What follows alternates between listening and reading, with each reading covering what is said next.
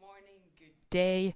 Hope many of you have already joined us. Welcome to this One Day for Nature live broadcast. We will be here with you all day long to really celebrate nature on this really special day. It's going to be quite a big day for nature. I'm quite excited, a little bit nervous already. So let's get going. My name is Sini. I work with Greenpeace on our European campaigns on food, forests, and nature. We are here in our main studio in Vienna for this broadcast, and I'm here together with Virag. Hi everybody. Thank you, Sini. Yes, I am also nervous, but these beautiful pictures of nature and animals living their life in natural circumstances really calm me down. Yes, a very warm welcome to you all who are following us. Today is a day of action across Europe for nature, and we have the honor to broadcast this series of events and amazing programs and amazing content. So stay with us, onedayfornature.com, and we're going to tell you how you can also get involved. Indeed. So it's going to be a big day for nature, maybe a long day for nature, let's see. An exciting day for nature. And why is it today? Why is it today? That is a good question. So let me tell you. Tomorrow, there will be a big international United Nations hosted meeting starting in Montreal, Canada. It's a meeting of the International Convention for the Protection of Biological Diversity. And world leaders from all countries, from Europe, from across the world, will be gathering there to discuss how to work together to protect nature and preserve biodiversity for the next decade. We haven't done very well so far. We haven't exactly succeeded. Nature destruction is still widely going on. We missed our previous targets. So we really need to make sure that we get an ambitious new deal for nature this time around. And to kind of boost up this event and build more pressure, I'm really looking forward to kind of bringing together nature lovers, nature defenders from all around Europe into this broadcast, but then also to take part in our digital day of action. So you might be seeing on the screen, New Deal for Nature, COP15, which is the hashtag of the meeting. Save Nature, Save Life are our hashtags for the day, so you can join by posting with those ones. Hang on a second, COP. Is this something like the climate meetings that they just happened recently? You're right, Virag. Yeah, indeed. COP is a 15th meeting of all the parties that signed this original biodiversity convention. They don't meet as often and as much as on the climate side, and I think that's exactly why that is a problem, right? Well, that's exactly why we are here today, indeed, because it's not that we can tackle the climate crisis if we are not taking care of like the fundamental, let's call it web of life, like the living systems that are holding up this planet. I think it's really, there's no question that we need to tackle climate change, right? But if we only look at carbon emissions and how to reduce those from there and kind of forget about the living systems that are like maintaining this planet, we're not going to be on the right track. So that's also what I thought. Yeah, so that it's not two different things, really. It's actually one planet and the health of the planet that is at question, right? Yeah. And how our nature is actually showing us how healthy the planet is. Exactly. And of course, climate change is some sort of a sickness of the planet, isn't it? That the temperature is changing and there are extreme weather events and everything is out of balance. Absolutely. So from now onwards, the COP won't only mean anymore a climate COP. Equally important, we've got a biodiversity COP as well, starting tomorrow in Montreal. It will be lasting for 2 weeks, at least until the 19th of December. And we're hoping to kick it off grand today and hold our decision makers accountable for delivering an ambitious new deal for nature in that meeting. So I hope you will all join us. onedayfornature.com is the place where you find ideas on how to do that. What about you, Virag? What brought you here? Well, that's a very good question. Are you just very excited about the COP? Well, certainly I am, yes. I only been once in a meeting like this, and I didn't find it very exciting, I have to say. but it's certainly a very important meeting. But exciting is maybe not the right word to use. Hard work. Why I'm here is really because I'm really inspired by people who are acting for nature. You know, not just those who are in suits paid to make decisions about nature, but also those who are defending the last tree in their neighborhood, the park, the little pieces of forest or riverside that they go to with their dogs and their kids on a daily basis. And I'm really excited that today we're going to see many of these communities and activists and people, and we can connect them through this broadcast. So that's why I'm here, because I would love to give the impression that indeed nature also in Europe is in trouble. We are losing nature. Nature needs support, and there are a lot of people out there who are actually working on that. So that's what really excites me and brings me here. And what about you, Sini? Are you excited about the COP? I will jump right on what you actually said, because it's something that really motivates me as well. I'm kind of, as a European and as someone that's been working on nature and forest protection for a long time, I'm really kind of sick and tired of the fact that we think that we're somehow so post-industrial and developed and so on, that here in Europe we don't destroy nature anymore. But then if you take a closer look at how we farm land, how we treat our forests, seas, I mean, we're still destroying them in many ways if you just kind of look behind the curtain of sustainability promises a little bit. So I really hope that we here in Europe can also get a little bit more honest about how we are treating nature and really acknowledge that it's not just the Amazon or the Indonesians that need to protect nature better, but that we also really need to clean up our act here at home. Do we have something to do with the Amazon, by the way? Well, we do also have something to do with the Amazon, and you would never want to forget that one. So we are also obviously campaigning a lot around the world, and we have some quite exciting news from today from Brussels on new EU decisions. So there is a new EU law today that has been, the negotiations have been finalized. That will probably be quite a breakthrough law to cut Europeans' complicity in nature destruction and deforestation around the world. We will tell you a little bit more about that later, but it's really quite big news for this morning. Can't believe that it's all happening today. You already have goosebumps, I have to say. And it's very unusual, but it's really interesting that it's happening today when people are out there protesting and talking about, the importance of protecting nature. That's brilliant. I told you it's going to be a big day for nature. Yes, that's true. So maybe we take a short break before we move on to the rest of the program for today, because we have, as you said, we have nature lovers and nature defenders gathering from all around Europe, all the way from Belgium to the Carpathian forests in Eastern Europe, all the way to Ukraine. We have so many people joining this broadcast today. Wow, Ukraine as well. Amazing. Believe it. Yeah, I know. So let's take it a little bit for a moment back to the studio, and we'll be right back with you.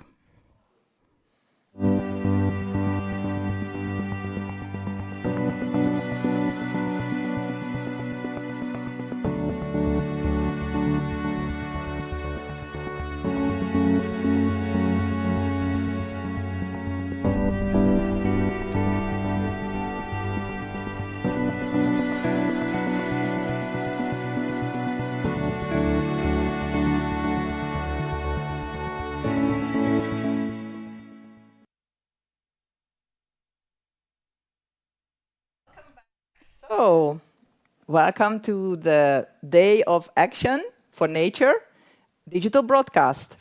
This is Sini and Virag, and we are going to accompany you to different places across the continent and show activists in action, campaigners, local communities who are working on saving their nature in Europe. And at the same time, we are also here today because tomorrow, a big international meeting by the UN called COP15. What is that, Sini? Happening. So we are also here because of that. What is that? Indeed, a big international meeting where world leaders will gather to discuss measures that we should be taking during the next decade to protect nature and biodiversity better. Yes, so everybody who's taking action today will influence that decision. So please tweet, go onto our Take Action page and take part. And just keep watching us, because we're going to travel around Europe, but first start in Austria, right? We will first start in Austria, and I would just want to give you a little bit of a preview. We will be visiting Sweden. I'm checking our program. Hungary, Belgium.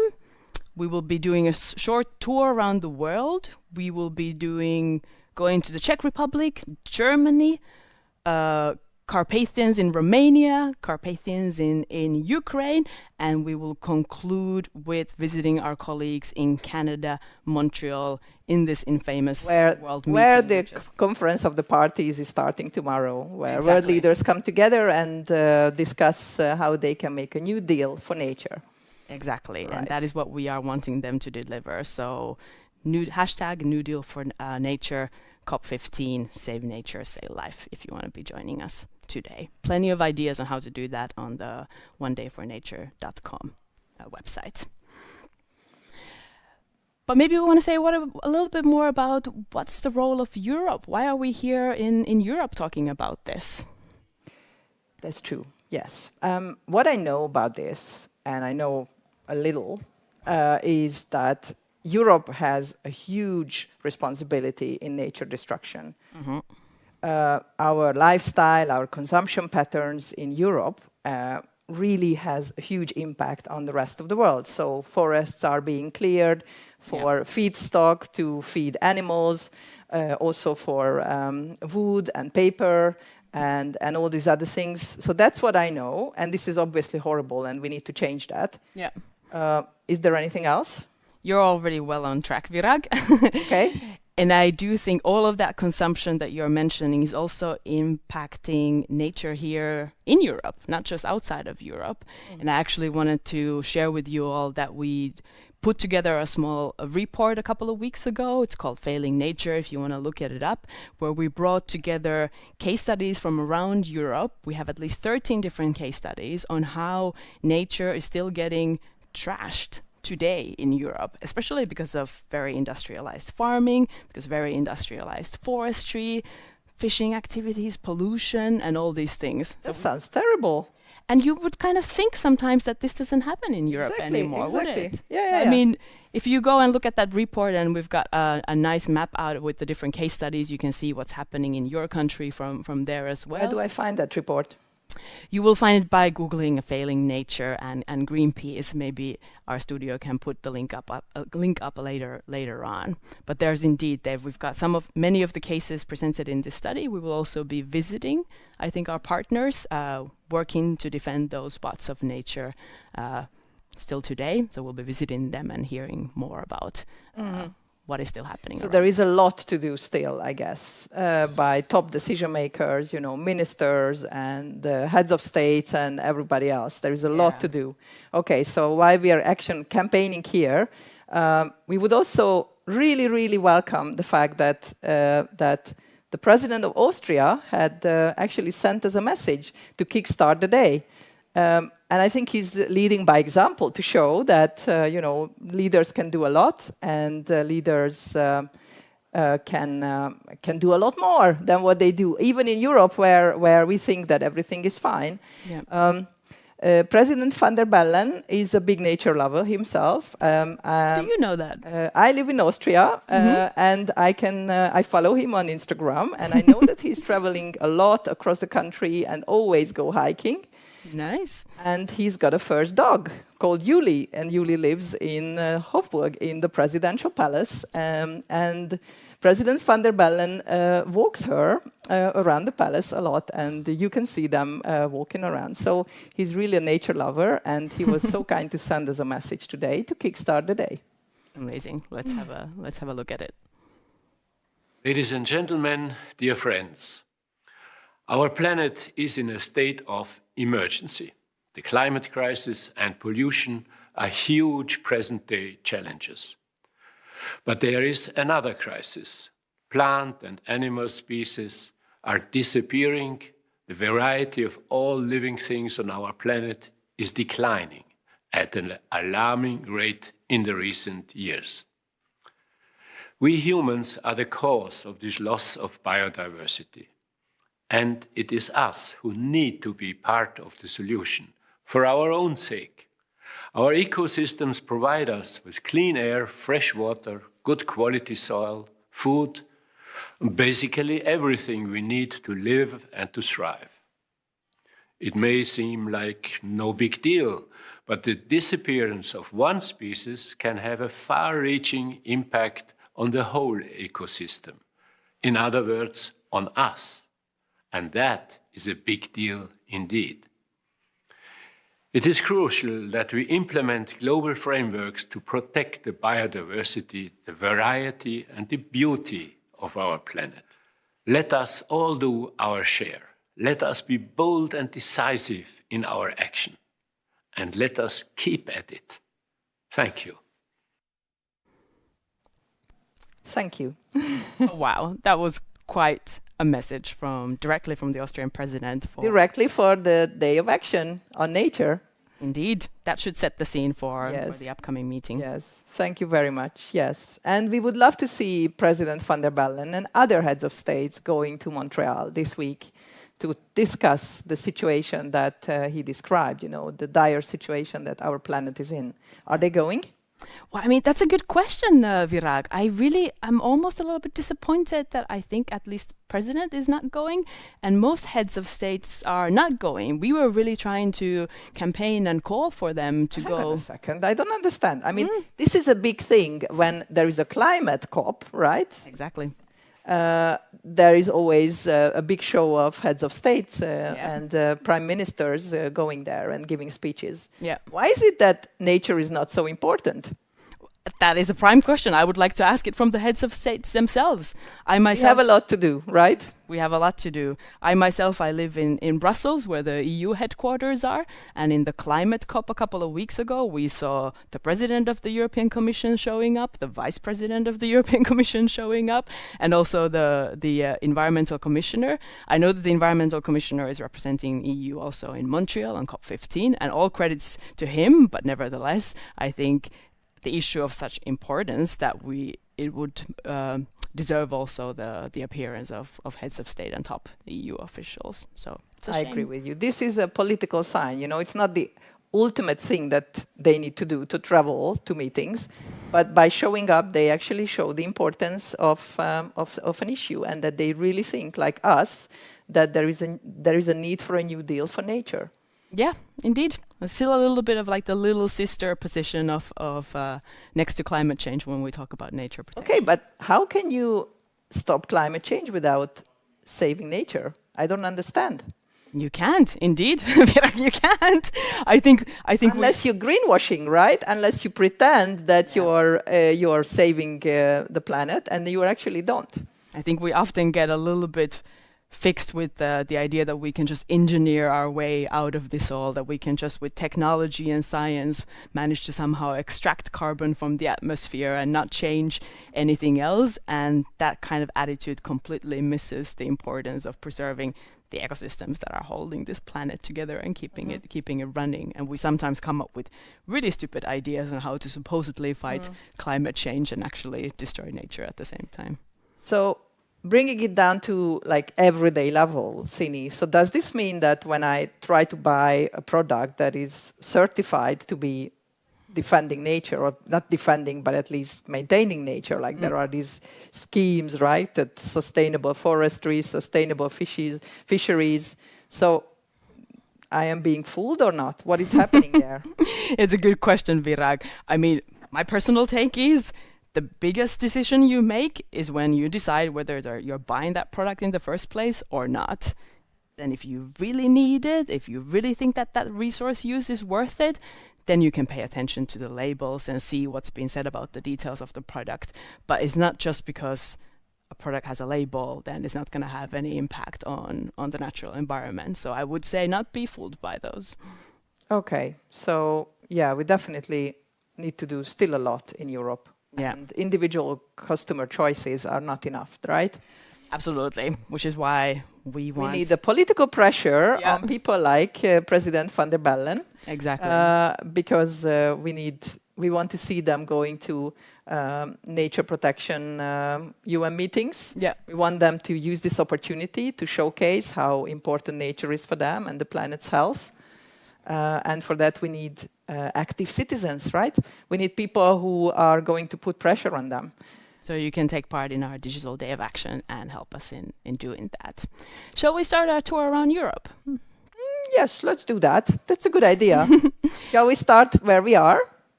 Austria? Indeed. We are in Vienna, Austria. Yes. So our first stop on the European map to bring together nature lovers and nature defenders will start here in Austria. And we will be passing over to and you can see Austria there on the map. We also have a case study that I referred to earlier. We've gathered several case studies of nature destruction from around the world into our Failing Nature report recently. So to exemplify the fact that even if it might sometimes feel otherwise, we still have a lot to do to improve the state of nature here in Europe. So we will zoom into one of those cases now, just in between Austria and Hungary. And I would like to pass on to our colleague Lucas, who works in our Austrian office, also with our European campaigns on food, forest and nature. And he will talk to some of his colleagues to tell us more about how are things here in Austria. Mm.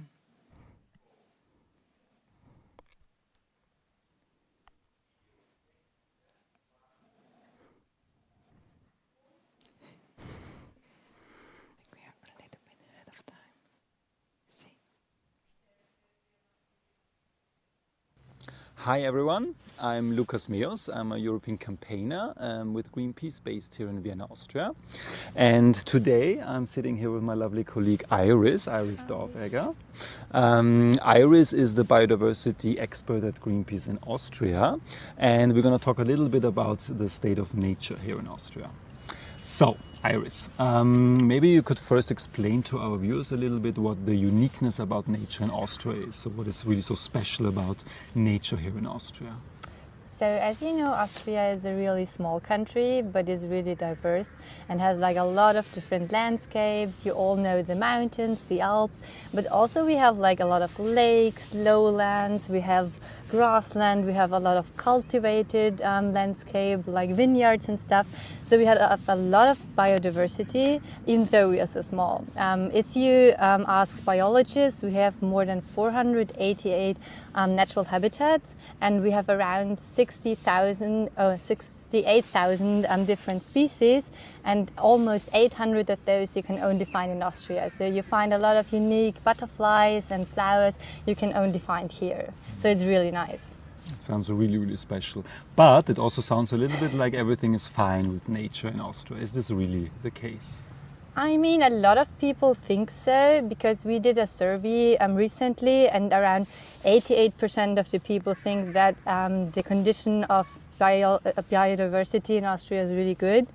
But unfortunately, the opposite is quite true. So we have a lot of natural habitats being destroyed.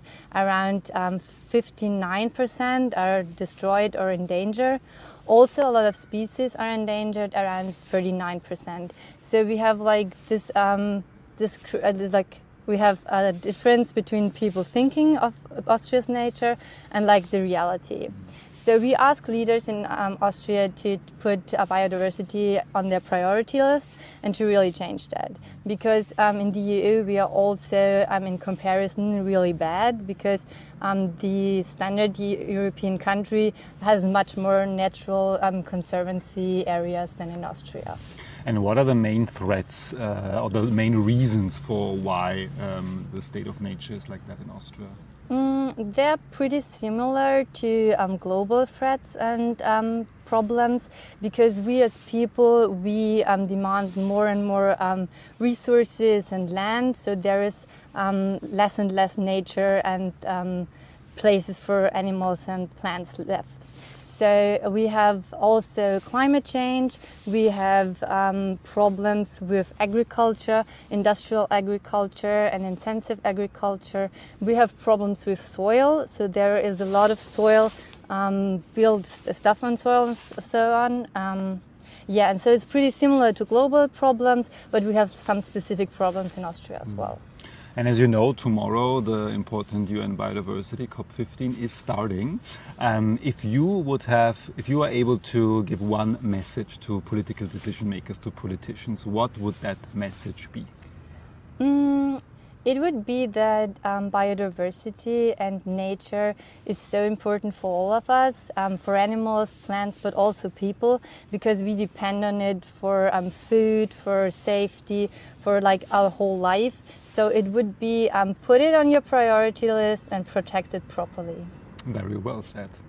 Thank you, Iris, for joining us. You have heard now a little bit about the state of nature in Austria, but now I will actually talk to another colleague of mine with Clara Schenk, and we will talk about a very specific nature hotspot in Austria and how a movement has fought to protect that nature hotspot.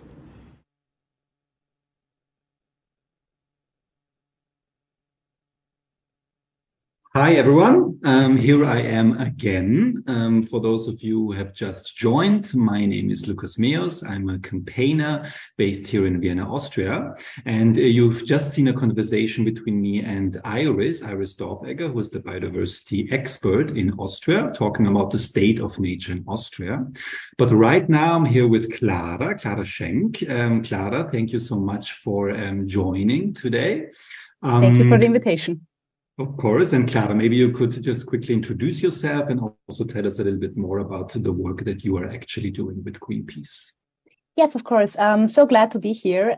Thank you, Lucas. So my name is Clara, and I'm a transport and climate campaigner, also based in Vienna.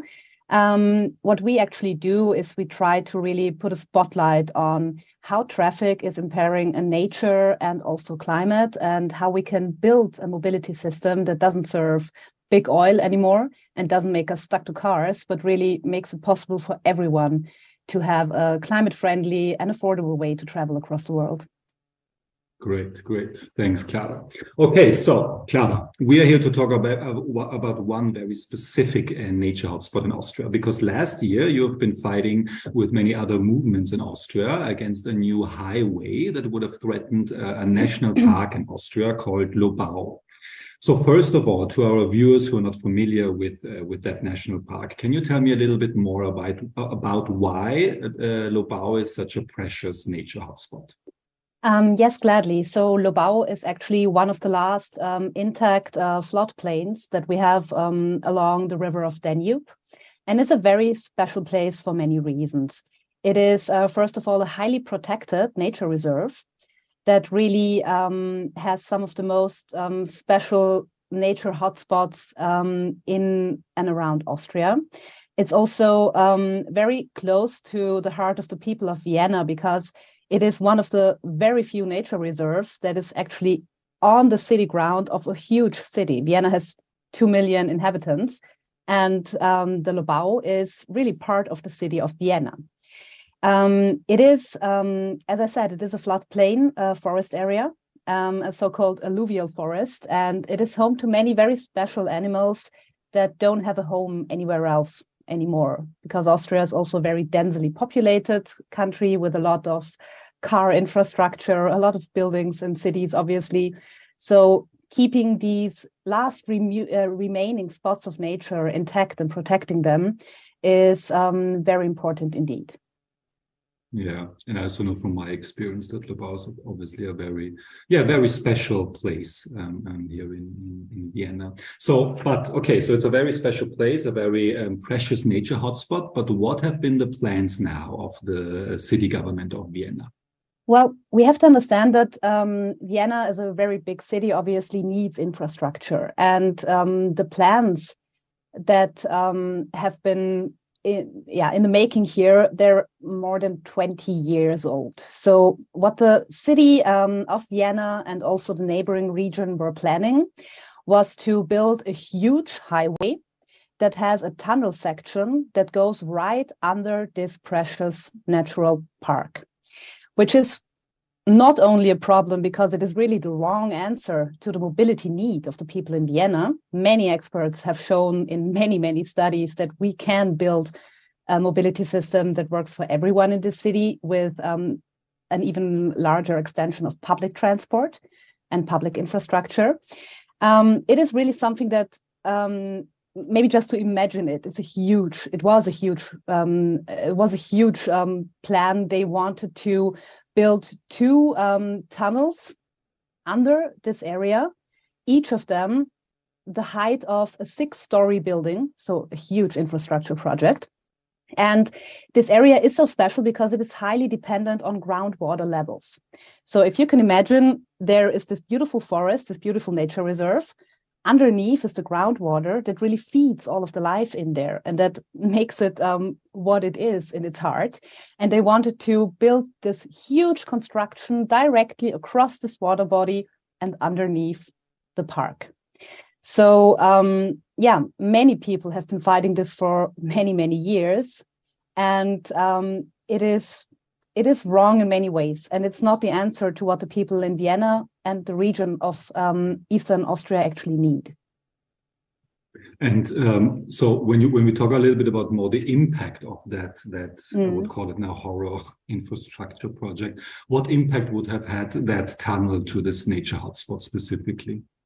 It is obviously hard to say. So what we have to say, like the forest would not have been cut down, which is a good thing.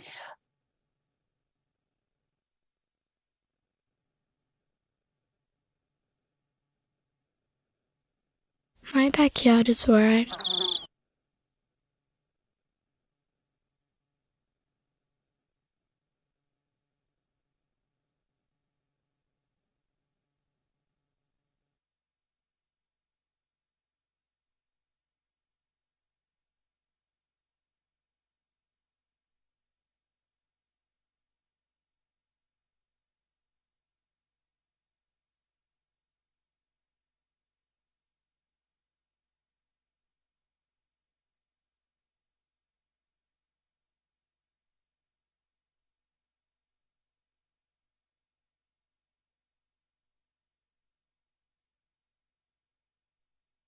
tunnel to this nature hotspot specifically? It is obviously hard to say. So what we have to say, like the forest would not have been cut down, which is a good thing.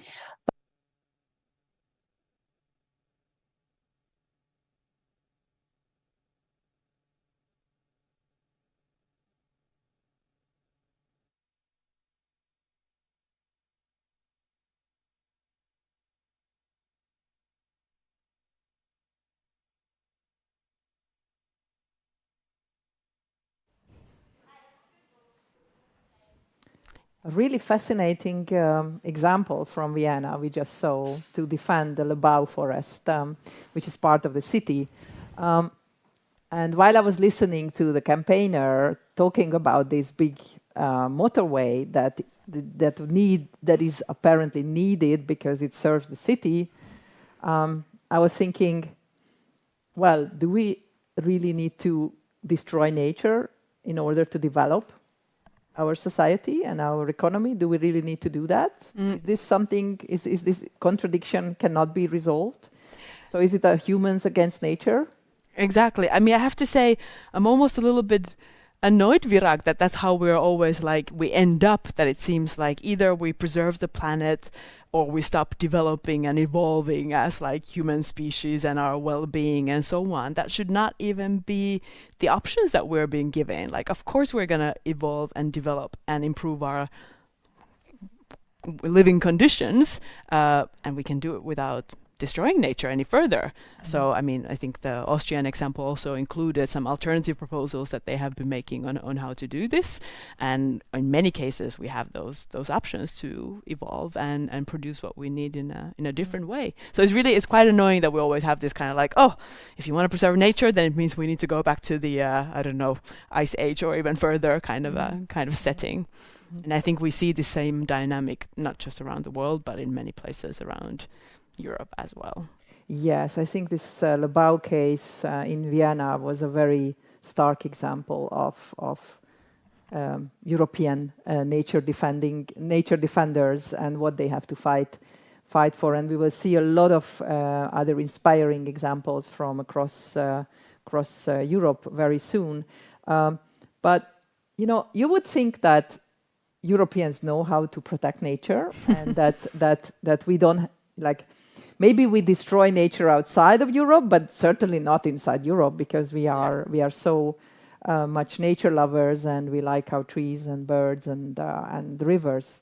But now I'm looking at this map, and I would like to ask you: so, is this really the case? Because you talked about before the video, you talked about a report that actually exposes a few cases which you recently found across the continent. Yeah. Can you tell a bit more about that? I think what do we see here? Exactly. So we have a map here with case studies of quite, how I say, rough nature destruction still going on in different locations around Europe. We've got 13 locations over there with different kinds of cases. We put these all together in a report called Failing Nature, which is really wanting to do exactly what you were referring to, kind of show a little bit what's behind the curtain of a lot of language about Europeans being sustainable and promising green and so on. Because if we look at what's behind the kind of speeches and big words, there's still, basic practices in farming, forestry, fishing that are not at all sustainable. So I mean, here we've got a case study from northern Sweden where industrial forestry is still clearing away forests, even forests that are important for Europe's only indigenous population, the Sami people. Who would think that? It's still happening over there. We also have case studies on the map going a little bit further from Germany, from coastal areas, places from Italy where industrial agriculture is still polluting the surrounding environment to the extent that we're losing bees and other insects that are crucial for the farming. So like we're directly kind of cutting or sawing our own branch that we're sitting on when it comes to farming systems. We've got cases from Belgium where people are really standing up to defend local and urban nature, which might not be, right connected to farming systems or forestry, but is really connected to our well-being, and that people really appreciate these areas. Especially during Corona times, we realize how important it is to have a piece of nature in the neighborhood. Yeah. So that you can go out and have some fresh air. Indeed. So it's really encouraging to see these like local movements and people coming together to fight for nature in their regions, and I liked it that on this map we're able to bring at least some of these fights. And I mean, these are just examples of hundreds of fights going on, but yes, it's really inspiring to see so many people taking, despite all this what you call the green leaves before, that people really see that things are not going well, and we can do better. We can really do better even in Europe. The thought that came to my mind as you were talking about these examples is that every time when we go somewhere to do something in nature, seems like we're getting it wrong. So do we have to just leave nature alone and not engage? But then what's going to happen with us? I mean, again, going back to this controversy, what about, human development? Yeah. And yeah, I mean, you talked about food farming, you talked about forestry, fishing. Timber and forestry and fishing, and it sounds like that every time when we show up somewhere as humans, we are destroying nature. Yeah, I have to say, I think kind of just leaving nature to recover on its own is surely underappreciated or undervalued. We're really eager as people to always go and meddle with things. Maybe it's, I don't know, maybe it's just because we want to be in control, or I don't know what is it behind it, but we're very eager to always go and meddle with things. But of course, we can also be restoring nature. It doesn't mean that every time there's human nature interaction that things are going to go wrong. And of course, we have groups of people that have for ages lived in much more harmony with nature, like indigenous peoples and so on, than many of us in our kind of like everyday lives of high consuming countries. But yeah, we have also possibility to restore nature. And this is also currently a big debate in the European context. The EU has been trying to propose new targets and new legislation to kind of push member states to restore nature. And we can see over there in the political corridors that it's not an easy act either, or not something that everyone would be immediately jumping on. So would this mean that we actually give back land to nature and stop farming and stop taking timber and stop fishing, and we would just leave it as some sort of a protected area? It could mean that. It could mean that we just leave areas more alone. It could mean that we move to less intensive practicing instead of doing an industrialized farming system with loads of pesticides and loads of turning the soil upside down and so on. We will have, we call them agroecological approaches, but softer approaches to produce food. It could also mean that if we've previously, let's say we've destroyed a wetland, a peatland, by drying it up, that we try to bring water back there and restore the peatland as it was, just for the sake of preserving nature. So there are many options that, or there are many things that restoration could be meaning, and that we definitely need to be doing more of. But what I'm also hearing from what you're saying is that we can actually engage with nature, produce food, maybe produce energy, and at the same time, nurture the ecosystem there. So it is possible. It sounds Absolutely. like. So it's not that every time when we show up somewhere and want to take something, then it will basically be at the cost of the health of the ecosystem there. We can also do it in a way which is, giving back and mindful of the ecosystem there. That's very good news, because I especially now with as in Europe, we are seeing the scarcity of energy. You hear a lot about nature protection rules being relaxed. True. By European countries, because we need more energy, we need more land for renewable energy sources. We need to cut the trees because there is not enough gas. Yeah. So it does sound like we are back in a human against nature situation, and I'm very happy to hear that there are ways out of this. There are ways out of this, but as you're saying, for example, with the energy crisis moment, that way out of this will also, I'm not going to lie you about it, it will also mean that we will need to be reducing many things. It's going to be much easier to get rid of Russian fossil fuels if we consume less energy, for example. So we will need some reduction, but we can do that, as what you're saying. And maybe now it's a good time to show everyone who's following us a really inspirational video that I watched a while ago. It's been actually produced for our campaign, particularly by a creative agency called Wit and Wisdom, and it's really to kind of show. Well, let's let the video speak for itself. I think it's an excellent video. Let's do that. Yes. Talk about our connection with nature. My backyard is where it's where the trees, it's where the sea. My backyard is when the wind, it's when the sun, it's when the rain. My backyard, the soil is so, the water's such, the air is just. My backyard calls, fights, dreams. My backyard is where it's where the trees, it's where the sea. My backyard, the soil is, the water's, the air is. My backyard calls, fights, dreams. My backyard.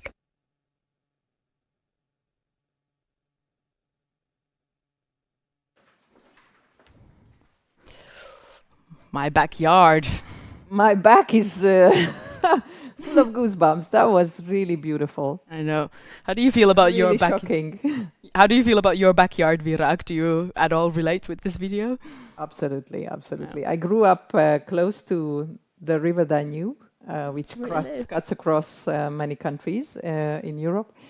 And we couldn't swim in the river because it was polluted by a factory.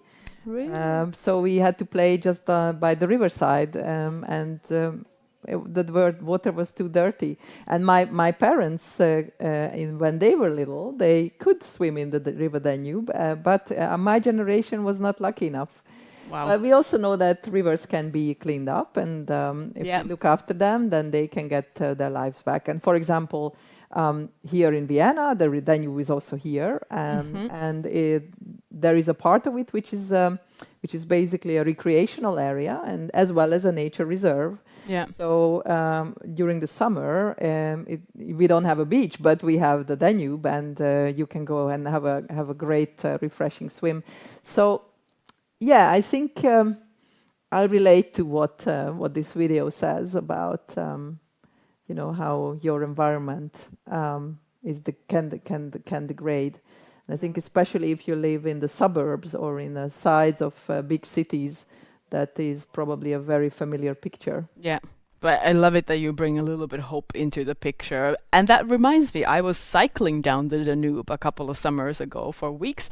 And in most places, I did swim in the Danube. I didn't see too many signs of not putting my toes in there. So that is encouraging. Yeah, that's brilliant. And the Danube is one of the really wonderful places or nature phenomena of the continent, I think. Yes. Yeah. And what about you? How do you relate to this video? I will say I absolutely relate to it as well. And I think I grew up in Finland, which is knownly a country of forests, even if I was in an urban environment.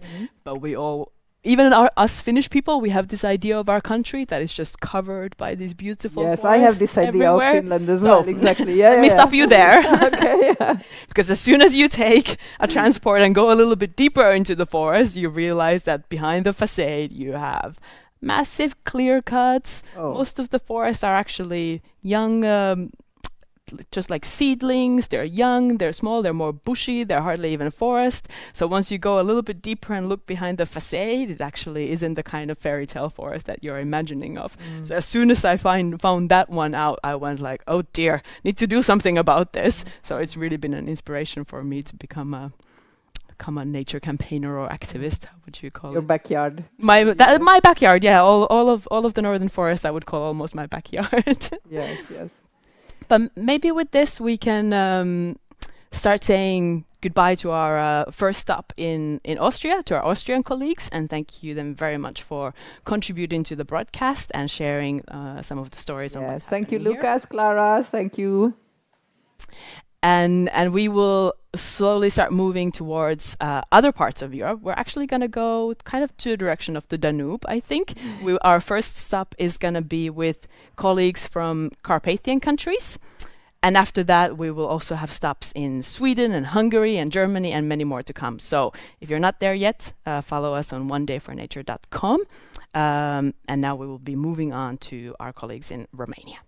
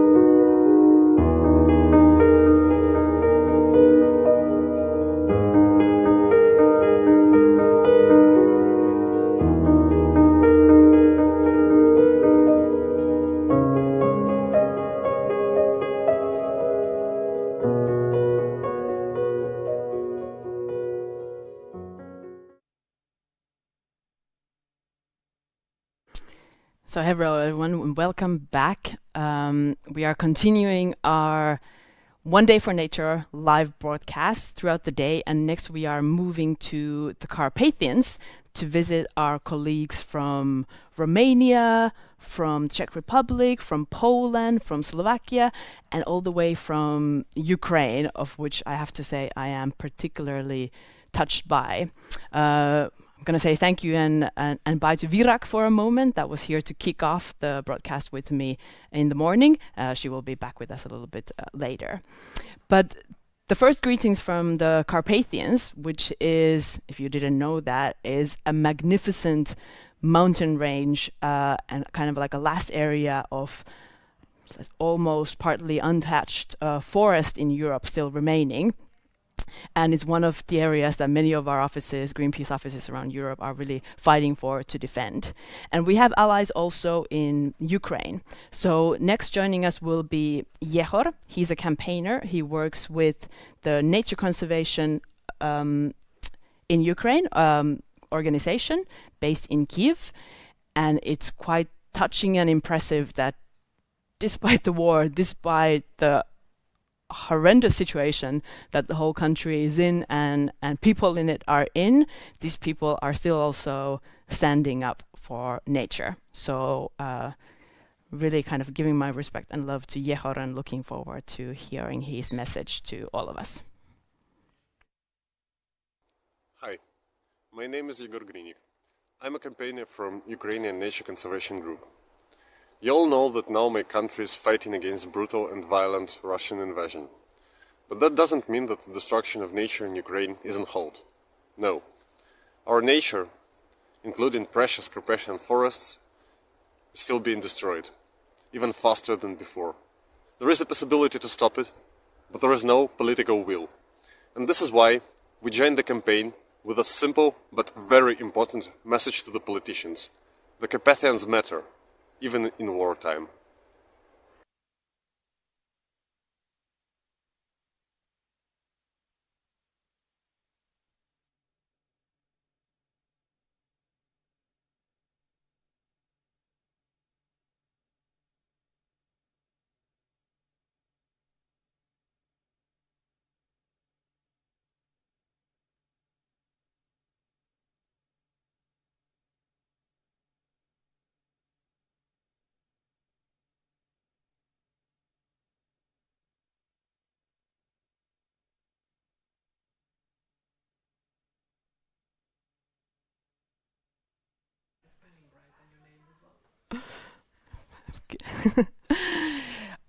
Thank you so much, Yehor, for that really moving message. As I said, I'm really impressed by colleagues in Ukraine still fighting also for nature and not just for human lives.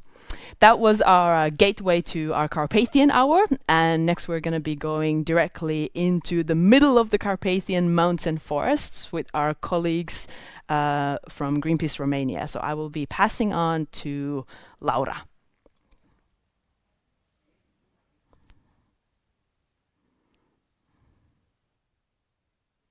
Hello, good morning, everyone. We are here in the heart of the Carpathian Mountains. I am Laura Bonchu, the digital of the Forest and biodiversity campaign.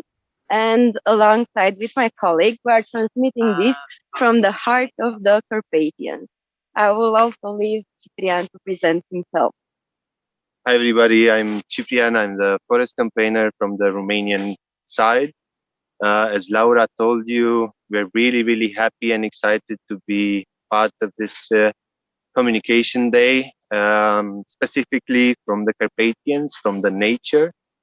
We are surrounded by forests as we speak, because the other days we spent a lot of time in the field doing some scouting, looking for some old-growth forests, even primary forests that unfortunately are very vulnerable, and they most probably will be logged, unfortunately, next year if we don't do anything to stop it. We have prepared for you a super special short video that is really close to our heart. It will show you a reality of Romania, the place where you can find most of the bear population in Europe, besides the Russian tundra. I will ask my colleague from the Vienna office to just play the bear video.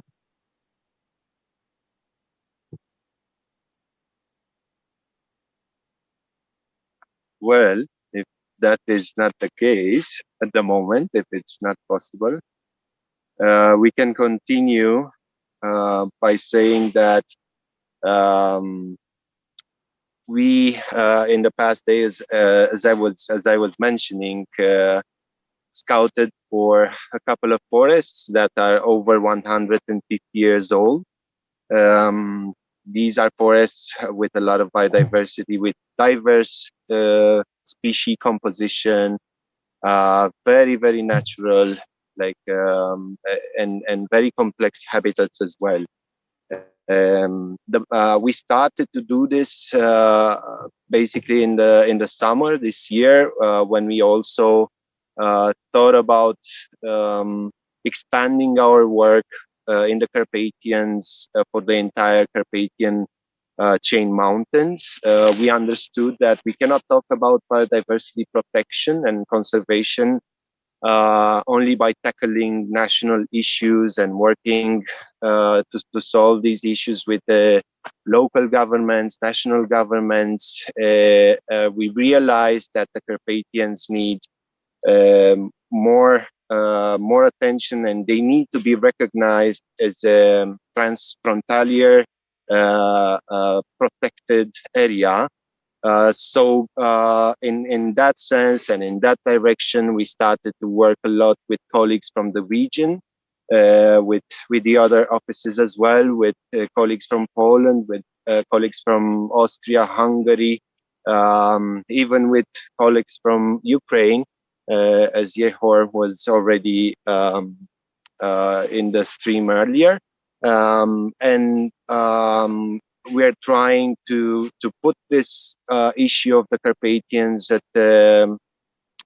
in a European framework, so that we find solutions for conservation and solutions for changing the forestry models at a European level, let's say. Just cut me out when you play the video there, because unfortunately we don't have access to imagery, so Yes. we don't know what's happening Can you hear on me? the stream. Can you hear me now? Hi, Laura. Yes. Hi, Ciprian. Super amazing. We are back in the studio. Hi, everyone. I did not introduce myself yet. I'm Dora Pop, also joining you today. And now we are ready to play the bear video, your amazing premiere on this live stream today. So I'm really asking the studio right now to play the bear who is joining us from the Carpathians.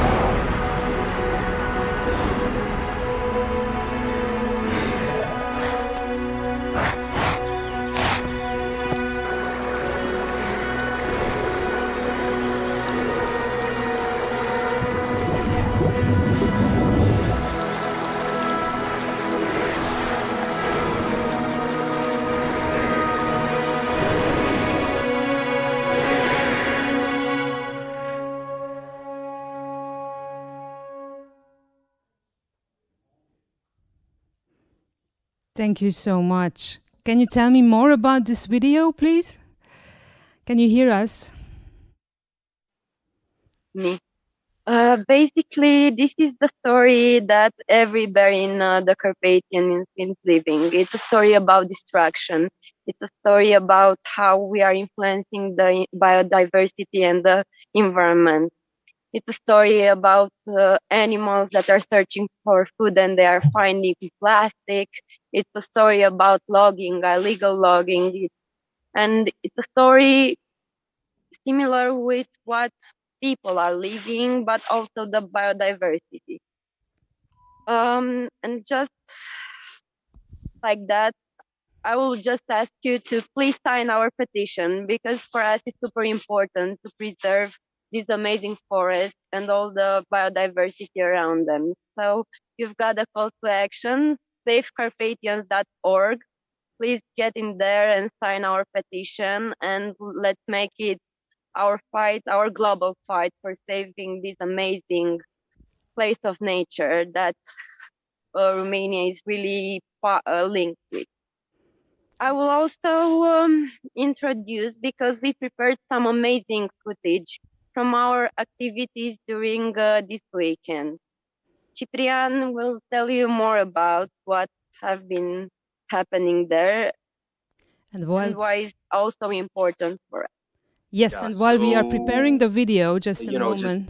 Hi, can you hear me? While we are preparing the video, hi Beck, I'm just really amazed by the background that you have, and from the forest that you are with us at the moment, and believe me, all of my colleagues would like to be there with you. So let us show more with the activists going on, and you are on screen. The video is also going. Okay, we see that. We can narrate over it a bit. We can just tell you that you were looking earlier at images of a forest that is older than 160 years. It's a really beautiful forest with a lot of biodiversity in it. Trees with diameters of more than 1.5 meters. It's really special, really old, and it's the type of place in which I don't know, you feel like life is still prospering over there somehow, because the reality is that we're talking about biodiversity value, conservation, and protection, not only for the sake of biodiversity, but also because it's these habitats, natural habitats, are the strongest and the most resilient in the face of the climate changes that we all face, right? These places are extremely relevant for going forward. We need to protect them because there are quite a few nowadays, and we need to learn from them, from the skills of adaptation, if you want, that the forest has. And we need to better understand how this natural mechanisms are working. So this is what we're doing, working with on this campaign. This is what we are aiming for: better and more protection for the remaining primary and old growth forests. And for that, I think we can also look at the video that is describing what we did over the weekend. So how can we help if we are not in the forest at the moment? Yeah, well, we're at the beginning phase, right, of this campaign. So first of all, please reach out. We definitely need volunteers and activists. We need to go on the field. We need to document and expose what's happening, in these forests. And as Laura mentioned, there's also a petition now running, which is helping us to kind of, gather more of the support on the cause. So it's extremely, relevant for us to get in touch with officers that have that are working in this campaign. So you can sign the Another thing that petition. is really important, it's also what you are doing with this Digital Activism Day. People can support us just being in the front of their laptops or phones, just spreading the message and telling to everyone the destruction that is happening in the Carpathians and all over the world. So basically, this is the first step that can be done in less than 1 minute. A Twitter share, a Facebook share, an Insta share, a story about what they are seeing. This will help us a lot, and it will raise so much awareness, so needed when we're facing destruction. So I'm asking my colleagues to also put on the screen the hashtags and also put on the screen, please, the safecarpathian.org, because this is somewhere where you can, with a click, sign and let also the teams, not just in Romania, but also the team who is coming up from Poland to help their work right now. You can also donate anytime, so that is also a possibility. Help us, tweet today. Visit also onedayfornature.com. Help also our colleagues who are sitting like in front of a laptop like I am at the moment right now, and tweet and share. Did I understand it right that you also shared last weekend with some activists in the forest? Laura, Ciprian. Yes, it was an amazing adventure together with our team, activists, and people that just wanted to join us in an old growth forest that's in the way to be destroyed until February. So when somebody is joining you and become an activist, they can also share this experience with you one day, right? Yes, totally. We have also prepared some interviews from our activists that took part of the activity during this weekend. Thank you so much. Then I'm asking the studio to start the interviews, and we will listen to some of your activists who were live there with you in the Carpathians during the weekend. If we are ready, then we can start.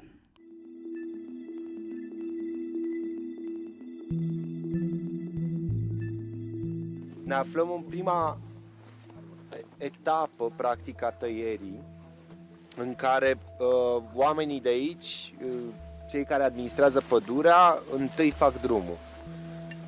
Merg cu drumul ăsta până în capătul pădurii, astfel încât în anii următori să poată să aibă acces ușor, să exploateze dintr-o parte și din alta. Și practic ce vedeți voi aici și pe partea asta de acolo, tot ce e în stânga și în dreapta drumului o să dispară. Ce facem noi astăzi aici?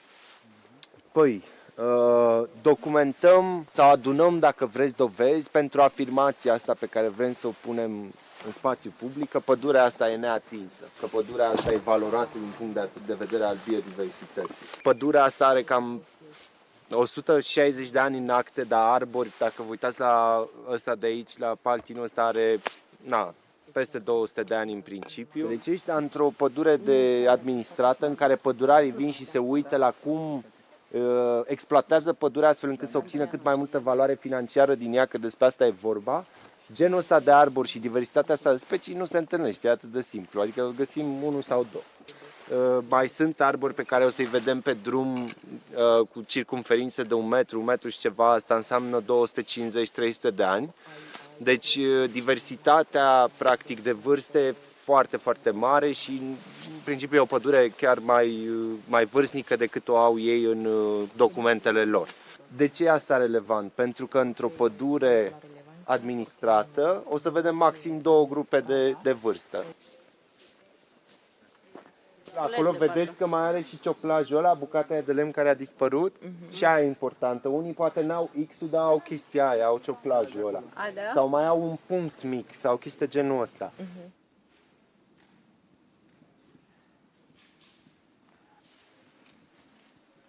It's very interesting to see how many species of trees we have and of different ages and how the types of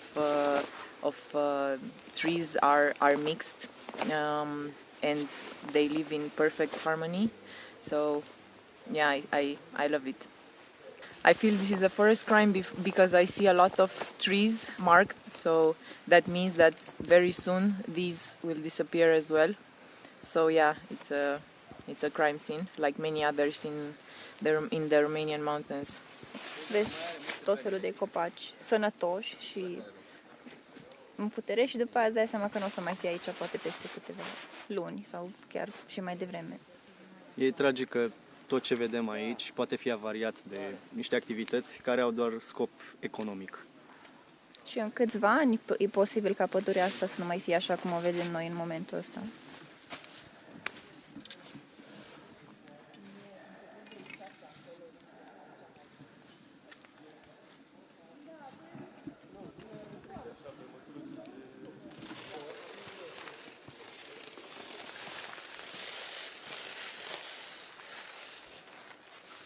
I am from Spain.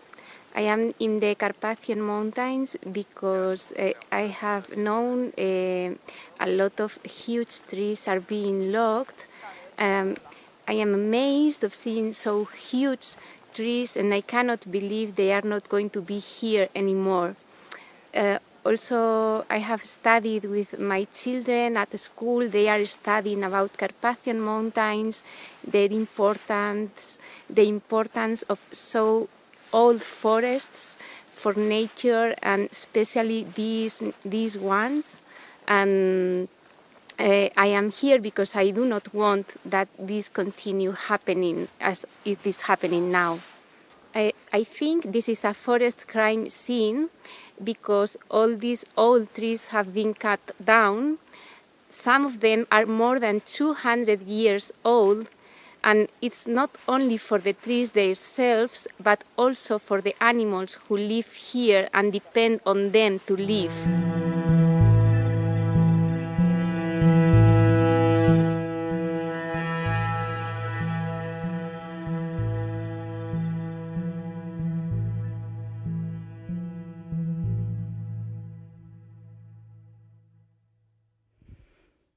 Thank you so much for this amazing video. Just like really looking at the plant next to me in the studio, I really would like to be with you. I cannot repeat it any time efficiently. Tell me a bit more. Why is it important to save the Carpathians together with Europe? So why it is not only the case of those countries who have the Carpathians? Yeah, Dora. So basically, we can start with the starting from the idea that the Carpathian forests are not simply Romanian heritage or Polish heritage or Ukrainian heritage, and we believe that they are actually European heritage. Their influence in Europe is massive, starting with the fact that we're talking about the second longest mountain chain from Europe, which has the biggest concentration of wildlife and biodiversity from the temperate zone of the continent. We can, we cannot stress enough how relevant and important they are for biodiversity at the European level. We're talking about the biggest populations of carnivores. We're talking about the oldest forests and most diverse habitats, from the temperate area. So it's extremely important, relevant to the entire European community, and solutions, should come from the entire European community. We need to work together because just simply, as I said before, working with in local context, just simply working just with the national governments will not get us to a transnational protection for this specific mountain chain and for these specific forests. So to be clear, we need the Carpathic Convention to work. This is an institution that is created by the countries that have Carpathians inside the territory, we need that entity to function. We need them to be ambitious, but we also need help and a strong contribution from the European Commission as well, in order to reach the 2030 biodiversity strategy objectives, right? So if you look at this framework that Europe now has in terms of protecting biodiversity, if you look at the ambitions over there and the objectives, protecting at least 10% strict protection, right, of the territories, and also this is huge for forest in terms of the ambition. And I'm saying that because at the moment we currently have around 3% strict protection over the Carpathians. So to get in the next 8 years to 10%, it would be a massive effort that we all collectively, need to do in order to reach this objective. We also need, besides this framework and special status for the Carpathians, we definitely need schemes of, we need funds, basically. I need to clarify. We need funding for biodiversity protection. We need that. So yes, we do.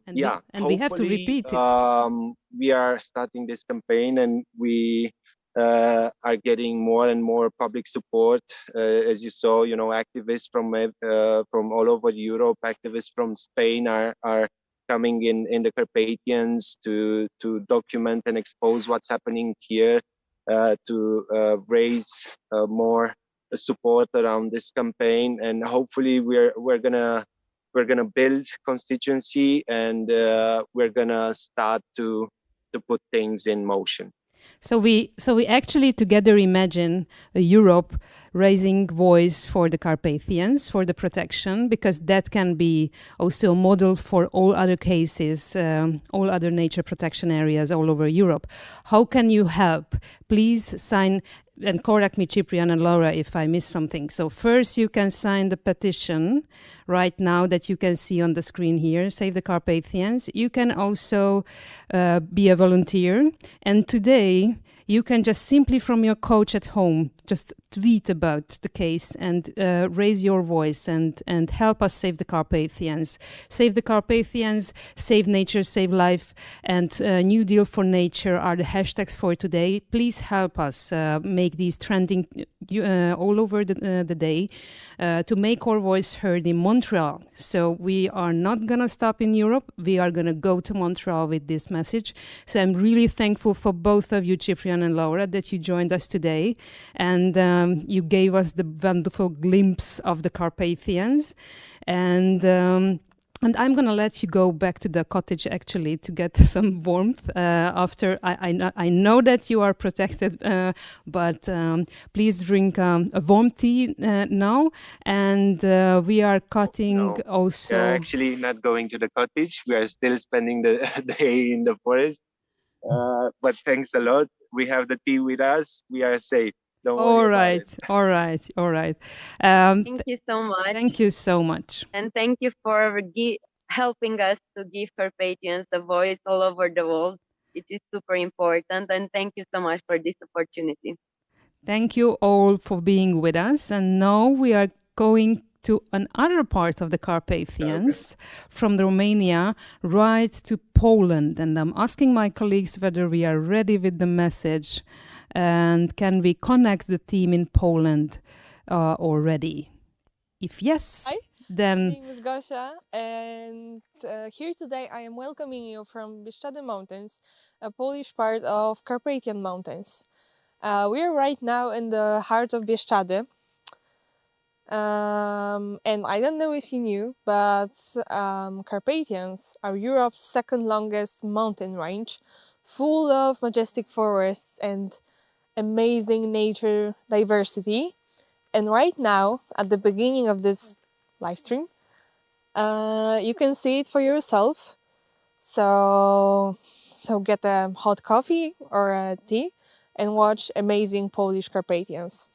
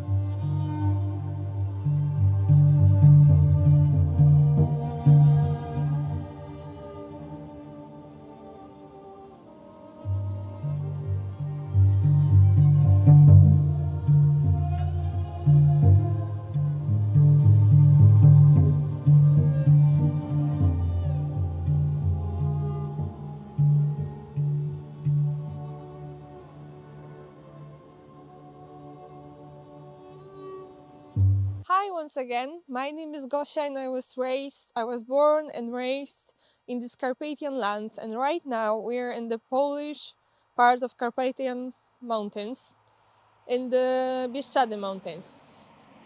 As I said before, Carpathians are Europe's second longest mountain range, full of majestic forests and amazing nature diversity.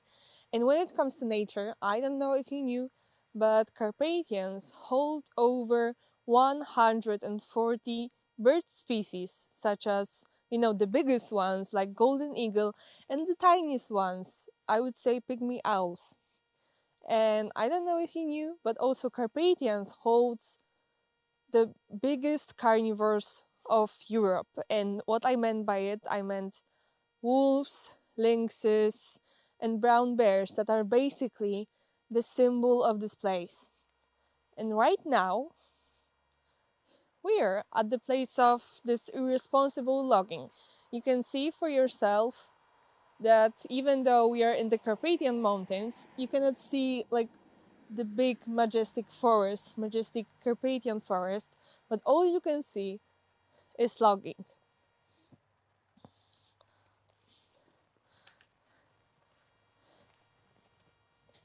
You may ask, where are the trees?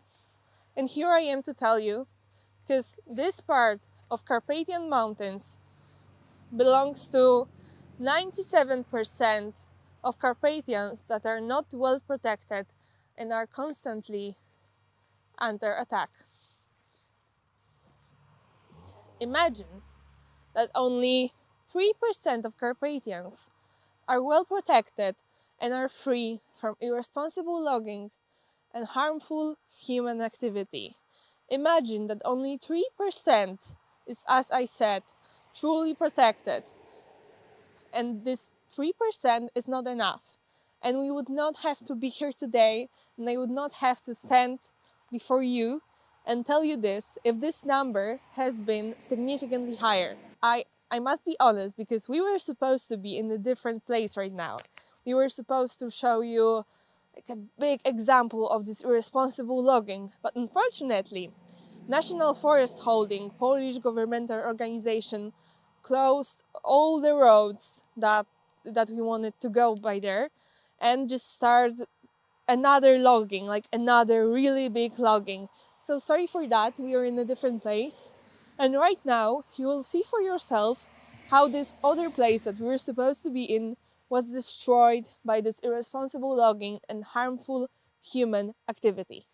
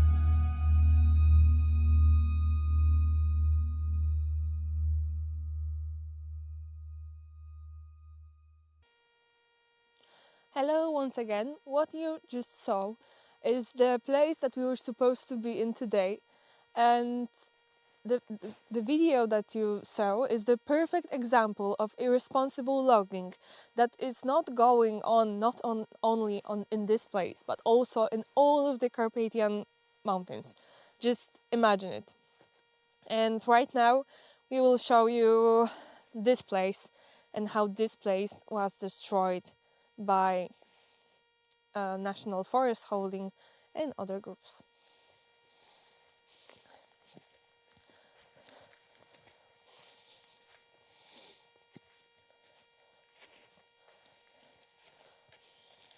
See for yourself how those majestic forests were cut down and are right here, fallen, lying on the ground.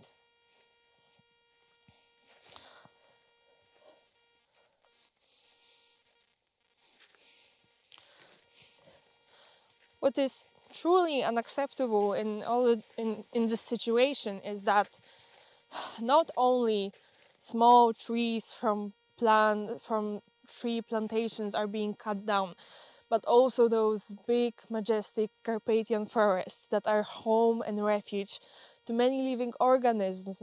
For example, at the top of the forest, we can hear birds like pygmy owls and golden eagles and all of them. And when it comes to bottom, we will see the bear dens that were made by bears to hibernate during winter.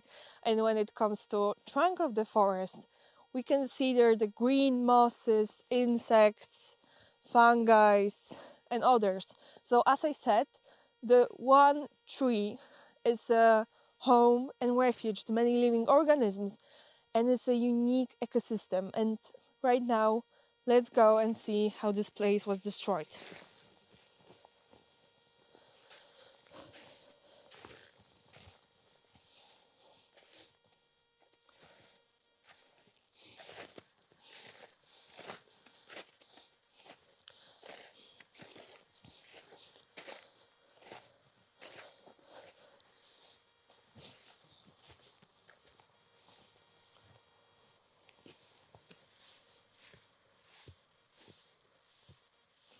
can see the rings of the tree here, and imagine that this tree could have like 100 years old, I would say. And imagine that trees older than our parents, grandparents, and great-grandparents are being cut down. And that is why we need to put a stop to this.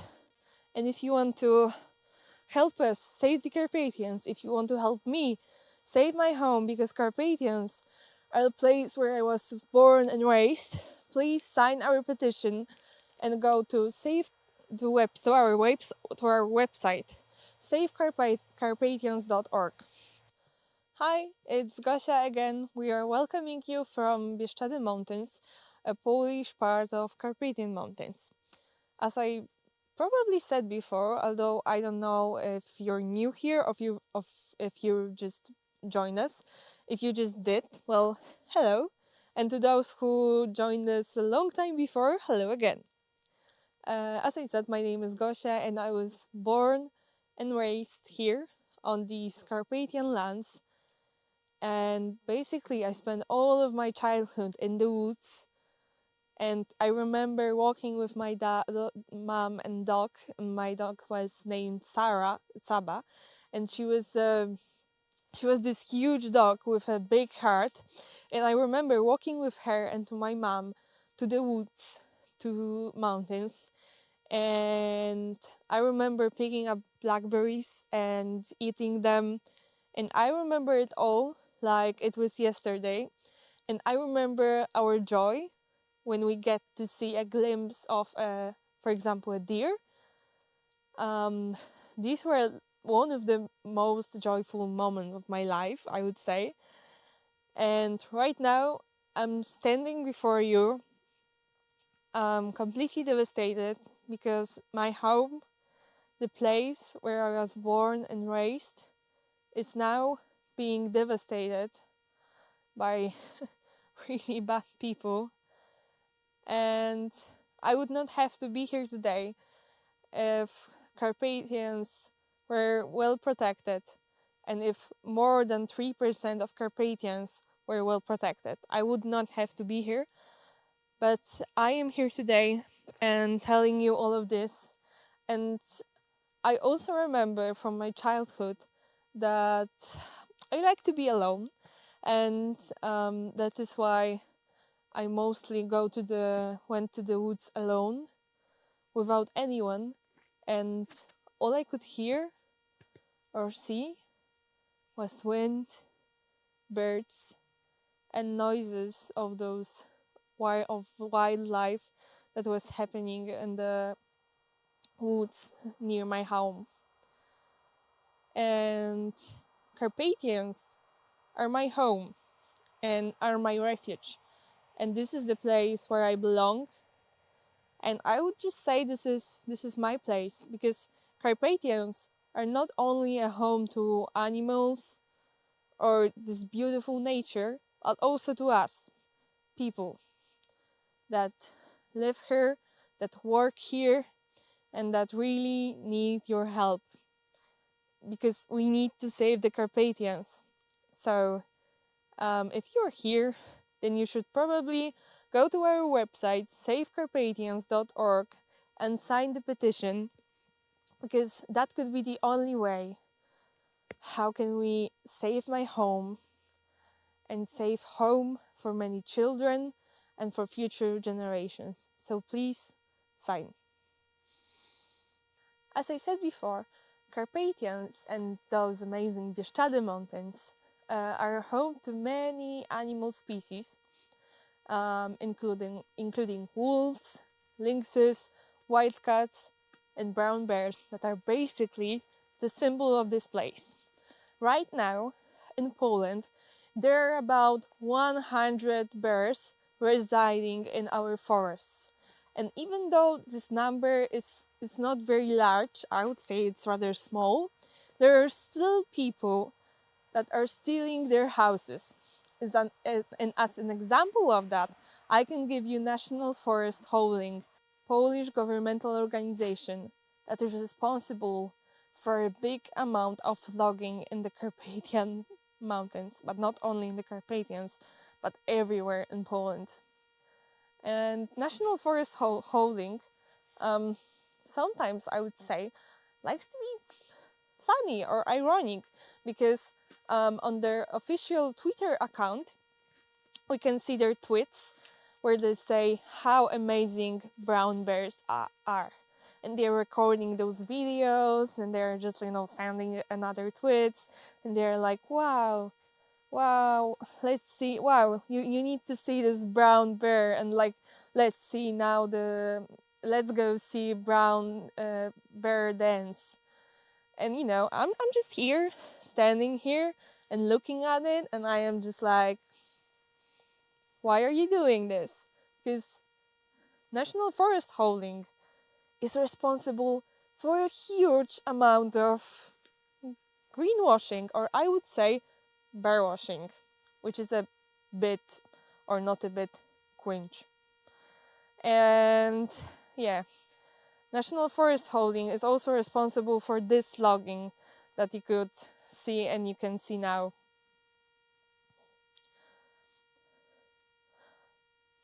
And imagine that National Forest Holding is trying to hide their crimes against nature by posting something about brown bears and telling us that how amazing brown bears are.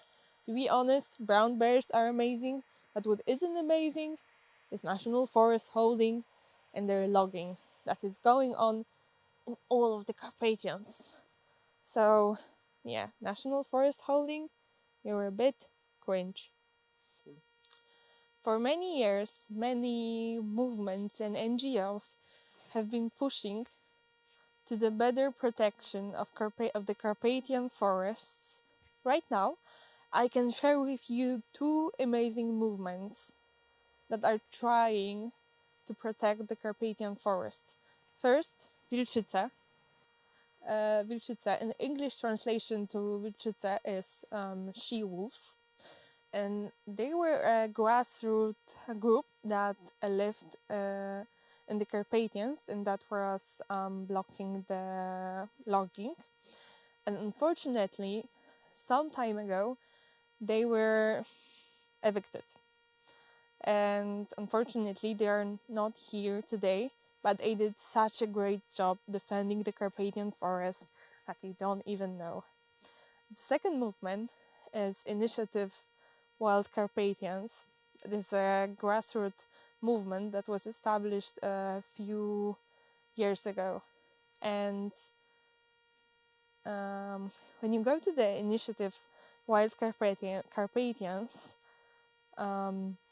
you can see those lovely people that are there protecting the Carpathian forest and blocking the logging. You can also see their camp, their posters, their big posters, and their tents.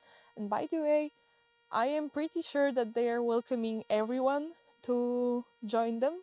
And if you want to join them, you just have to go on their Facebook site or whatever and just write to them, "Thank you for visiting Carpathians with me." And right now we are back at the studio. Thank you so much, Gosia. We are really back at the studio, and Sini is with me here. So just a quick introduction for those who joined us in between. Hopefully, hundreds of people watching us now live and during the day taking action. We are in Vienna, in the Viennese studio, and let me introduce myself. I'm Dora Pop, and here is Sini. Work with Greenpeace on our European food, forest and nature campaigns. And during the day, we ask you who are following the broadcast to tweet, live tweet, and share these messages also from the Carpathians that we could hear from Gosia, that time is pressing at the moment, really important to raise our voice. And why it is really important to do it today is because the COP15, the Biodiversity COP15, is starting today, actually tonight, and then from tomorrow on, decision makers are gathering in Montreal, where they have a moment where they can change the course of history. Yeah, we're here today because tomorrow world leaders will be gathering in Montreal for this historical biodiversity conference, where they really need to agree on a new deal for nature, as we are calling it. So make sure that we have a solid political framework on how to protect nature and how to protect biodiversity for the next decade, because at the moment we don't have any of those rules or targets or guidance in place. So it's really a crucial moment, and I'm super excited that we're here not just for calling leaders to secure a new deal for nature, but also that we are able to bring together all these nature defenders and nature lovers from around Europe, and we just started now in the Carpathians. How did that go for you, Dora? We were in Poland, in Romania. Yes, and also Ukraine sent a message to us. So even in time of war, I mean, protecting nature is really important, and we have to raise our voices. And I think where true activism starts, it's actually moments when you realize that your own backyard is basically at risk at the moment. So we can start globally, of course. Decision makers have the responsibility to actually act at the COP, but where real change is happening is basically at home sitting where you are at the moment, or in your office. That depends on for whom did the holiday started or not. But you can take action with us via take action page, the onedayfornature.com. You can also tweet there. We are helping you with several tools during the day to share your voice, because we do believe that decision makers can make the right decision, can make the right steps, and can make binding regulations or can force binding regulations, but they really need the societal support. They need to hear that we want them to do so. So during the day, we are giving you help, we are giving you support to do so with us. And if you visit our take action page that you can see here down below, I'm just coming to the http onedayfornature.com, and I'm also asking my lovely colleagues to share it in the comment so that you can click on it. So during the day, please tweet, please share those videos that you saw from the Carpathians. Also, there are other macros, photos, images that you can share, and just tag your ministers right away, because they are listening. We know that they are listening. You also know some cases where they were listening. I mean, for example, the fur claw. That is something that was Greenpeace and environmental organizations involved in, and I think we have many inspiring examples of where people gathering locally have managed to bring together bigger movements, not just for one local issue or local battle, but using that as an example of like bigger societal changes that need to be happening. And I wanted to maybe remind you all again, if you didn't see it earlier, we published a couple of weeks ago a report called Failing Nature, and the stories that you've just heard from the Carpathians in Romania and Poland are some of these case studies that we gathered to show what is really happening behind the scenes on the ground in Europe to Europe's nature. Many of us, we might have this idea that, you know, it's all kind of sustainably handled and managed here in Europe and all is fine. But if we peek behind the curtain, we see that there's actually still a lot of destruction going on. So we had case studies all the way from northern Sweden to southern Spain to eastern Romania, where whether it's for industrial farming or for industrial logging or fishing or for some other activities, nature is still getting literally wiped out. So I think I won't say that it's inspiring to see so much destruction happening, but I think it's inspiring to see so many of these fights where people are taking part to try to protect what's close to them and dear to them. And it was really inspiring to bring them all together into one report to kind of show that these are part of the same story. So I really encourage you to have a look at that if you haven't yet. Be informed. be informed. Basically, that's also a shared responsibility or our own responsibility to be informed. Because you asked me about the Carpathians. I was actually born in eastern Hungary, really close to that, and I didn't know that it is in danger. So it was a completely new information, and thanks to the Forest Nature team, now I have a complete report that I can open anytime or just find online and interactively click through and see the information from all over Europe. So not just my hometown, but wherever in Europe we raise our voices together for nature protection. This is one segment, but otherwise we can go from the local to the European decision makers to help us make real steps for nature protection, and then we go global. So that's why today we are here in a few hours, also calling Canada, where the COP is going to take place. So I think today we still have, now we've already we visited Austria, we visited our colleagues in Romania, in Poland. Next we will be going to Belgium, and after that we still have colleagues that we're visiting in the Czech Republic, in Germany, and then we're going to do a little tour around the world, hearing from some of our colleagues and allies from around the world.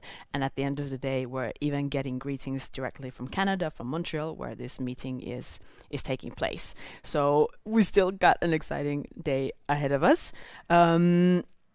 Thank you to Gosia, to Cyprian, to Laura that took us to the Carpathians.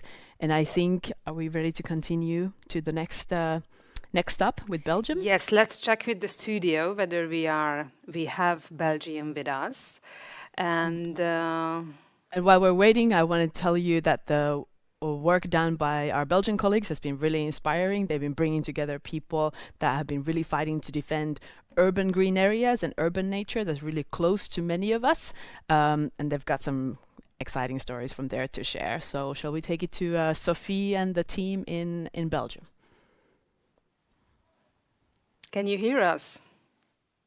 Yeah. Yes, we can hear you. Welcome to Belgium. Yes, Sophie. I'm sitting here with Ruth Marie. We're both from Greenpeace Belgium. First, before we start, we would like to thank our friends from the Carpathians for their amazing, amazing work in sharing the beauty of nature and working so hard on trying to protect it. So before we start our action for the day, we're going to have a little interview with my colleague here, Ruth Marie. We're going to talk to you today about urban nature in Belgium. We're first going to start on explaining why it's so important for us to focus on urban nature. So, Ruth Marie, you're a campaigner here at Greenpeace Belgium. Why is urban nature so important? Thanks, Sophie. So, urban nature is, first of all, really important because over half of the world's population actually lives in cities. So, it's the closest nature that we have access to for a majority of the people on this planet. And that's important for three main reasons. First of all, we all kind of intuitively feel it when we're in a forest or in some natural space. You feel good, right? And there's science backing this up. It's good for your mental and your physical health to spend time in nature. There's even doctors prescribing nature shots these days.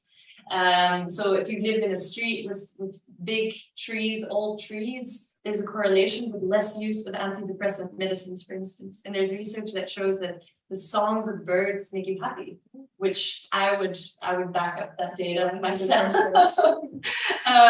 So it's good for you, right? It's good for people. Secondly, urban nature is really kind of the best solution we have to extreme weather events in cities. Green spaces, open spaces, act as natural cooling during heat waves, which all cities have been experiencing loads of, or many cities in the last summers. And that's not going to get any better, unfortunately, not for the foreseeable future. So it's really important as a natural cooling against heat islands, which often happens in cities with lots of concrete where the heat gets trapped. Similarly, we've had floodings happening across the globe, and open spaces, forests, and healthy agricultural lands have a huge water absorption capacity, so they help against flooding. And then third, it's really good when lots of people live in cities like they do these days, so that there's a lot of space for vast, well-connected places for biodiversity to thrive outside of cities. And so that is helpful, but then within cities, we also need biodiversity hotspots, places where migratory birds can land on their journey to the south, for instance, and certain species just love an urban setting. So we need to protect urban nature for biodiversity, for climate adaptation, and just for our own good. Yeah, that's good to know. So what is the state of urban nature in Belgium at the moment? So to explain that, the situation, I need to tell you about Belgium for those of you joining in from abroad. Belgium's a very small country, full of people. If you kind of take a bird's eye view, it kind of looks like one city flows over into the next. It's very densely populated, and so there's a lot of pressure on the land. There's not a lot of it, and everybody wants to use it. So what we're seeing is that by default, it's agricultural lands, forests, and open fields, natural spaces that are being used for construction sites. And we really need to reverse that logic. Yeah, sure, they'll talk about compensation, but that doesn't replace the inherent value of older biodiversity hotspots. And so we really need to reverse the logic. First, you renovate and build on those places where there's already buildings. And destroying nature really can only be a last resort when there's clear societal benefits. But at the moment, that logic is still sort of the wrong way around. So in Belgium, for the moment, urban nature is really under threat. But what we're trying to do is reverse that logic. So what is it that we can do as citizens to better help nature, urban nature? Yeah. So first of all, you can use the different social media activities that are being promoted on the website as part of the Digital Day for Nature at the moment. There's lots you can do there, tweets, post on Instagram, on Facebook. All of these things really do matter. Because that helps towards getting better policies, and those policies will only happen when politicians feel the pressure from below, from the citizens. So with the COP15, we really hope to get good, strong global biodiversity frameworks. Those will be essential to then nationally, for us in Belgium, give legal status, legal protection to certain kinds of natural spaces, and also do better nature restoration. And in Belgium, we also just have to implement the laws that are already there, like the European Green Deal recommendations of no nature destruction in urban environments.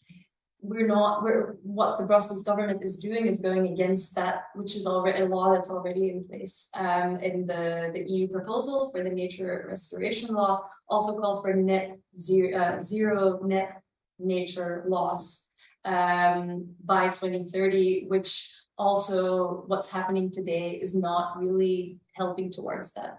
So that's on the policy side, but maybe that feels like far away. There's the biggest thing people can do is actually just stand up for nature close to them. And we're seeing that that's really the most powerful source for protecting nature in Belgium, particularly in urban settings. It's people standing up, people going to meetings with politicians, having petitions, doing blockades, even forced occupation, those kinds of organization from below, from the grassroots, that's really the most powerful source of resistance and protection for urban nature. So people saying enough is enough, we don't tolerate any further nature destruction.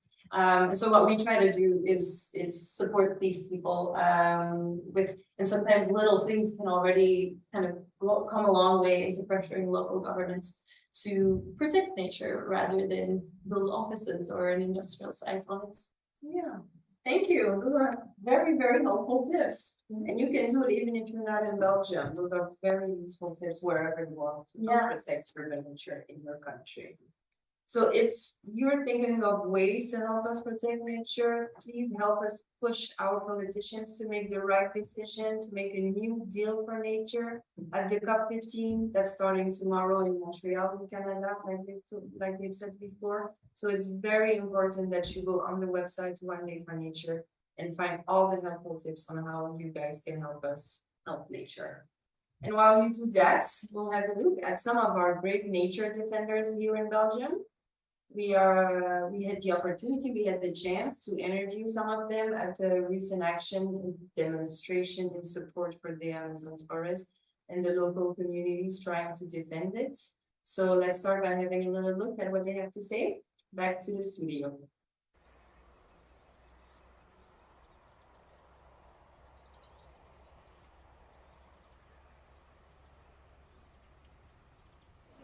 Donc on s'intéresse à la nature en ville.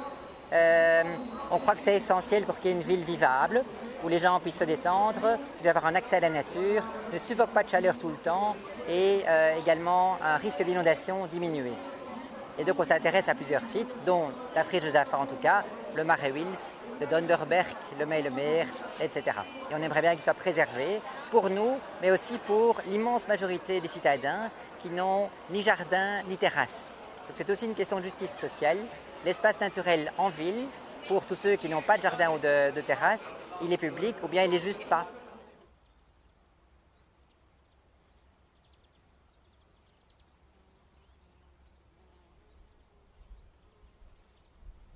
Et parfois l'histoire s'accélère. Avant on croyait que les questions de climat, c'était soit l'Amazonie qui brûlait, soit des inondations au Bangladesh. C'est des pays où on n'allait jamais, on le voyait aux images à la télévision. Et donc on se dit, ah c'est terrible, mais j'ai aucune intention d'aller au Bangladesh et je ne veux pas aller en Amazonie non plus, donc ça ne me concerne pas tellement.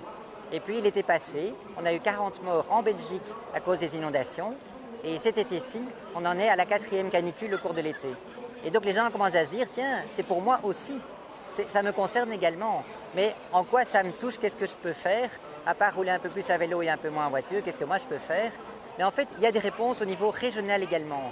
Donc la région bruxelloise, pour, à la main, a les compétences pour empêcher, ou en tout cas ne pas promouvoir, de bâtir dans des espaces naturels à Bruxelles. On pense à la Friche Josaphat, on pense au Marais Wils, on pense au Donderberg, on pense au Meijlemeer et à d'autres. Si la région, par le climat, par la biodiversité, mais encourage, voire promeut la construction des espaces naturels qui restent à Bruxelles, c'est dire quelque chose et faire exactement l'inverse. Ce serait extrêmement dommage. Et ça, on aimerait vraiment bien l'éviter. C'est encore possible et c'est ce qu'on souhaite.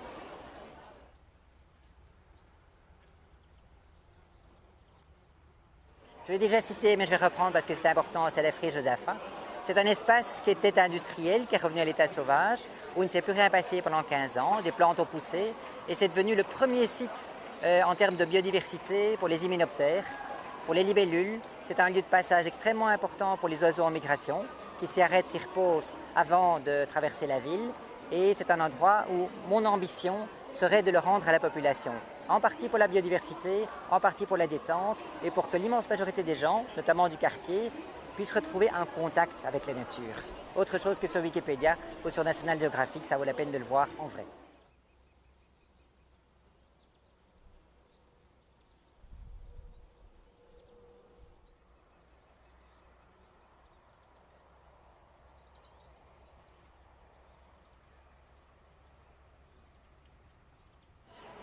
Alors personnellement, je suis une habitante proche du Marais Wils, qui est un plan d'eau qui est né accidentellement, mais qui est complètement naturel, dans lequel il y a une biodiversité extraordinaire. Donc c'est un réensauvagement dans la ville suite à une excavation, et qui est aussi une zone humide sur laquelle on va construire.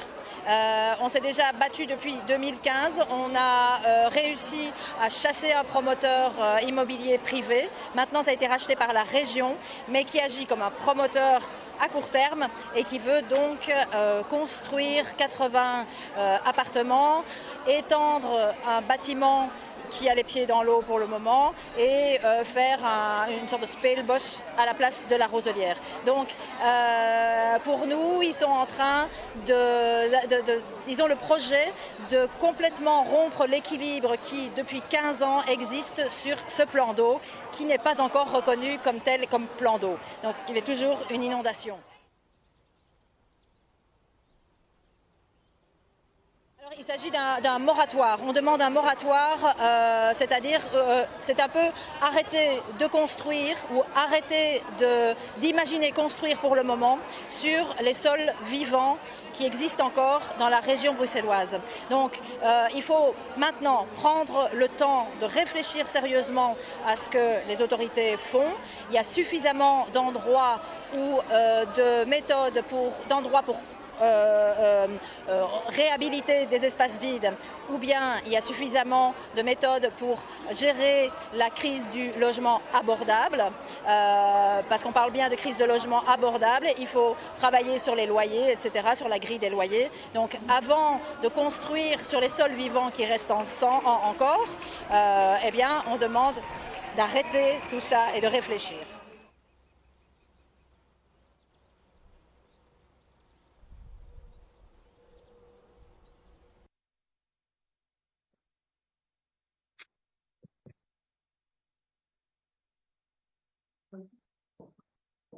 Yeah. So isn't it wonderful to see people still fighting for nature around them? It really gives us hope. Never lose hope. So as you heard in the video, we had Eric talk a little bit about La Friche Josaphat. It's a beautiful nature site here in Brussels, but it's currently threatened because of housing development. Approximately 1,200 species will have to relocate to another home if humans decide to start building on there. Can you imagine the impact that would have on nature? It's crazy. So what we want to do now is show you what it looks like while we still have it. I think even for us, it would be good to have a wonderful view of La Friche Josaphat. So please open your mind and your hearts while we take you on a wonderfully special visit of La Friche Josaphat. Back to the studio for the video.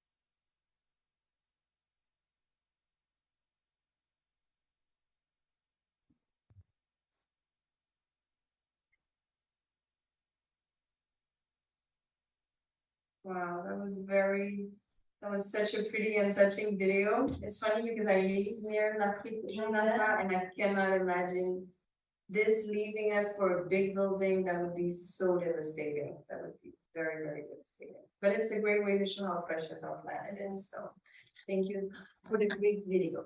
So we never talk about the link between artists and nature, or how they feel, or how they use nature in their art, whether it be music, dancing, poetry. So we thought it would be a good idea to show you guys how artists themselves feel about nature and how they use it in the way they create the wonderful art that they create. So what we're gonna do right now is we're gonna watch a little interview with the director of the orchestra that you just saw right now on our broadcast. And then we'll go to another interview with Kat. He's an artist, he's a poet from Brussels, and he uses nature in all of the powerful art that he creates. So we're gonna go back to the studio and show you a little bit about artists and nature. Back to studio.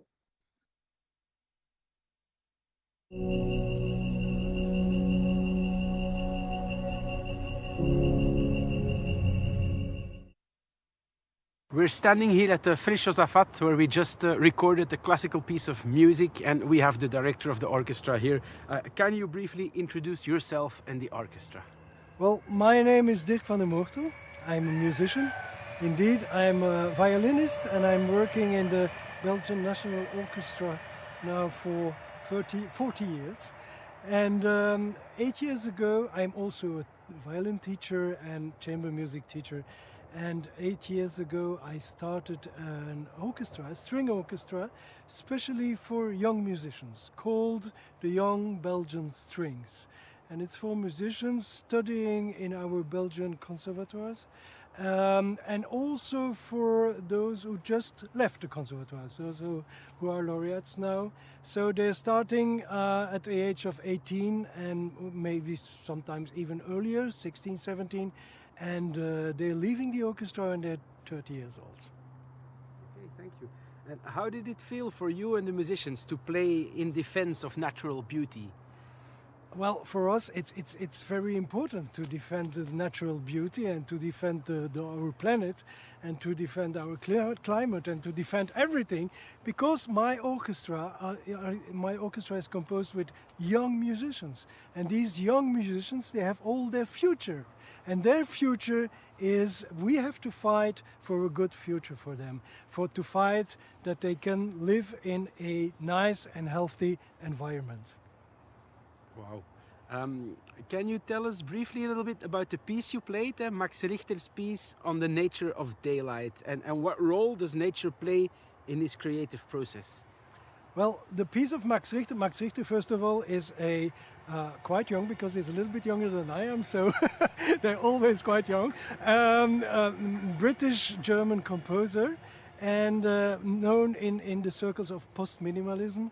And the piece he wrote here is on the nature of daylight, is part of his second album called The Blue Notebooks.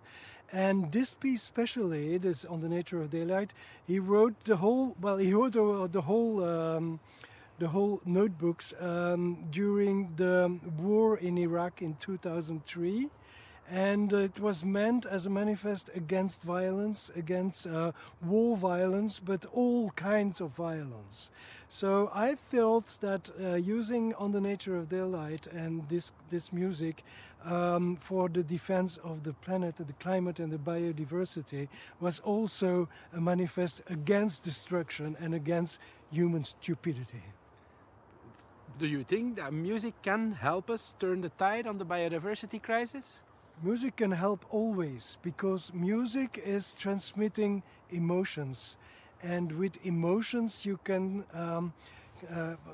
have more attention of the public. Of course, for us, we are just playing music. For songwriters, it's easier, because they can write a song with words talking about biodiversity, talking about climate, talking about the planet.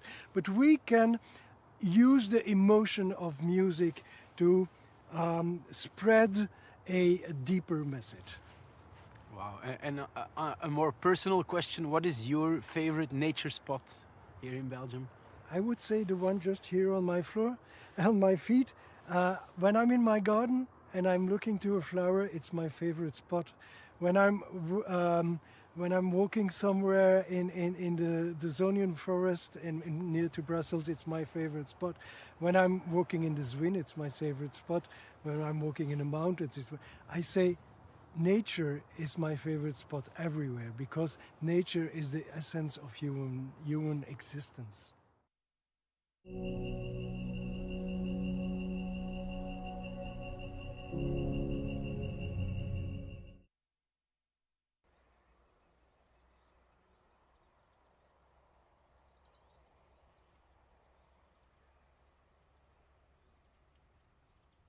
Je suis 4, poète de la Terre, cofondateur de l'ASBL Lettres, et nous rassemblons des artistes pour qu'ils créent des œuvres pour parler du réchauffement climatique en ces temps d'urgence.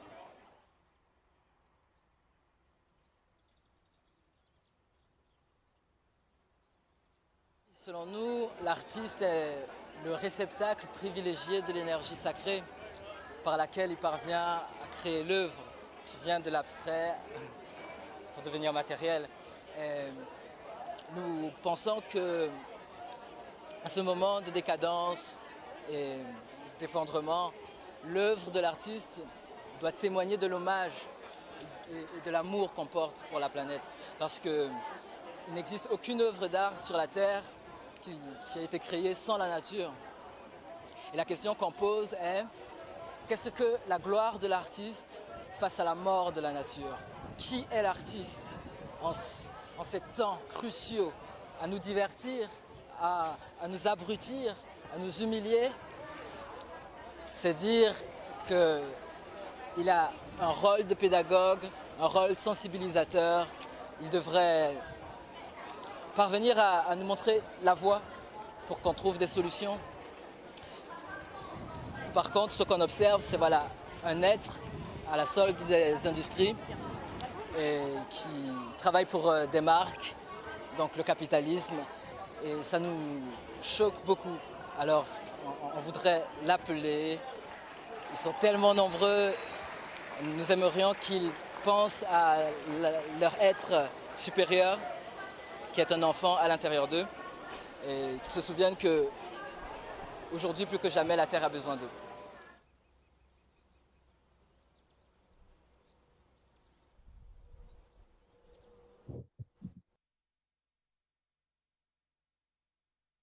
So that was a wonderful point of view. We can see how nature impacts every aspect of the world. It doesn't matter who you are. It doesn't matter what you work in. Nature is needed for us all to thrive.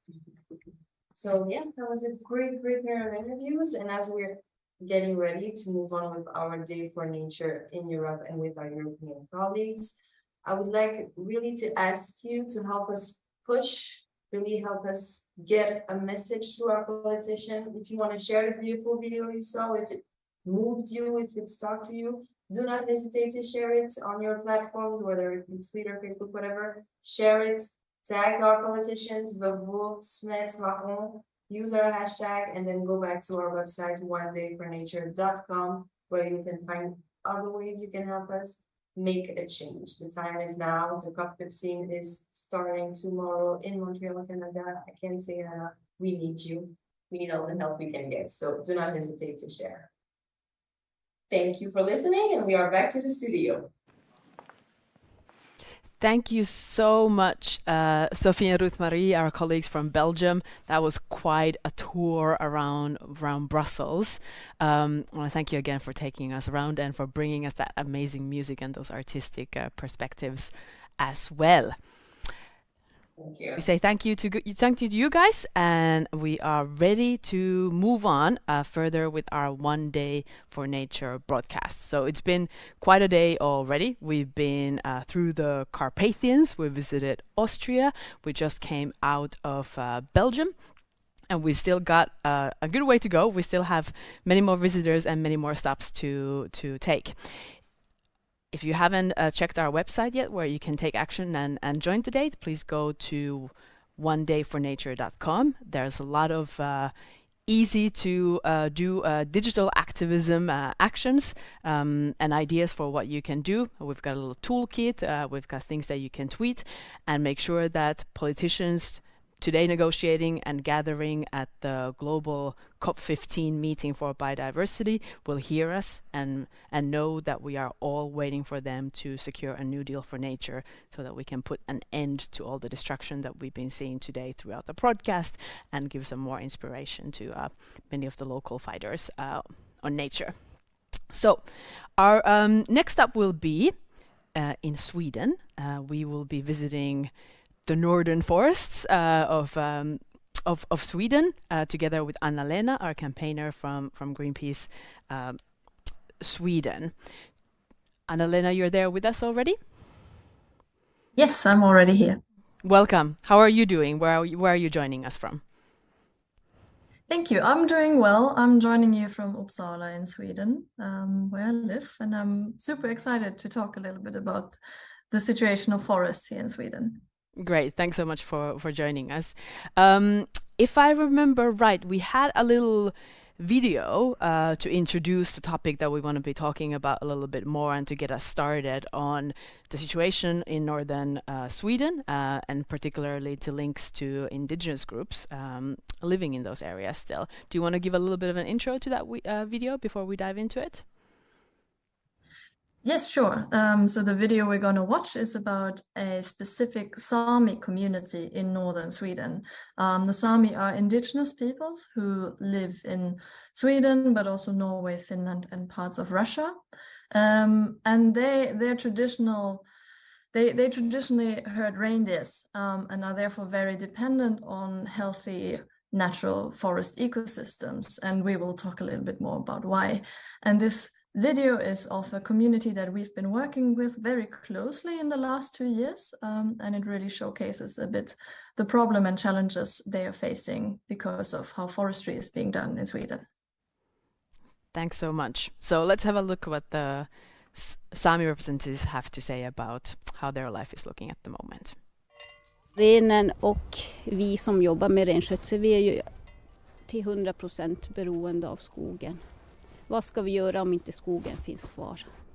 Var ska vi ta vägen? Vad ska renarna leva av?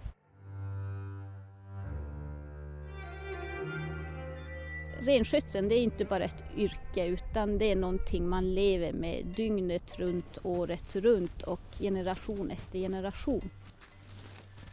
Vi är absolut beroende av skogen och att det ska finnas mat till renarna.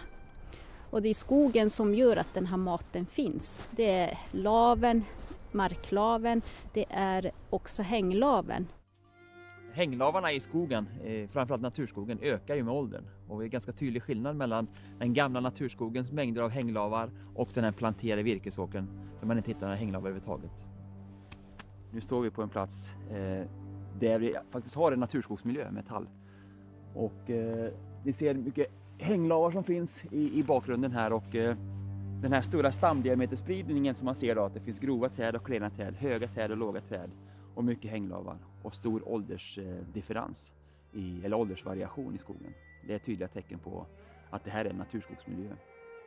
Och vi vet att naturskogsmiljöerna har oftast mycket mer hänglavar, oftast mycket mer marklavar och framförallt en mycket större biologisk mångfald än våra planterade virkesåkrar av tallar i samma ålder och från samma moderplanta och såna saker. Så att det här är otroligt viktiga miljöer. Nu ser jag hur snabbt avverkningar sker. Från år till år så går det snabbare och vi har snart inga hänglavsskogar framförallt kvar. Vi har inga äldre skogar kvar. Det är ödesdigert. Jag känner stor oro.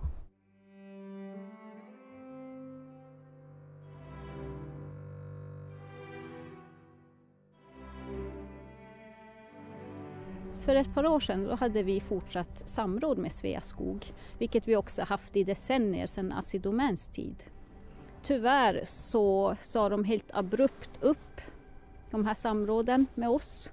Vi fick ingen vettig förklaring utan vi fick bara den muntliga informationen. Det var en vår när han kom på de där samråd, eller då kom han och sa att de ska inte ha samråd med oss mer, att de har fått högre uppifrån.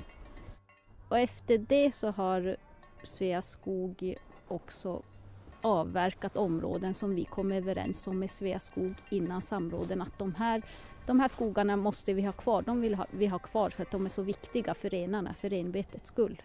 I dagsläget då har vi ingen aning om vad Sveaskog gör på våra marker. Utan vi kan se snitslar i skogen och då tittar vi att ja men herregud, ska det här också huggas. Sveaskog har ju gått väldigt hårt åt skogarna nu och det känns ju som att det inte är så mycket de har kvar att ta, så är det snart. Det är ju snart taget allting. Hänglavsskogarna, vi har alla vårbetesmarker är ju borta redan i princip. Det är bara små strimlor kvar någonstans i någon bäckkanter eller någon kantzoner någonstans som kan vara lite lämnat. De här senaste åren då har vi ju sett att maten i skogen inte räcker till för renarna. Så det har inneburit att vi har nödgats att börja med stödutfodring. Och det är ingenting man önskar att behöva stödutfodra, absolut inte. Men när det inte finns mat i skogen och när det avverkas mer och mer i snabbare takt så känner vi att vi inte har haft något val. Det är slutet för rennäringen om vi blir av med alla det lilla kvarvarande hänglavsskogar och vi kan inte hålla renarna på vinterbete.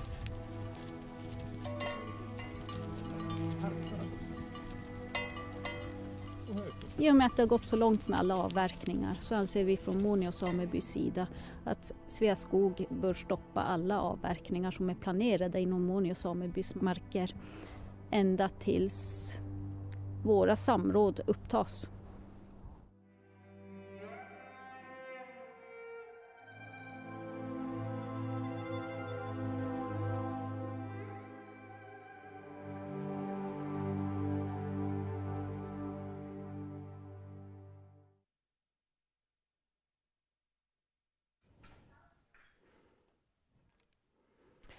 Wow, quite a story from northern Sweden.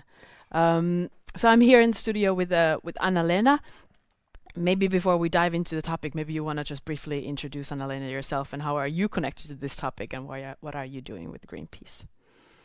Sure. Hey. Hi, everyone. My name is Anna-Lena and I'm a forest campaigner here in Sweden. My background is in forestry, and for me, this has been a great journey, quite a difficult topic in Sweden. The forestry issue is large, it's everywhere.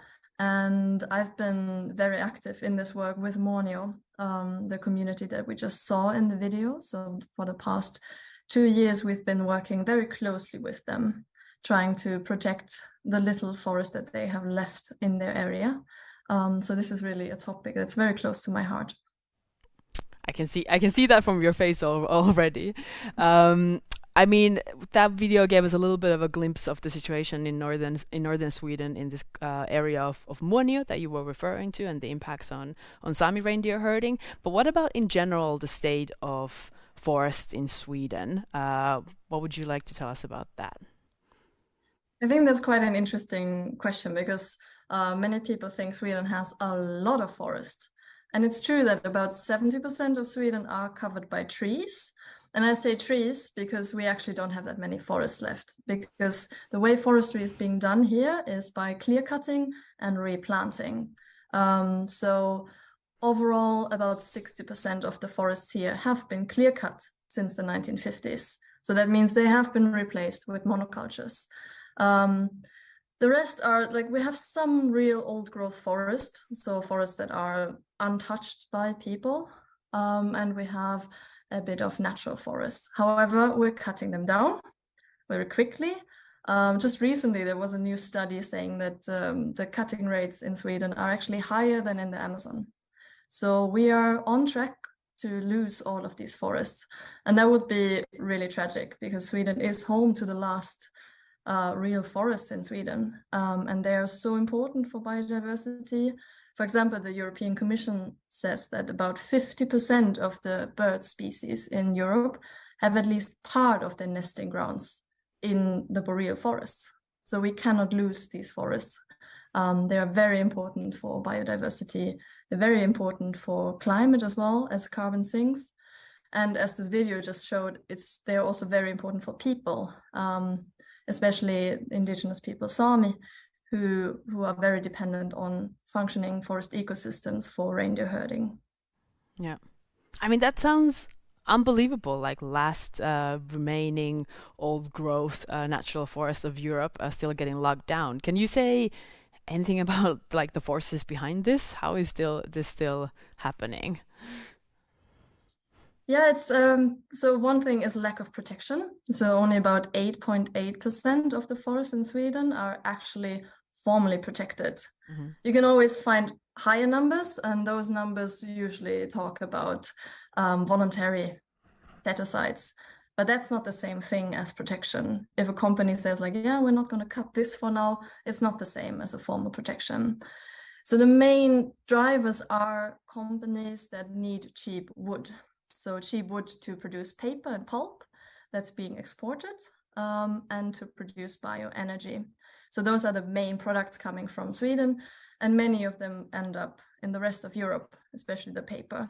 So the Swedish forestry is very export oriented. About 90% of the products here end up in other countries.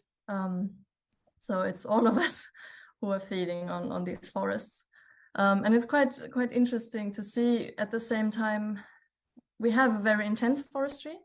About 1% of the world's forests are in Sweden. So of all the forests we have in the world, 1% are in Sweden. But of all the forest products like paper, wood, and whatever that's being traded on the world market, 10% of those products come from Sweden. Wow. That's how intensive our forestry is here. Wow, indeed. So economic factors and productivity has been geared up, but sounds like at the cost of nature and biodiversity, right?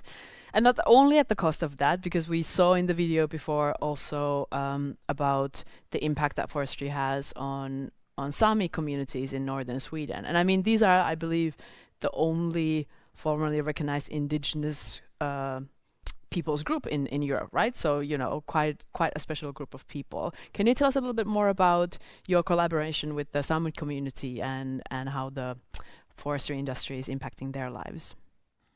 Yes. So in the video, they already talked about it. Katarina said it quite clearly.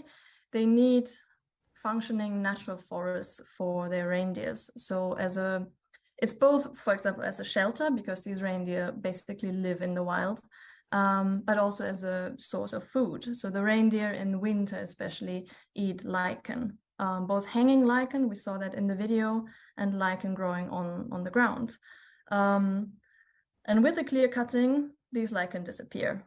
About 70% of lichen have disappeared since the 1950s.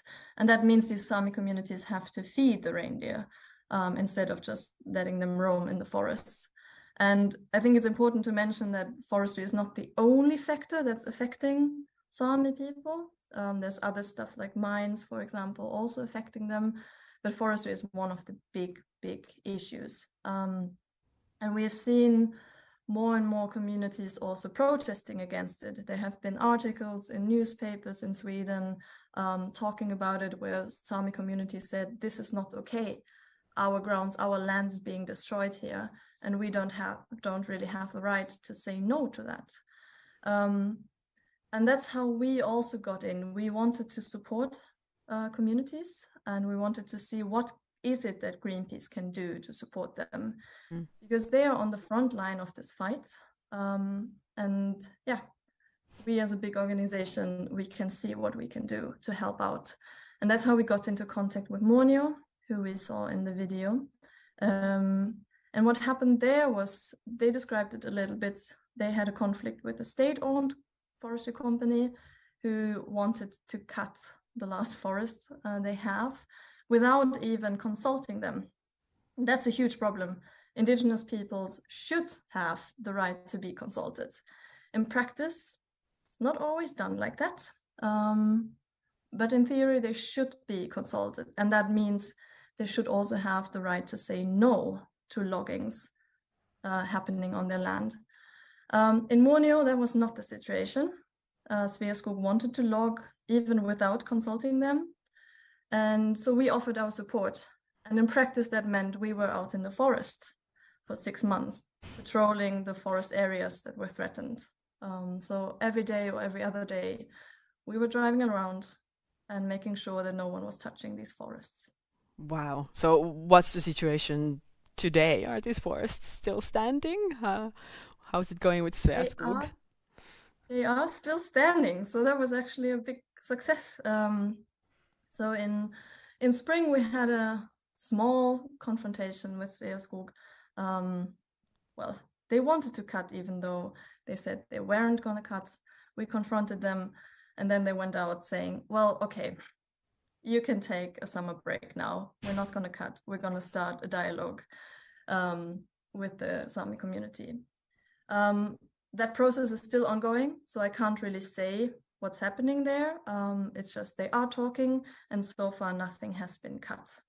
We will have to see if Sveaskog actually does what they have promised, but at least the forests are still there, so that's a big win. And Sveaskog has also announced that they will reduce their logging volumes in Sweden by 20%. So that's also a big win for us. That sounds like something really key to kind of reduce the overall pressure on logging in this area, but like across Sweden and other places as well. Wow, I mean, so we hope that's going to turn into a really, really, really, really long summer and winter break, and that the situation doesn't go back to worse.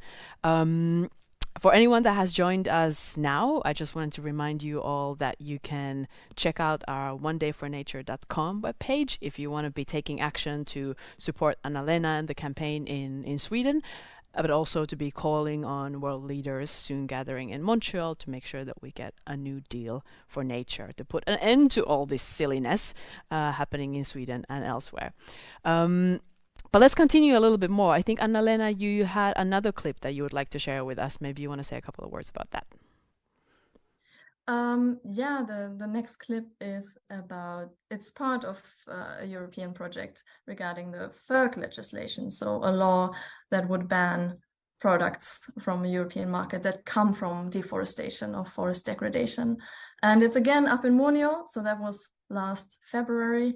A very cold day, I think it was like minus 27 degrees, and we wanted to contribute to this initiative with a message from Sweden as well. Amazing, indeed. And I think we said earlier in the broadcast that it's actually been quite a big day on this new EU law to fight against deforestation. We had negotiations in Brussels concluded yesterday, and it looks like we will get quite a groundbreaking new law, but we will hear more about the details later, and also on the fact on how helpful is it going to be, for example, in the protection of Swedish and other European forests. But let's look at the clip first before we go ahead of things. Det händer även här. Hela livet har man fått höra hur skogsskövling pågår i andra delar av världen. Hur värdefulla regnskogar i länder som Brasilien, Indonesien och Kongo försvinner i allt snabbare takt för att kunna mätta världens skrikande efterfrågan på billiga produkter. Vi skövlar våra naturskogar och ersätter det med tallplantage, kränker människors rättigheter och förstör värdefulla ekosystem. För vad då? För att vi ska kunna dricka vårt kaffe på språng. Att skydda våra existerande ekosystem är både den enklaste, billigaste och mest effektiva lösningen mot art- och klimatkrisen. Och en EU-lag skulle kunna göra det möjligt om den utformas rätt. Den skulle inte bara skydda skogarna och urfolk i andra delar av jorden, utan även här. Så vi står här idag, precis som våra kollegor runt om i världen gör, för att tillsammans skydda vår framtid. För det händer även här.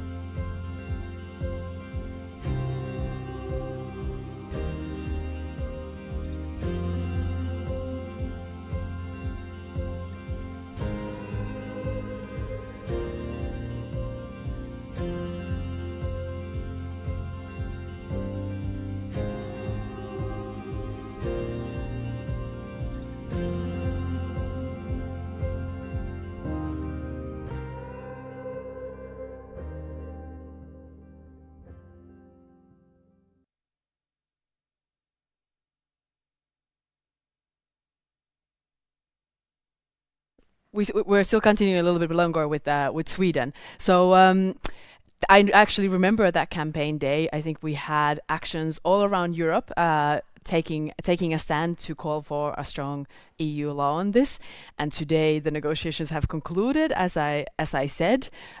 Before we reveal you anything more of the details of what that law ended up with, I know that we kept a close eye on how different governments were lobbying and trying to impact this law. And I think you, Anna-Lena, particularly, you kept a close eye on the Swedish government. Do you want to tell us a little bit more about, given everything that's happening in the forests of Sweden, how was Sweden trying to influence the negotiations on this law? Yeah, it's an interesting topic. I mean, Sweden lives off its reputation, I would say, in both EU and globally, to be like the front runner of human rights, of nature protection and everything. But if you really look into the behavior of Sweden on an EU level, you see that Sweden is actually trying to weaken everything or slowing down everything that has to do with nature protection, basically to protect this forestry industry, because the industry and our politics are very closely linked. So what we've seen with this law was that Sweden tried to water it down wherever Sweden could. So there are different aspects that were very, very threatening to Sweden, especially the definition of what is actually forest degradation. So when is a forest ecosystem negatively affected by forestry? Because Sweden still says that we have the most sustainable forestry in the world. And that's a quote not from me, but from one of our ministers. When in fact we see that, well, we have more and more species that are threatened. Sweden has its own environmental goals regarding forests, and we're not reaching them because of the clear cutting, because of the fragmentation in our forests. So no, we're not doing great. And the second big thing is, again, related to Sami and reindeer herding communities. The second big thing was human rights in this legislation, because there was a proposal to include something about FPIC. FPIC means free, prior and informed consent. It's something on UN level, how to consult indigenous people about, for example, forestry or other projects happening on indigenous land. And it would mean that they have to give free consent, so they are not pressured into anything. It has to be well advanced in advance, so nothing has happened on the ground yet before they have been consulted. They should have all the information they need to make a decision, all the time they need to make a decision. And consent also says, well, you can say yes or you can say no. Otherwise, it's really not worth much. And Sweden has been pressing hard to not include it or include this FPIC in a way that it would not mean that communities have a right to say no. It would just mean like, yeah, we consult you, we talk to you, but in the end we can agree to disagree. Basically meaning that companies can do whatever they want in the forests or in other forms of exploitation of land. So Sweden really has been one of the most conservative countries when it comes to this legislation on EU level. So you think that is related to the issue of Sami indigenous people in northern Sweden, or where do you think that such a quite a surprisingly horrible position of the Swedish government comes from? I would say it's absolutely related, because if this FPIC was actually implemented the way it should be implemented, then forestry wouldn't be possible the way it is possible now. Because then Sami communities would actually have a strong right to say no to clear cutting in forests that they are dependent on. Thanks. So let's take it. Thank you for all kind of telling us what the situation in Sweden is. Learned a lot about also how forestry is impacting the indigenous communities in northern Sweden. We are here gathering today because we are also calling on world leaders and particularly European leaders to make sure that we get a new deal for nature globally, so that governments like the Swedish government, but also others, will have will feel the pressure to gear up a little bit their game on nature protection. And as we've heard from you, even in countries like Sweden, is particularly not yet enough. I think you've probably been, Anna-Lena, following a little bit on what's been happening before the COP15 meeting in Montreal starting tomorrow. What for you would be an ideal outcome of the COP negotiations, or something that you would feel like is a success? I think like the protection targets need to be really sharpened and clear, and like a clear plan of implementation. So the 30 by 30, so protecting at least 30% of land and sea by 2030, that's a must, and it needs to be clearly defined. What do we mean by it? So we don't end up in a situation where we only protect what's not usable for industry, so to say. And the CBD also has a unique opportunity to also connect the human rights to these protection targets, because nature and humans belong together. You cannot separate the two. So we need to have strong human rights factors in a new deal for nature. Couldn't agree more with that. Thanks so much, Anna-Lena, for joining us, for sharing those videos and sharing those stories. I wish you all the best in continuing the fight, and we'll be there, and hopefully the whole community of people taking digital action today will be there to support you. Thanks very much for inviting me. Thank you. Bye. So everyone who's joined us online, if you haven't been there yet, check onedayfornature.com, our Take Action page, where you can follow not only this broadcast live, but there's also plenty of ideas on how to take action digitally to make this a big day for nature. And now that we're closing the door to Sweden, I want to welcome Virak back. Virak was here earlier this morning to host us with this, the broadcast with. And I think, hi Virak, I think you're going to take us to our next stop in the broadcast. Yes, definitely, and it's going to. But let me just say how inspired I was by what I have just heard from Anna-Lena and the Sami community. Tell me about it. I think that something we can see is that when the New Deal for nature needs to be putting nature before the profit, because that was a clear example of what is really wrong with putting profit in before nature. Yeah. And in Hungary, what happened is that when the energy crisis hit Europe, and we have heard that many nature conservation laws have been relaxed across the continent, the government decided to lift all forest protection laws in order for people to have access to firewood, was the argument, so that it can replace gas and especially will help people in need. Now, there are very few households, especially in poor households, where you have a fireplace where fire can be burned. And also, the fire that you cut in the forest today isn't ready to be burned tomorrow. So clearly there was just an excuse to relax all forest protection laws in Hungary. But basically that's the situation. We don't have any forest protection laws right now. And organizations like Greenpeace have been protesting this from the outset, especially the part that the government is saying that they're doing this because of poor people, because they want to help poor people, because this is a lie. Yep. And the Hungarian team have sent us a video which is going to show, which was shot by dancers, artists who have collaborated with Greenpeace in Hungary. And they went to the Hungarian part of the Carpathian. I know you've been talking about the Carpathian today already. So you will see a footage from the Hungarian part of the Carpathian, which is unfortunately, although it's protected, it's clear cut. And it's a bit of a sad story, but very moving. And I like this video very much because I feel that if we want to connect to nature, and as Anna-Lena said, we are part of nature, people are part of nature, we need to also feel the pain that nature is going through we also have to feel that pain ourselves to be able.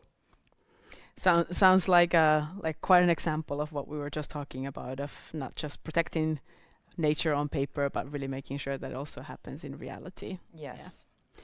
So without further ado, I will leave you to visit Hungary with Virak, and I believe that we will be gonna go and see that video clip that you just mentioned. Exactly. Yes. See you later, Sini.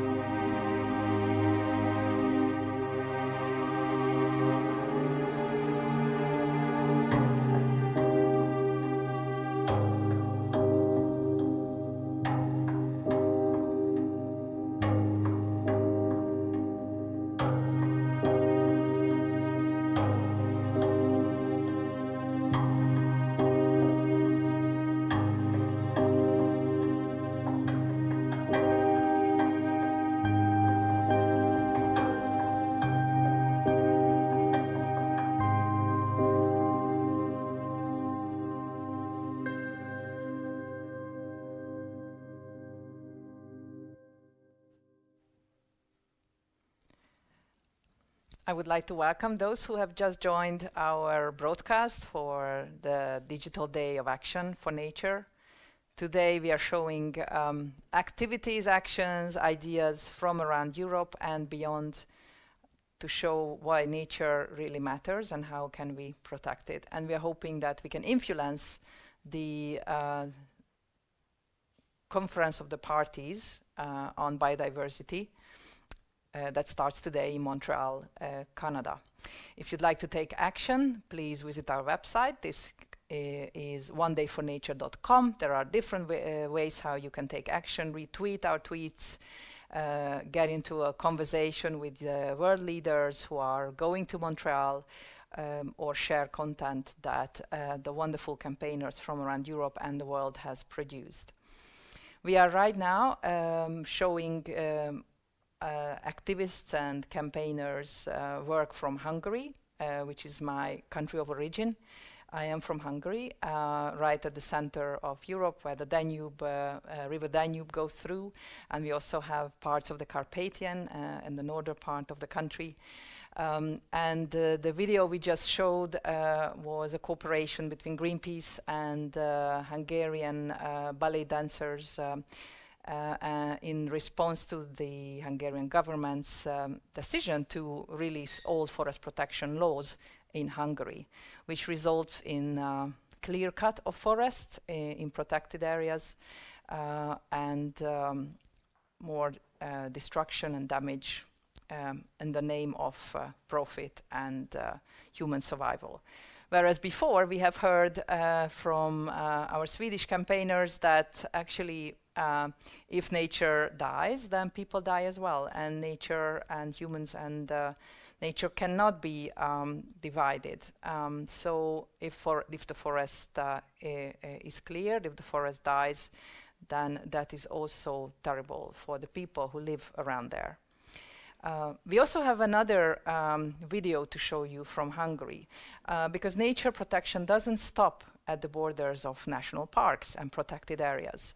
We have talked today a lot about the interaction between people and the environment, and whether this can be done in a non-harmful way, whether people can manage forests, oceans, rivers, and the land in a way that is actually nurturing nurturing nature and gives back life.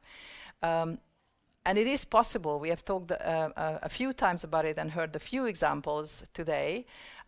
In the next film, we will explore how our current food production methods, namely industrial agriculture, that is widespread across Europe and leads to monocultures all around the countryside. How does this destroys the soil, and what does soil mean for climate and biodiversity protection? A healthy soil is basically the place for life and for future, and how we are on a daily basis destroying soil by producing food, and how we could produce food in a way that wouldn't destroy a healthy soil, but would actually create and nurture the soil. The movie is called Poisoned Earth, Poisoned Soil, and it was directed by Katalin Rodic, a Hungarian campaigner and natural-born environmentalist from Greenpeace Hungary.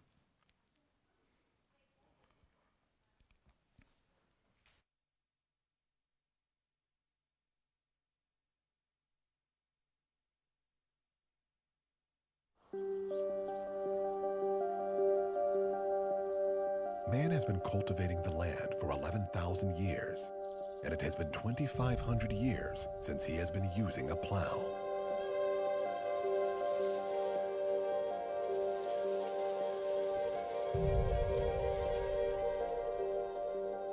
By 1950, half of the arable land of the world had become unsuitable for cultivation. We have used it up. The area fit for cultivation decreased, and the topsoil layer also became thinner. By 2010, we ruined another 30%. Today, only 20% of the topsoil that man has ever started to cultivate has remained still productive. This film is about soil degradation, about the deterioration of the topsoil layer, which we use to grow the plants that we eat ourselves or feed to our livestock, which provides us with nutrition in our lives, which compared to geological eras are insignificantly short, about the destruction of the topsoil layer, which helps create that endlessly complex and beautiful world we call nature.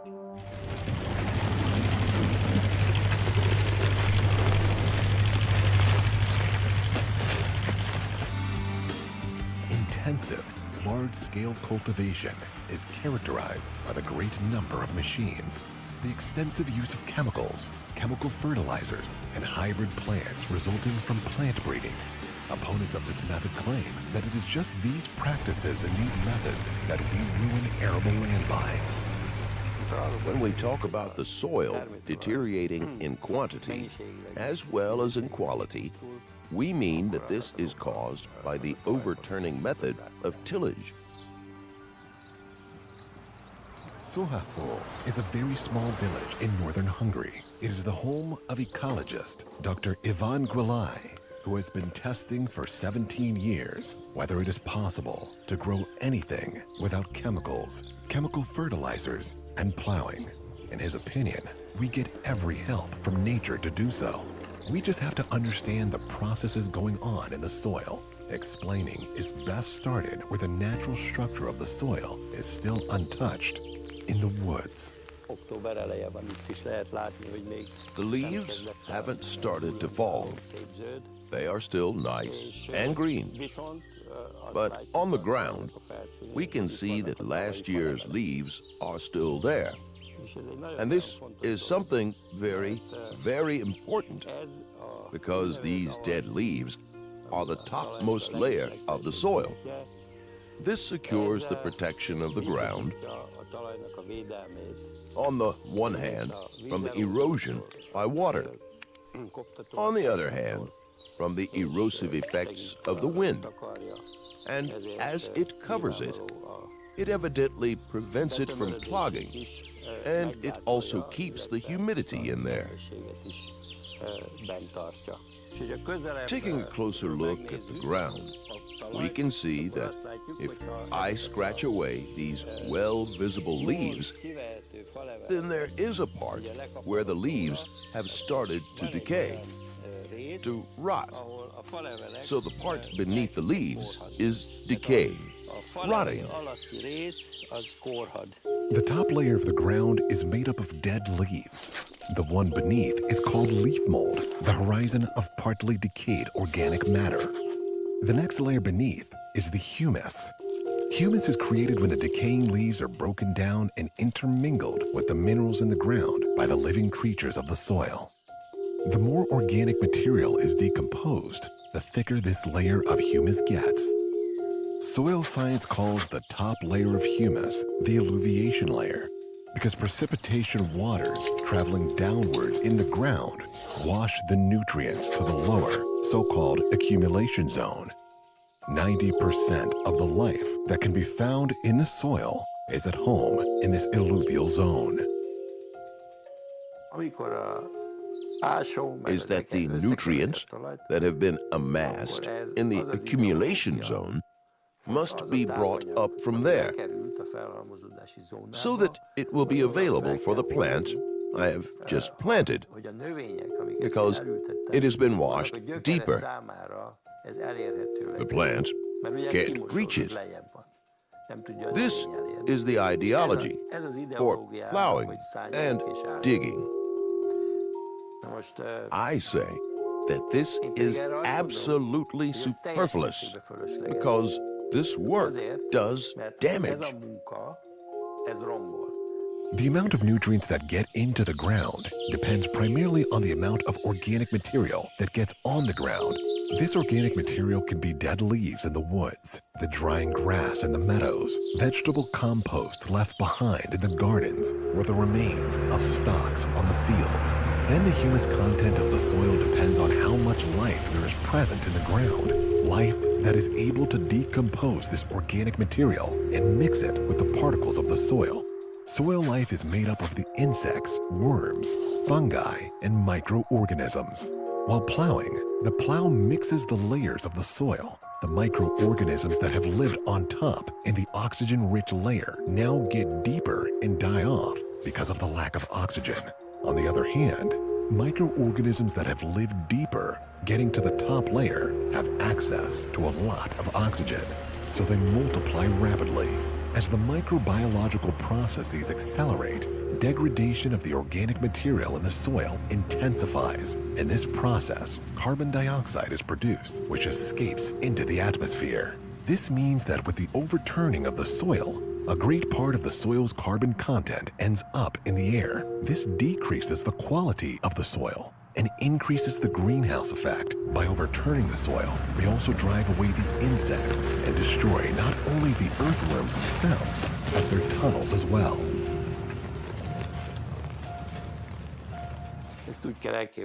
You have to imagine it like this. If we go to the wood and examine how much life there is on 1 hectare, and if we could extract that life one by one and weigh it on a scale, then, depending on the type of wood, we would put 15 to 35 tons of living creatures there. If we do the same in a field, that would make 2 to 4 tons. This means we have reduced the life to its 1/10. Let's take the earthworm. It works vertical tunnels in the ground of 1, 1.5, even 2 meters long. It pulls the fallen autumn leaves from the surface into its tunnels. It moistens the tunnels with its body fluids to make it slippery. Of this fluid, bacteria are living. These digest the leaves, the worms eat this, mix it with the minerals in their bowels, and finally deposit it as excrements on the surface. In an area of 1 hectare, if there is a sufficient number of earthworms in that soil, they will deposit 40 to 40.5 tons of excrements, which has a nutrient content several times higher than the soil the worm is living in. 5, 6 times as much of potassium, nitrogen, phosphorus, whatever. Unfortunately, I can't say that we put a lot of emphasis on the handling of manure. It was taken to the stackyard, placed along alleys or at the edges of the fields. It could rather be called environmental pollution than manure distribution. It was put out at and around the place it came from. And as far as I know, this was common practice in the whole country. We did see that this was not really okay, but there was no strong drive to change it. It was much easier to work with chemical fertilizers. It was more predictable. It was simpler, less time-consuming. We experienced the use of manure as a bother. Chemical fertilizers consist of materials that the plant is capable to absorb by itself. It doesn't need the help of the microorganisms living in the ground. Besides the physical deterioration, the soil was impoverished and it contained a fraction of the life it had before. This is what we call deterioration of quality. So, the plant got everything. Machines broke up the surface for it.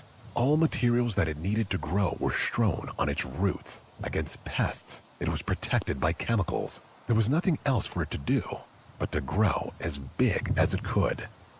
By now, the soil has become a frame, a skeleton, a location, a place of growing. But the role that the soil plays, what it does in the process, this has become a secondary question. Because we have extinguished life in this soil, not all of it, but we are going there. It is the helpers that aid the plants in converting the nutritional elements in the ground into nutrition that get eliminated. And if they are not there, then we have to bring in the nutrient solutions artificially.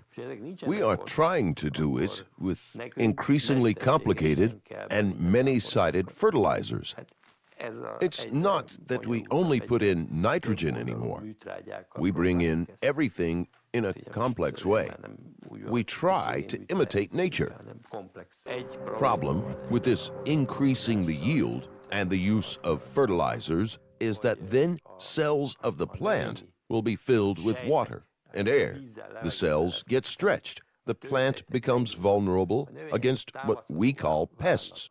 So now we have to protect the plants against these attacks. And this is where agriculture becomes absolutely intensive with us, protecting the plants with different sorts of pesticides. In the summer of 2018, more and more beekeepers reported that their bees were dying. They just noticed that the hives became empty without any warning. Bees didn't come back from gathering nectar. If some made it back home, they didn't go into the hive. The carcasses of the bees showed definite signs of poisoning.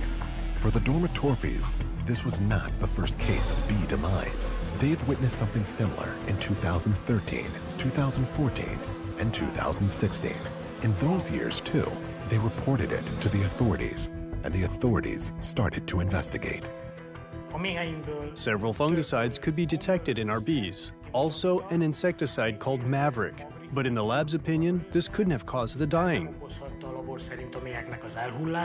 A number of chemicals used in agriculture were detected in the bees in 2018, too. But no traces of these could be found in cultivated crops, which is really interesting, as in the bees that were examined, the triple amount of the lethal dose was present. It's insane that in this country we use insecticides which make almost all pollinating insects disappear. The yard is full of flowers, and from one day to the next, with the first case of poisoning, butterflies, bumblebees, and the nice big black bees vanished. There are no wild bees around. Méhecskék, amiknek csak a feneke egy picikét sárga.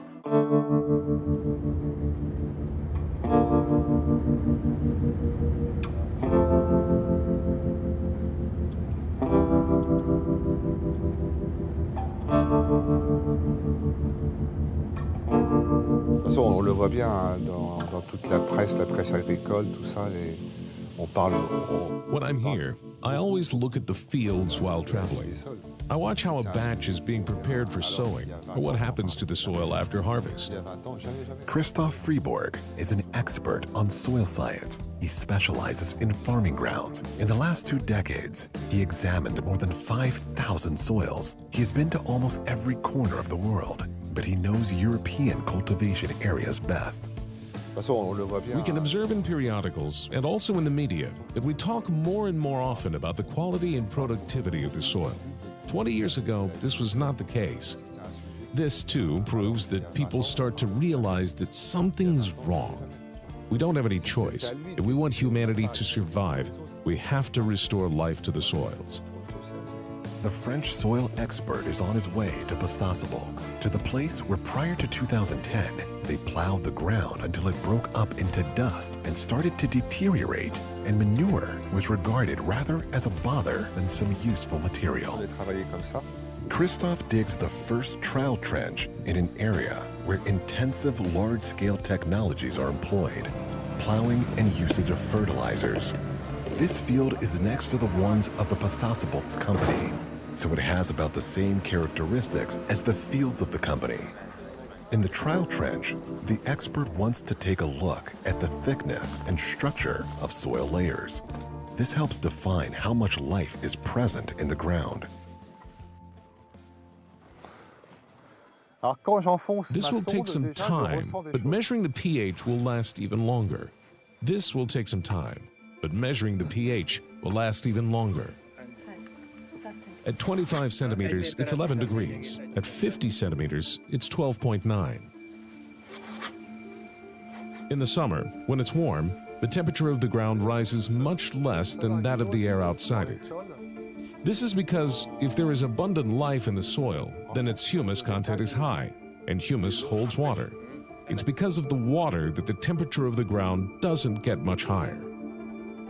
We can deduce that by plowing, a significant plow sole was formed. It can be well seen that only a very small amount of life is present in this soil. This is also shown by the layers of soil not having color transition, because the living creatures don't mix the particles of the soil. The area is expressly dry.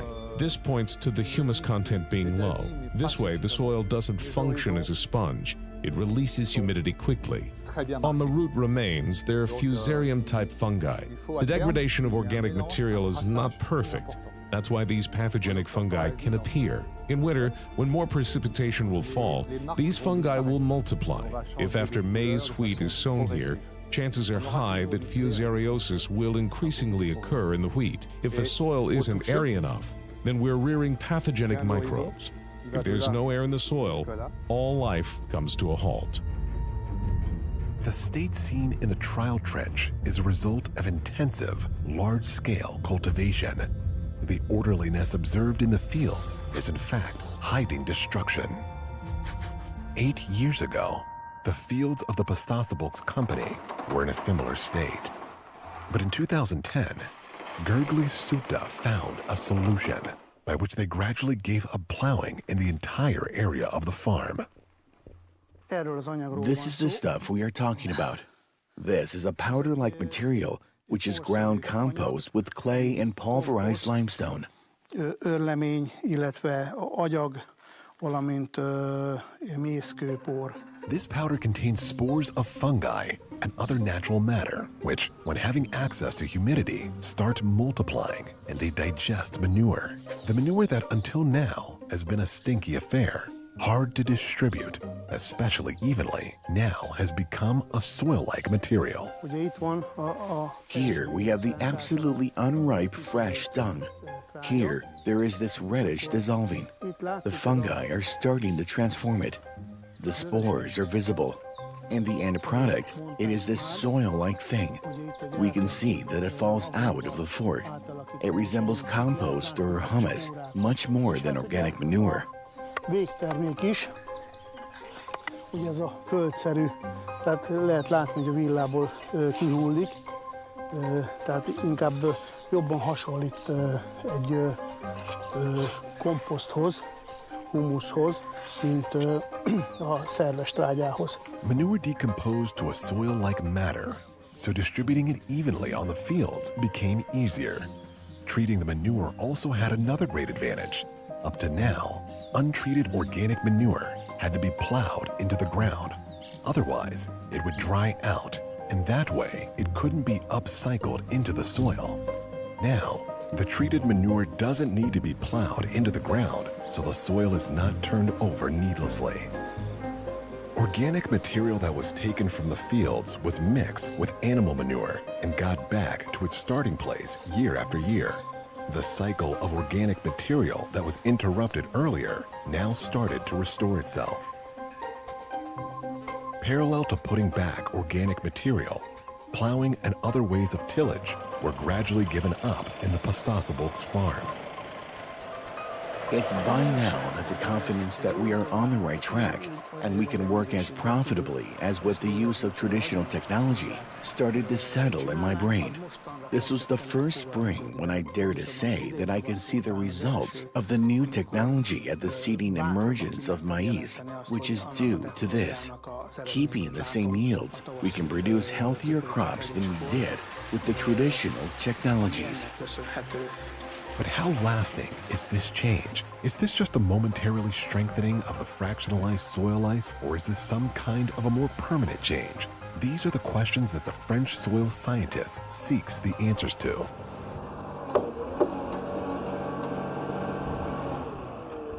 The first trial trench showed what becomes of the soil if we cultivate it with large-scale methods. Maybe the second trial trench will exhibit something different. This trench is assigned in the area of the Pusztasabolcs company, and it surprises immediately when being dug. The excavator brings a thick black layer of soil on the surface. Je vais te dire, c'est superbe. Alors ça, champignons blancs, mycélium, magnifique. C'est...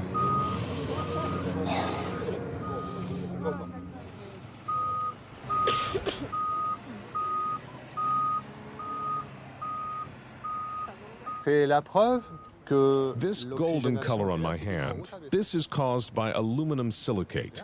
This proves that the air has infiltrated the deeper layers.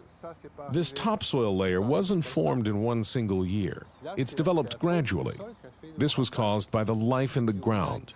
On top of all that, in such soils, a lot of carbon can be found. What I mentioned at the previous trench is defect. All that has been created here. We can practically see everything. We can see an 80% thicker layer of topsoil. It's important that the layers are hard to distinguish. This is because the ground-dwelling organisms are mixing the particles of the soil. The soil profile is interwoven with fungi, which clearly proves the presence of oxygen. Twice as many earthworm tunnels can be found. This soil is aerated much better. It contains much more life, and its humus content is also several times that of the other one. This soil is healthy. In the lower layer, the traces of the roots of the previous crop, maize, can be seen. It's important that it's only traces. The roots themselves are no more to be found in this layer of the soil. This proves that even this deep layer is abundantly provided with oxygen. If it weren't, there were no biological activity, the roots won't have degraded. We would have found their remnants just like in the previous trench. The most spectacular thing is the clearly visible dark strip. This shows how much thicker the layer of soil is. In large large-scale, intensive farming tilling, the use of fertilizers and chemicals reduced the soil layer to less than 20 centimeters and decimated the life in the soil. In Hungary, farmers say that even these fields have good soil because the planned yield of crop can be produced on them. Being curious about other existing methods is a rarity. The Pastasibolks company has only changed a part of the intensive methods. Putting the organic manure back to the area of cultivation wouldn't have caused the soil layer to get this thick in 8 years. To achieve this, it was necessary for the soil not to be disturbed by plowing or other ways of tillage. Unlike chemical fertilizers, the nutrients that got into the ground remain ready to be absorbed for a long time. The plants create a symbiosis with the creatures living in the ground, and they manage the stock of nutrients in the soil according to their own needs and functioning. The change was triggered basically not by the change of the technology, but by the change in the attitude. The previous practice was questioned, but the company still uses chemicals, and fields often remain uncovered. But what if we question this entire technology? If we don't create a new method, but adapt to an already existing one? This existing system could as well be nature itself.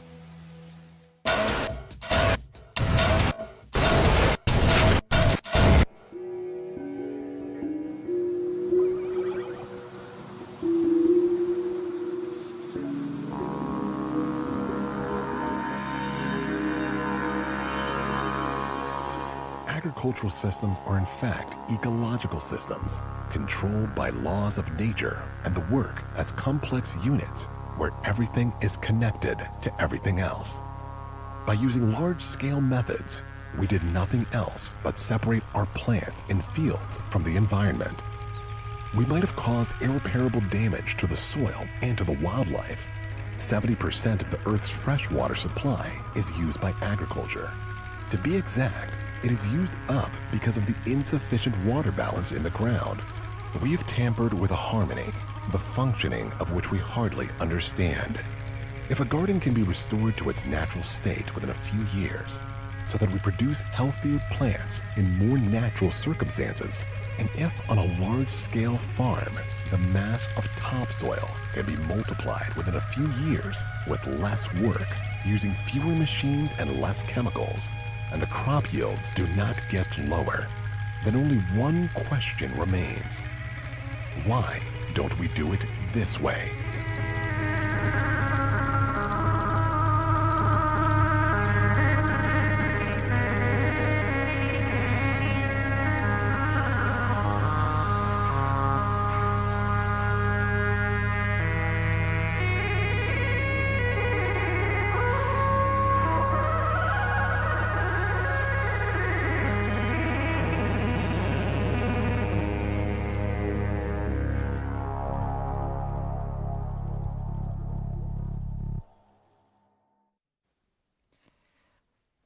When we want to judge how healthy our environment and the nature around us is, we need to look at places where we produce food and energy, and how we manage the soil. And right now, we manage it really badly in Europe. The over-industrialized agriculture and food production is really killing this very important material that sustains and regenerates life and helps life in all of its diversity to exist on the planet. But the good news is that we have other ways to do this. If there was a political will, then we could do it much better in harmony with nature. So if you were inspired by the film Poisoned Soil, then please visit onedayfornature.com and find out how you can support our Action Day, and how you can influence the conference in Montreal for biodiversity. Thanks very much for Greenpeace Hungary for providing us with this really insightful film. And I would like to say goodbye to my country of origin with this. And in a few seconds, we'll welcome back Sini, and we will travel a bit outside of Europe and see and look around in the world.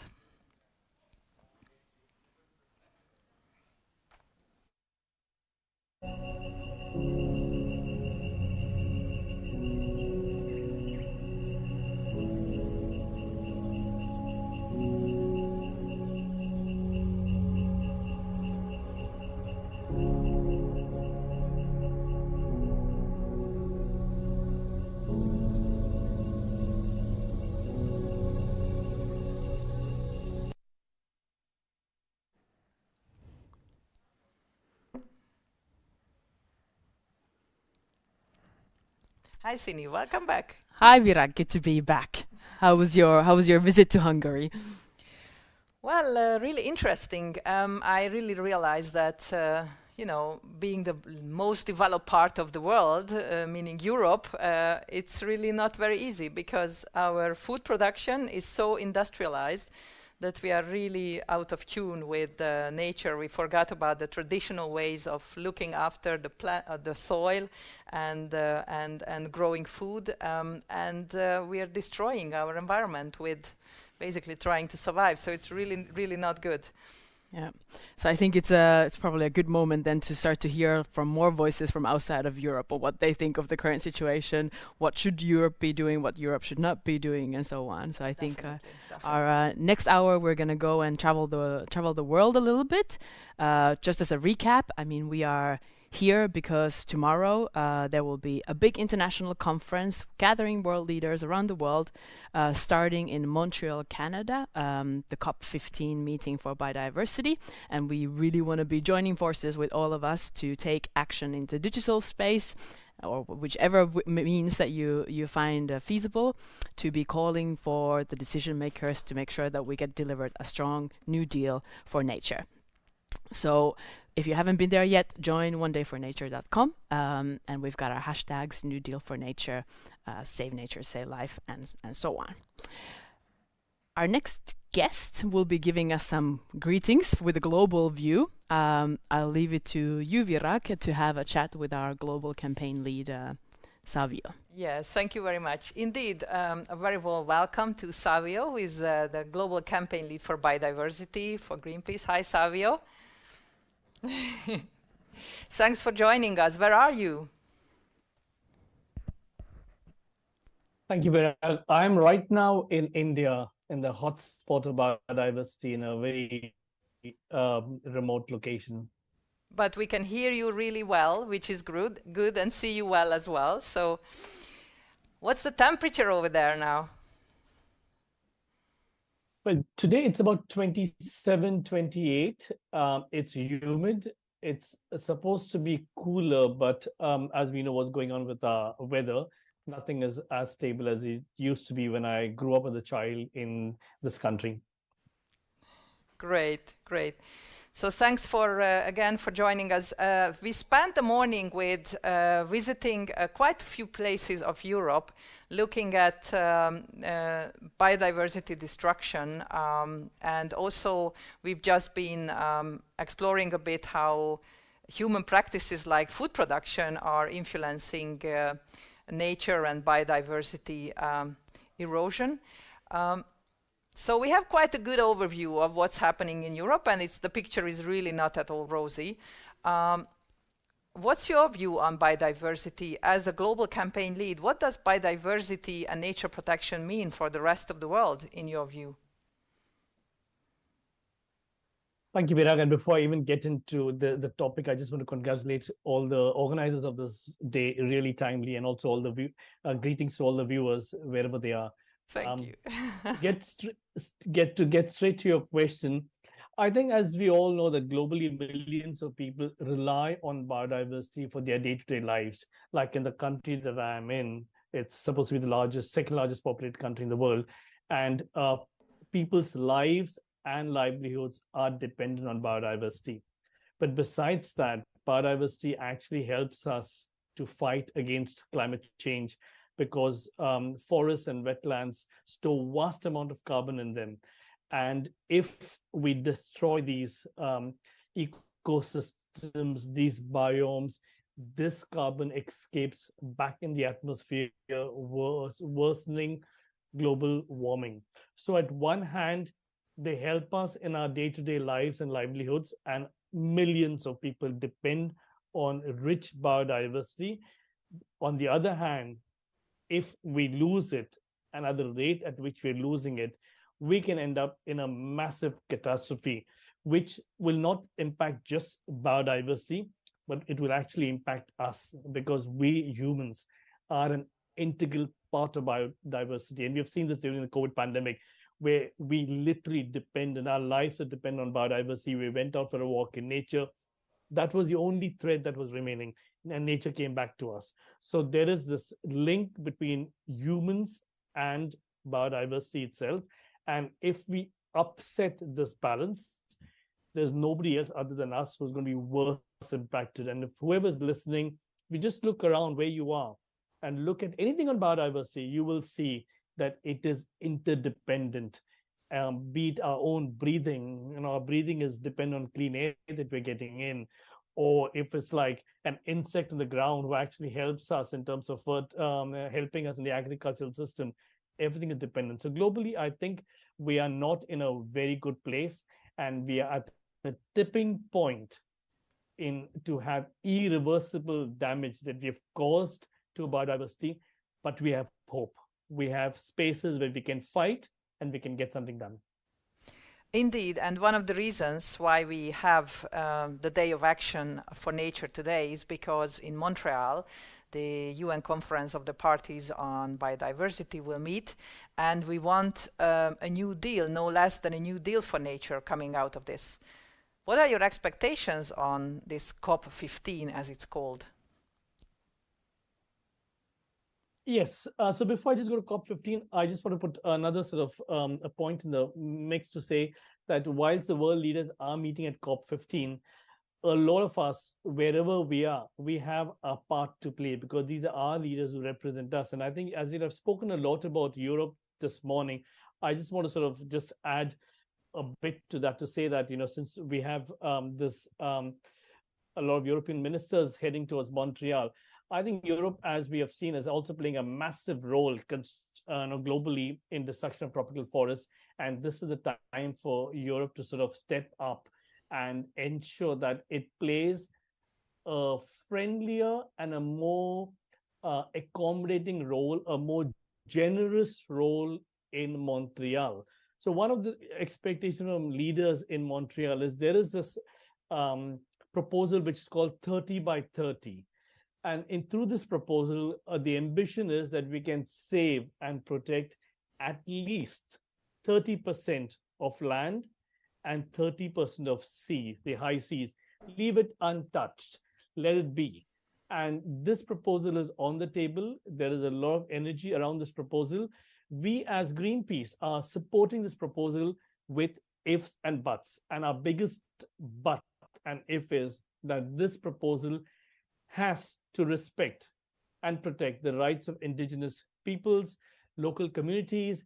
We want to ensure that people are not displaced or taken out from their natural habitat where they live. And so this has to be part of the negotiations, part of the discussion, and ensure that each sovereign state is able to protect and respect the rights of Indigenous peoples. So that's one clear ambition. The other clear ambition is countries that have good biodiversity, at least untouched biodiversity spaces, will need resources. Countries that have historically exploited this planet have to pay. We have seen this in the climate change negotiation that happened a couple of weeks ago in Sharm el-Sheikh. The same discussion is on the table, that countries who can afford have to put their hand into their deep pockets and pay to protect biodiversity. And for Greenpeace, this is not buying carbon credits. It's not offsetting. It's like you can't say, I am on a diet and keep gobbling and tell somebody else, here's the money, you starve for me, but I will tell the world I'm on a diet. That's unacceptable. So we have to ensure that when we really talk about resources on the table, it is not just an act of generosity. it has historic responsibilities. Those with the broadest shoulders have to pay to ensure that biodiversity is protected and maintained. And those people who protect this and live around it, like indigenous communities, like their groups, are funded. They are funded directly so that they can actually protect the biodiversity we're talking about. So that's the second one. And the last one is nations can come together and solve problems. We have seen this in several other environment and human rights related issues across in the history of this in civilization. This is a time when world leaders can come together and actually say enough is enough. We are going to really work hard to ensure that we can actually protect biodiversity by having ambitious targets, ensuring that the rights-based framework, human rights, are respected, and by ensuring that there's sufficient financial resources and fair financing to ensure that these are operationalized. And at the same time, my last point on this one is also they need to tackle financial streams that fund and intensify the destruction of nature. So you cannot have one track that you fund nature, but on the other side, you open up all the doors to financial systems to destroy nature. Politicians have to stop this. Our nature is collapsing, and there is roughly around 700 billion USD that goes every time in terms of where the financing gap is, and a lot of money goes to destroy nature through harmful subsidies. Nearly 500 billion go through harmful subsidies. Politicians need to step up to ensure that you can't give it one hand and take with another hand. This rob Peter, feed Paul business has to stop. Politicians have to give and ensure that any streams that help destroy nature have to stop. And that accountability lies in the citizens. That accountability lies with people where there are democratic spaces and in the court. So we talked a lot today about the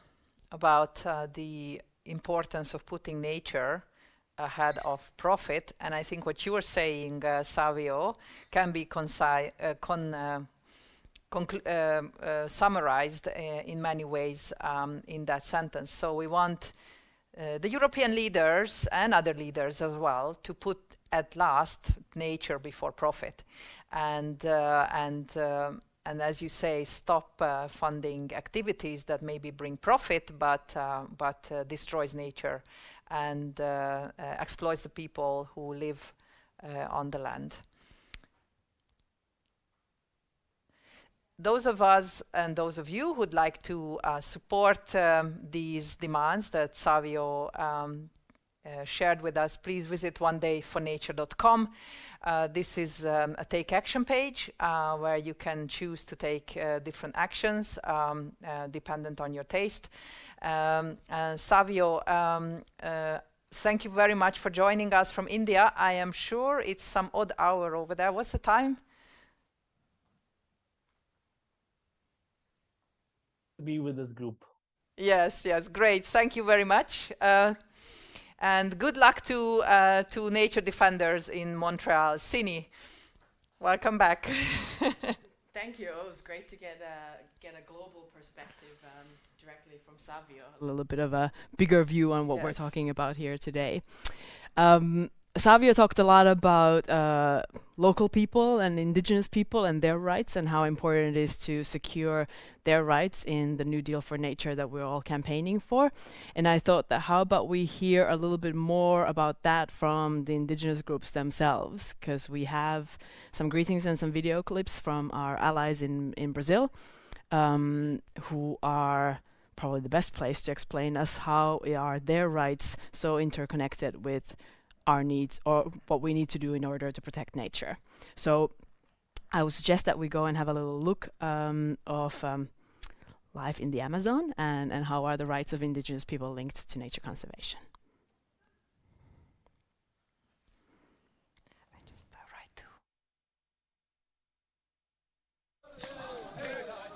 Nós, povos indígenas, nossa compreensão de mundo, nós temos uma ligação com a terra, com o que a terra nos oferece, o que a gente pode captar dela. A gente sempre cultivou isso, através dos nossos cantos, da nossa cultura, do nosso modo de ser, do nosso modo de pensar, do nosso modo de enxergar o mundo. E aí é por isso que nós somos assim, cada um povo diferente, com seus diferenciais, mas com essa ligação com a terra e com o todo, né? Essa parte espiritual junto com essa parte material, elas estão sempre juntas, elas não conseguem se desligar. E o outro mundo não, ele pensa no concreto, no material e no que ele pode acumular e naquilo que ele pode ter como lucro. Nós não. O valor da pessoa, o valor da vida, o valor das coisas, o valor da terra consiste nessa essência de você existir. E acho que é por isso que a gente resiste até hoje. Eu sou Nara, sou do povo Baré, que é o povo das águas. Essa riqueza da floresta amazônica, ela sobrevive porque nós estamos aqui dentro. Sem nós aqui, porque nós somos uma só, somos interligados. A floresta sozinha, ela não sobrevive, porque a nossa espiritualidade, ela está dentro do nosso território.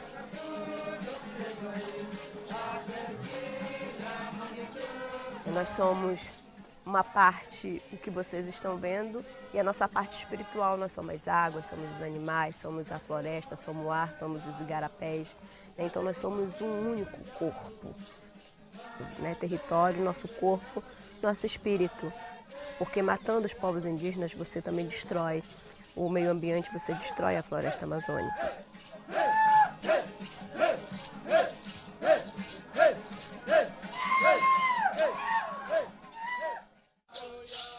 Essa diversidade cultural, essa diversidade de povos, essa diversidade de territórios precisa ser compreendida e respeitada tanto pela sociedade como um todo, como pelo próprio governo. E é exatamente esses territórios protegidos é que garantem hoje ainda o que há de tudo que as pessoas precisam para existir, né? Essas florestas que garantem o ar, essas florestas que garantem chuva. E esses territórios estão ali ainda com essa preservação toda a partir do modo de vida dos povos indígenas.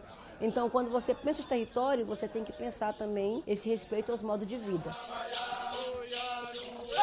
Então, eu acho que as pessoas precisam se conectar e entender o quanto que lutar hoje em defesa dos povos indígenas, né, dos territórios indígenas, estar lutando pela sua própria vida. E essa luta do clima que hoje o mundo inteiro está trazendo também, não pode de forma alguma desconsiderar, né, esse modo de vida dos povos indígenas.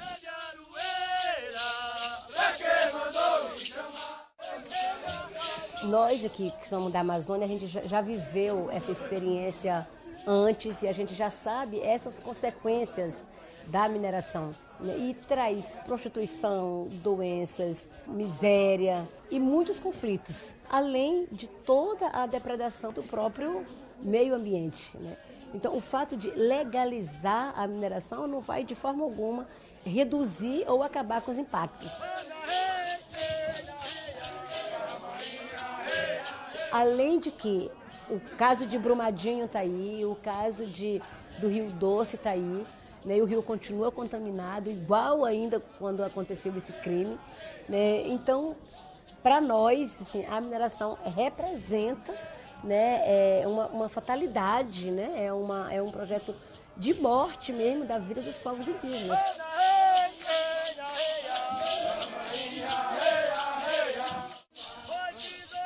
Quando, o ano passado, aconteceu a maior queimada de mais de 10 anos de desmatamento da floresta amazônica, quem que sofreu mais com isso? Fomos nós, mulheres, as crianças e os nossos povos em isolamento voluntário. Mas é importante ressaltar que as grandes capitais só começou a enxergar quando São Paulo escureceu. Foi necessário São Paulo escurecer para que vocês tirassem a venda dos olhos e enxergassem o que estava acontecendo aqui.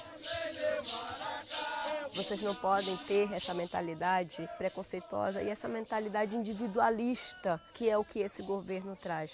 Vocês precisam ter uma mentalidade e uma vivência de comunidade como a gente vive hoje, se preocupar com o outro, se preocupar com o coletivo. O que acontece minimamente aqui tem um efeito muito maior para vocês, nas suas casas, né, onde vocês estão. Então, cuidar da Amazônia hoje não é só cuidar para nós, é cuidar para todos. Tudo para nós é sagrado. A mata é sagrado, a água. Os encantados, para o nosso povo, para os nossos pajé, ele quer a água limpa. Ele não gosta de poluição, de zoadas. E o pajé, para ele entrar no mundo espiritual bem profundo, ele precisa de uma reflexão conjunta. Na pajelança dele, ele precisa do mínimo de contato possível. E esses empreendimentos próximos no entorno das terras está afastando. São poucos pajé hoje em dia. Tudo isso para mim é impacto das mudanças climáticas, né? Alguma coisa errada está acontecendo no mundo porque eles não estão respeitando o que é de sagrado. Eles não estão usando o que é para usar no limite. E tudo que se usa mais do que o necessário prejudica. O nosso contato com esse povo encantado depende da água, né? E a gente não quer perder o que nós temos de sagrado. Hoje, no nosso dia a dia, enquanto mulher, a gente está sentindo muito, né, a mudança do clima, chegando mais ainda nos nossos territórios. Então, a mulher, ela sente quando a nossa natureza está pedindo, de fato, socorro, pedindo proteção, pedindo a gestão do território. E a mulher, ela tem essa voz também, né, de empoderar, de levar informações, tanto para a sua família, para os seus filhos também, que ela tem que passar essas informações para as futuras gerações. Então a gente, enquanto povo indígena, a gente pede, né, esse clamor para a gente defender e cuidar da nossa mãe natureza, porque sem ela ninguém vive. A gente não tem a nossa proteção do nosso bem-estar. Então eu deixo esse recado, que se sensibilize mesmo e vamos segurar um na mão do outro, porque assim a gente está fazendo o bem para todo mundo, para toda a nação brasileira.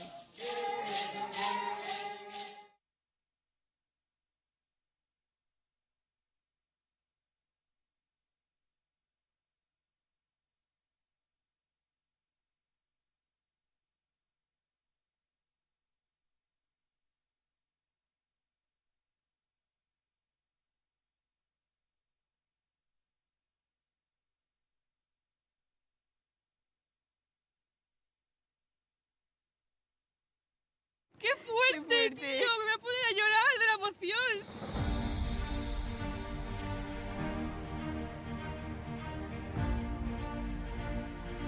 Welcome in Amsterdam. Hi, what's your name? Valeria. And where are you from? Spain. I want to show you an illusion, and this illusion is about love.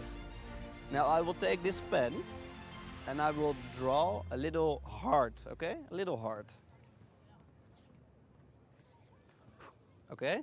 And imagine that this heart is from a beloved one, somebody you love. Who do you have in mind? My mom. Okay. Imagine this is her. Watch.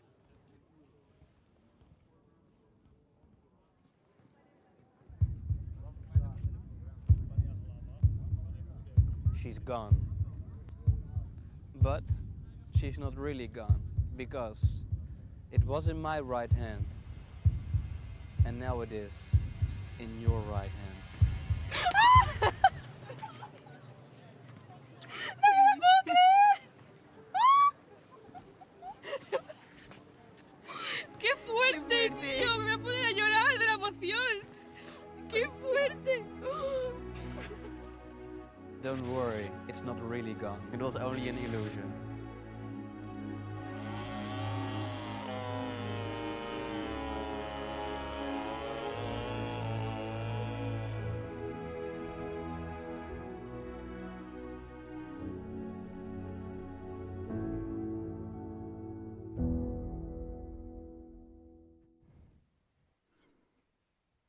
Ooh, wow. That was some strong messages from directly from the Amazon, from our allies and partners in Indigenous groups with whom we've been working for quite a long time already. And a little magic trick in the end by Victor Mids. He's a Dutch illusionist that also did a little show for us to kind of make us feel the irreplaceability of some things. And I want to welcome with me in the studio my colleague Lucas. You work in the Austrian office and also in our European campaign, and want to dive a little bit more into what is EU's role in all of this. Everything that the Indigenous allies that we heard from were talking about, even if we're far away physically, we as Europeans have a lot to do with what's happening on their lands. So how about you give us a little bit of an intro on what's our role? In it. So hi Sini, hi everyone. So the EU is actually complicit when it comes to nature destruction in a big way.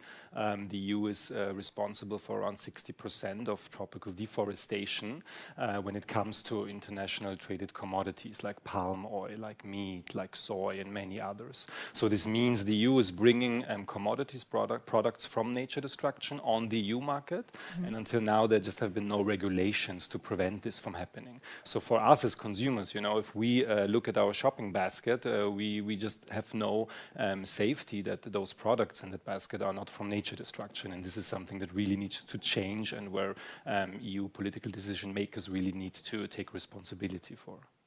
I hate that feeling, being in the supermarket in front of the shelf and being kind of like, shall I take this chocolate bar with this sign or another chocolate bar with another sign, right? Yeah, exactly. So we've been campaigning for a new legislation to try to kind of somehow change this situation. What is that all about, and what could that law do to improve things? Exactly. So we've been campaigning for a long time now for this EU anti-deforestation law. A legislation to really prevent those products from nature destruction coming on the EU market, because we have seen in the last couple of years companies have failed so far. They can provide this safety. All those global certifications, they also can provide it. They have all failed, so we need those legislation really put in place. And this legislation is really about, as I said, the scope of products, but at the same time we have to make sure that it doesn't violate human rights. And in its best form, it also applies to EU financial institutions. So so with a strong law, we can make sure that when we look in the supermarket at the supermarket shelves, that we can be sure that actually those products are not coming from nature destruction. Wow. And would this be just to kind of protect the Amazon from getting destroyed for products that we consume, or do you think it could be helpful also to protect nature in Europe? Yes, so obviously this law is very important to protect ecosystems, rainforests like the Amazon that we just saw, but it's also very important, so it's not just meant for countries outside of Europe, but also within our own borders, because the EU forests are also suffering a lot, because we do have industries like the timber industry, the forestry sector, that are leading our forests into fragmentation and to loss of biodiversity here as well. So here it's a lot about very small details, but we have to make sure that in this law EU forests are protected, because if we don't take care of the small details about definitions of degradation, for example, then the majority of EU forests would be left unprotected, and that's something we want to avoid, of course. Yeah.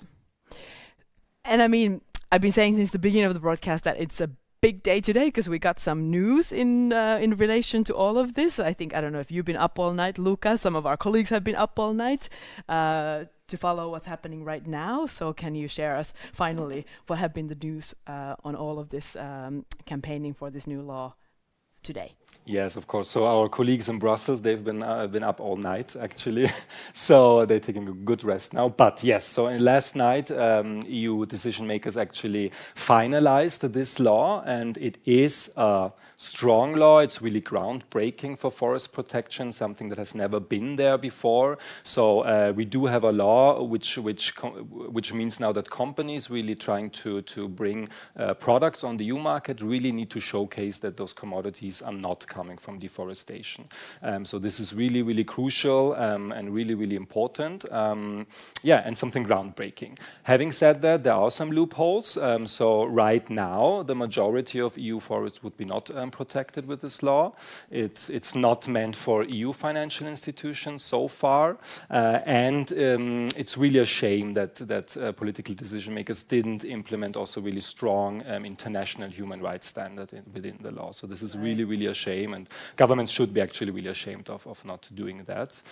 The good thing is we have this law now, it's groundbreaking, and we will have some review processes in the future, which means that we can still try to bring those topics in this legislation, make this law stronger, and yeah, I can assure you and everyone watching that Greenpeace will continue to fight for a strong law. Wow. I happen to know that there was also quite some political debates on the last rounds of the negotiations. What did you hear over from the last few days on how did the negotiations go? Yeah, well, it was the last days before those decision makers came together to finalize it. So obviously you do have a lot of countries who are trying to influence, to water down the legislation. We heard from Anna-Lena before the position of Nordic countries, for example. A lot of countries really trying to unfortunately successful to protect their own industry lobbies within Europe as well. So there's a lot of discussion, a lot of fights, you could say, for a law, and and we have the EU Parliament who actually really who actually really decide and have a position that is very strong. So we really hope that ministers will listen to EU parliaments. But that's the outcome now. It's still groundbreaking, and we can still make sure we can still be sure that this can be made strong in the future. Quite an achievement. Wow. Definitely. Are you feeling excited? I feel excited because it's a really first good step. It's not a coincidence that they tried to finalize the law now, a day before the UN Biodiversity CBD. Yes. But it should be made clear that of course European decision makers need to make sure to do more for nature protection. So make this law stronger, but at the same time, really try everything to get a new deal for nature as well. Indeed. So I'm sure this will be something that EU representatives will be proud of when going to Montreal and showing off, and a great first step, but there's much more to be done still. Exactly. I know that you've also worked a lot with our colleagues from around the world when we were campaigning for this law, and you've talked to our colleagues all the way in Brazil, in Africa, and elsewhere. And I think we have a little video exchange with you and one of our other colleagues. Can you say a couple of words about that before we dive into the clip? Yeah, of course. So it's actually two clips. So the first video is a video of a protest, one of many protests we did this year to make some noise for this EU anti-deforestation law. And it's a clip about activists really taking action in the Netherlands against a shipment full of soy potentially coming from nature destruction. You were actually there. We will see you in the remember clip that action as well. Exactly. And then I had a conversation last week with Irene Wabiwa, who is the international project lead for the Congo Basin at Greenpeace Africa. And we were actually talking about rubber, because rubber is actually one of the commodities we were campaigning for, so that the law also applies to rubber, because it is destroying nature in Africa, and it is threatening also the livelihood of indigenous people.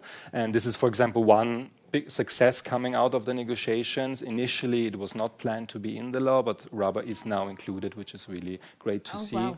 And I'm talking with Irene a little bit about the situation with rubber in the Congo Basin, especially in Cameroon. So this conversation was already before the final outcomes. You can send good news to Irene now after the negotiations have concluded. Amazing. Let's go and have a look at those videos.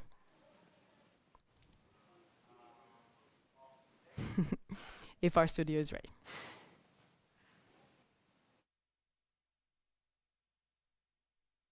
Essa produção de soja, ela está acabando com as vidas. Slightly to the left. Marcus left.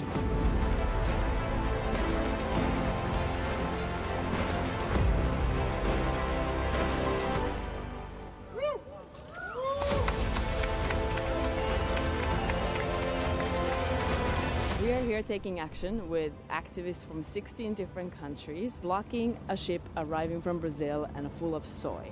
Soy, meat, palm oil, many other commodities often linked to destruction are arriving here by shiploads, and we have no rules in place to make sure that they have not been produced in areas of destroyed nature. We are demanding European ministers to support a strong new EU law that will oblige companies to know where exactly the products they want to sell in Europe come from, and to be able to prove that they have not been linked to nature destruction or human rights abuses.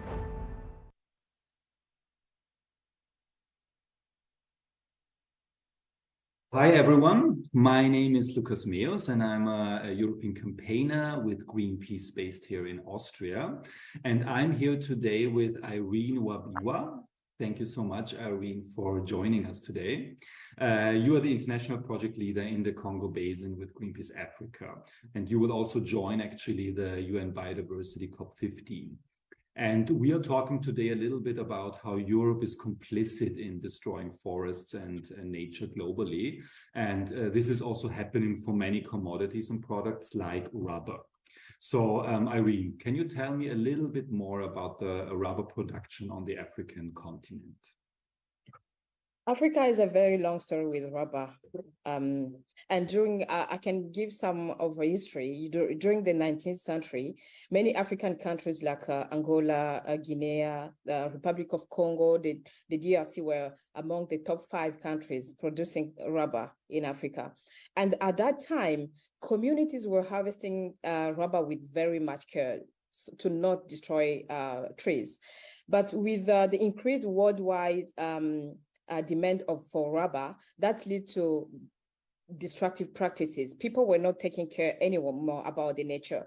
Their objective was only to extract much more rubber and very quick so they can have some money. And unfortunately, they were selling this at the very low prices. And so rubber business started contributing to destroy forests and nature, unfortunately. And also this business increased a conflict between different communities about boundaries, about who is owning which rubber plantation and so on.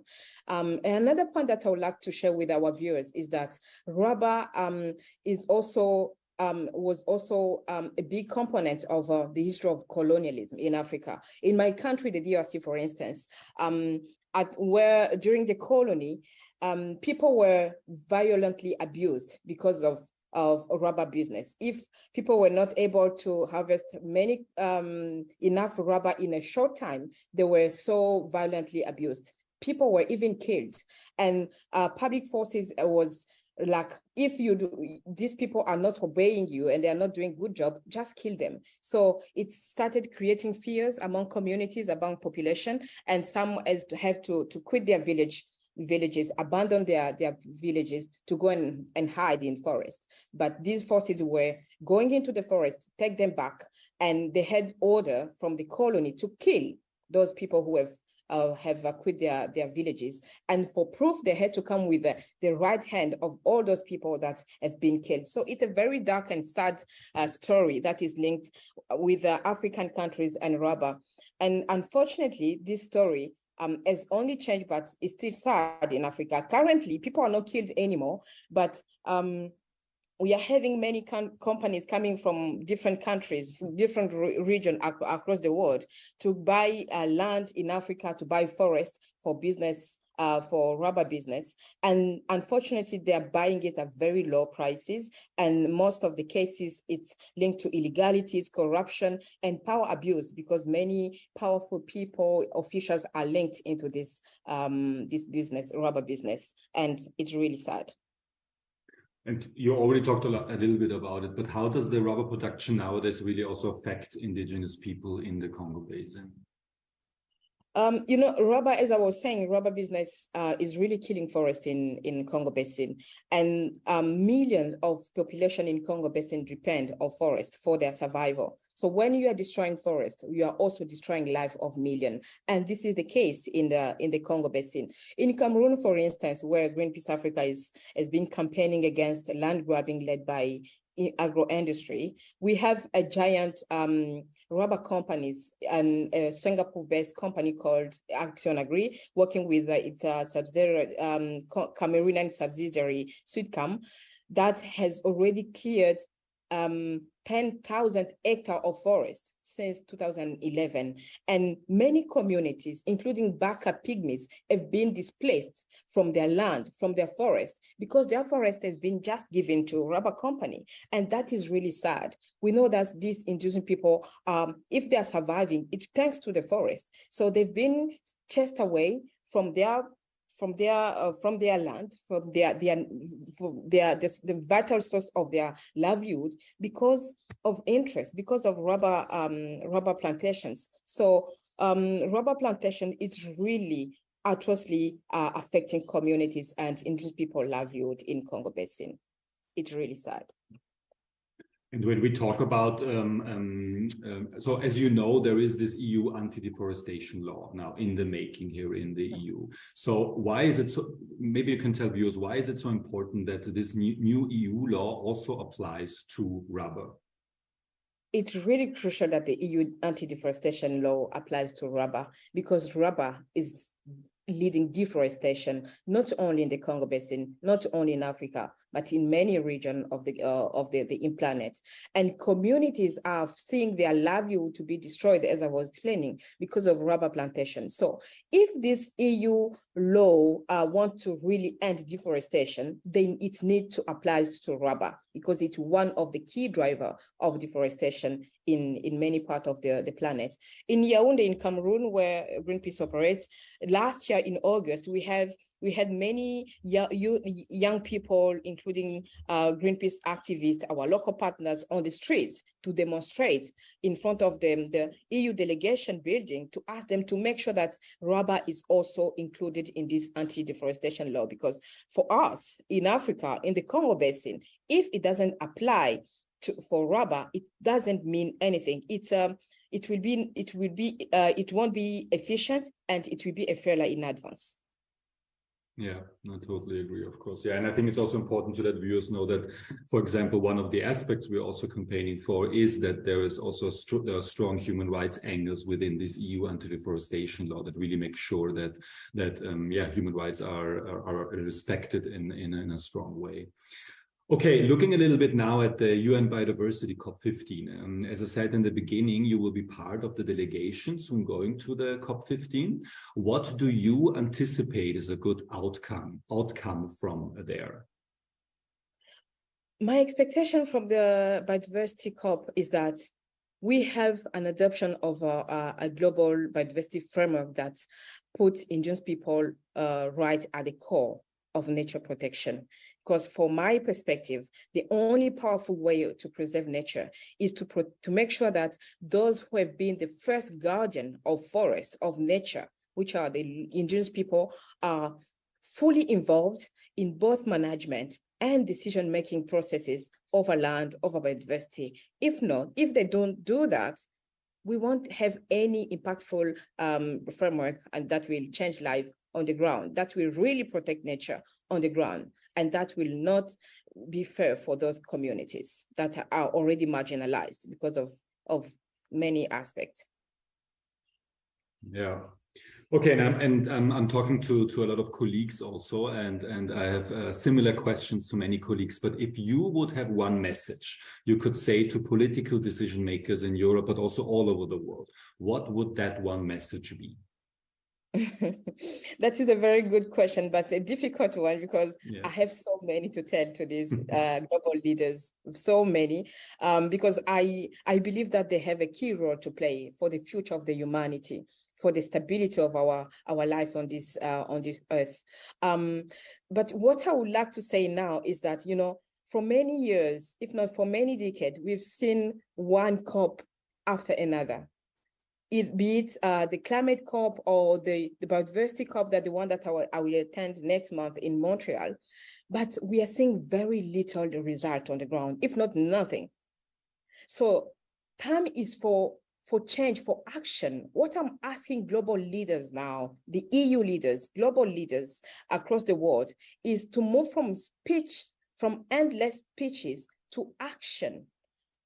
In Africa, where I'm living, my home, we are already feeling consequences of climate crisis. It's real, and action needs to be taken now. And those consequences are not only visible in Africa.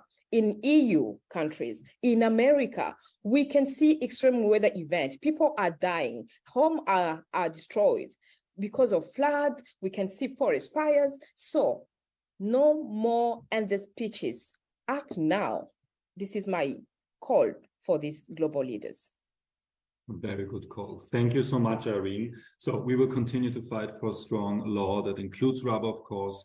And yeah, and I wish you all the best for the COP15. Thank you so much, Irene. Thank you, Lucas.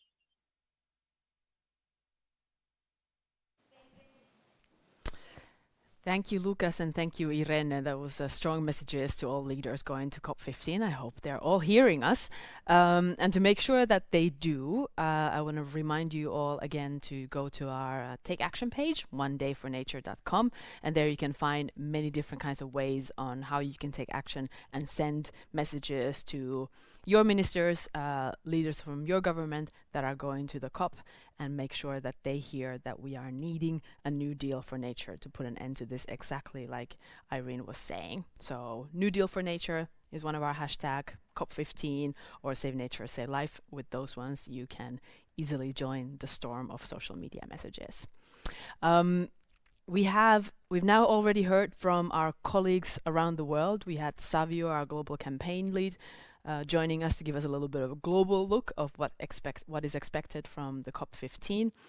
Irene gave us an excellent insight into how does it feel to be on the ground in Africa, and whether these kinds of global discussions make their way all the way to their realities.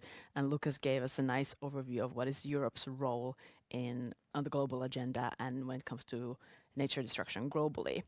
We've got one more clip for you before we conclude this World Hour. We'll be talking a lot about how we cannot afford to lose nature anymore, but sometimes when in the middle of all the talking, we might forget a little bit how it actually feels. And if we connect to that feeling of losing something that's really precious, it might be a helpful reminder for us why it's so important to take action right now. So we have a couple of more video clips to really kind of remind us of that devastating feeling that it is to lose something that's really precious to us. So another clip from the Dutch illusionist, Victor Mids, and then after that, from a previous action by our Dutch colleagues in Amsterdam. So let's go and have a final look at those clips. Whoa.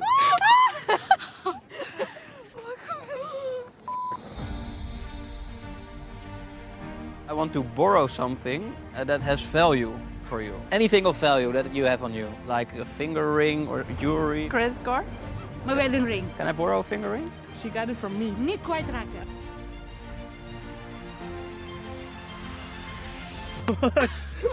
What's your name? Ramin, João, Ali. Dilara. Raina. Lisa. I'm from Australia. Denmark. Philippines originally. Italy. Germany. We are from Spain. Welcome to Amsterdam. I need something of importance from you, like a credit card, Sure. driver's license, your identity card. Credit card? Can I borrow one card? Thanks. I'll take your card, like this, and put it in my wallet. I'll tuck it in, open the wallet, and Whoa. It's gone. Oh my God. It's really gone, I'm sorry. Let's try one more thing, okay? I need some kind of jewelry or rings, maybe. Can I borrow your ring? Wow, it's a large ring. She got it from me. Really? It's a friendship ring. A sister ring. Can I borrow your wedding ring? Yeah. 30 years. So it has value for you.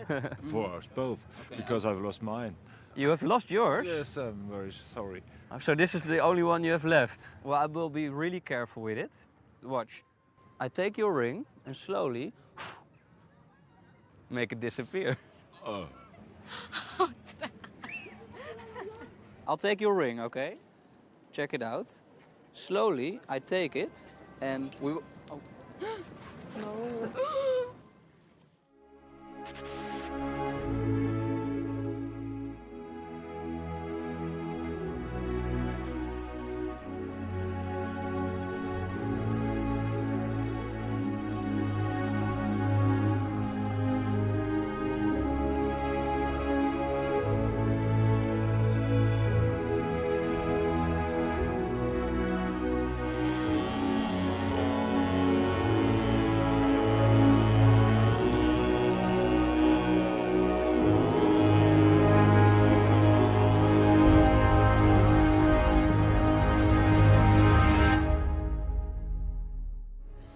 You're only missing something when it's gone, but don't worry.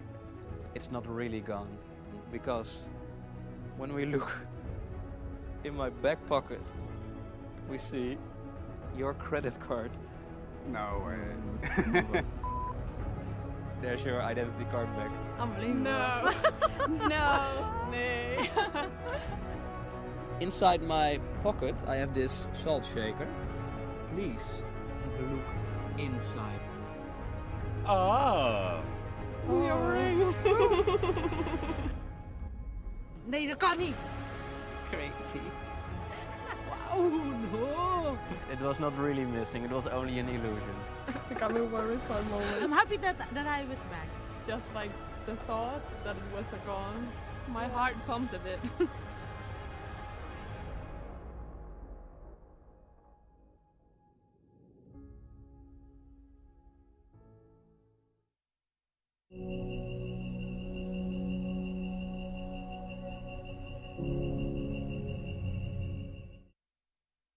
Amsterdam wil af van de iconische letters I Amsterdam.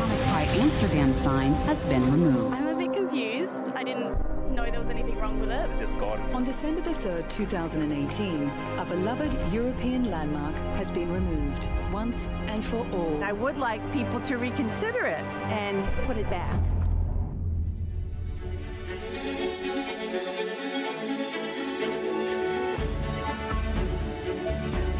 They're putting together the letters again, I-A-M. Is it coming back? I'm surprised to see the letters coming in.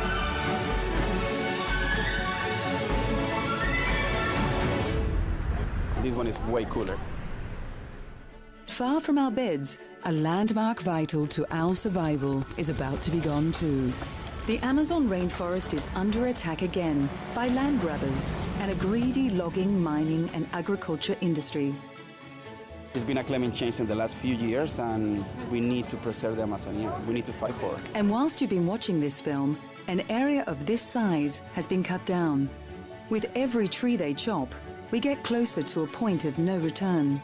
The European heat wave continues to scorch the continent. Taking away the land of Indigenous people is taking away their future, and it's forcing our precious wildlife into extinction. I think it's a wonderful idea and a terrific cause. We moeten zuiniger zijn. Dus ik vind het heel goed dat Greenpeace hier aandacht gaan geven. Amazônia é o pulmão do mundo. Significa isso? If we lose the forest now, we lose the fight against climate change forever. You are the very last generation to save the Amazon rainforest. Act now.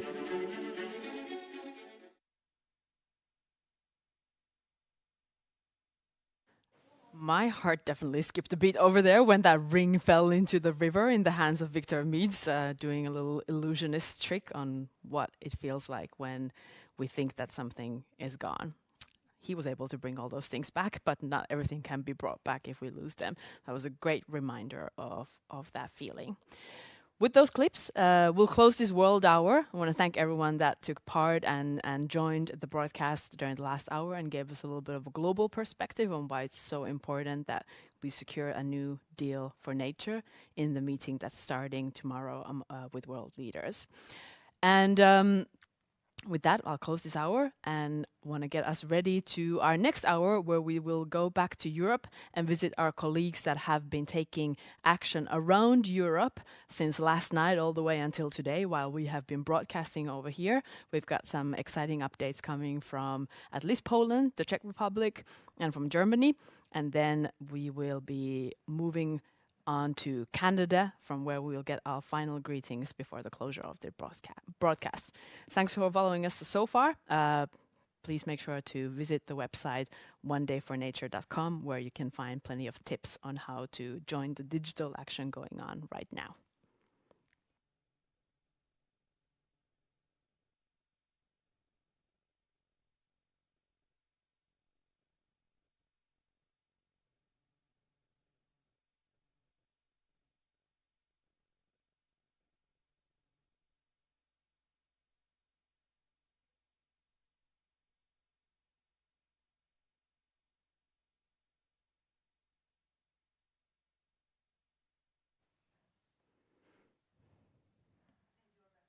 Welcome back to Europe. We just had a little tour around the world, and now we're back to witnessing some of the fights and struggles going on for nature here in Europe.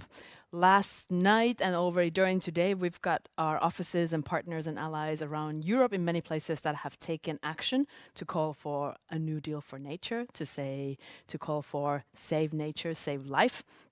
And we will be having a visit into some of those activities in the next few minutes. I think we've got some greetings from the Polish colleagues. They've also been taking part to highlight the importance of protecting the Carpathian mountain forests. Similarly, our Czech colleagues took action in Prague in front of the Prague Parliament, I believe, in front of the Czech Parliament, I believe. And then we will also get some live greetings from Sandra from Germany, where they also took action in Bonn last night. So shall we get started with the Polish activity and see what they were up to last night? Not really.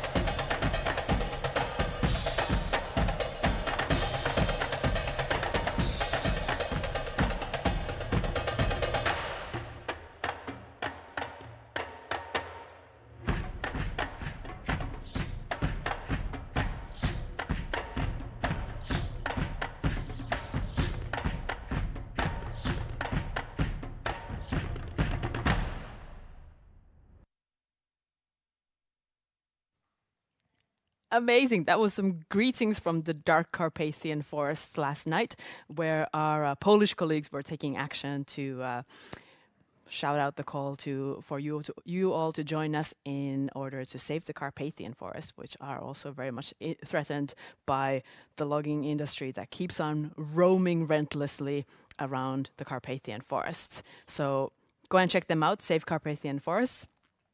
And similarly, our Czech colleagues have also been taking action last night in front of the Czech Parliament in Prague. So let's go and have a look at what they have been up to last night as well. Greetings from rainy Prague. We are standing in front of the Minister of the Environment of the Czech Republic, and in a short while we will hand over our recommendations for the Convention on Biological Diversity COP15, which starts tomorrow in Montreal. The COP15 is our best shot to protect biodiversity globally and to stop the crisis of biodiversity loss and mass extinctions, which threatens all life on Earth. Today in the Czech Republic we support the international event by which we ask politicians to be ambitious in the deal, but we also point out cutting down the old beech forests in the Our Mountains on the borders with Germany, which are not protected by the Czech law, and they are full of biodiversity. So we ask politicians to protect them by the Czech law and to stop the destroyment of the environment where the biodiversity can arise.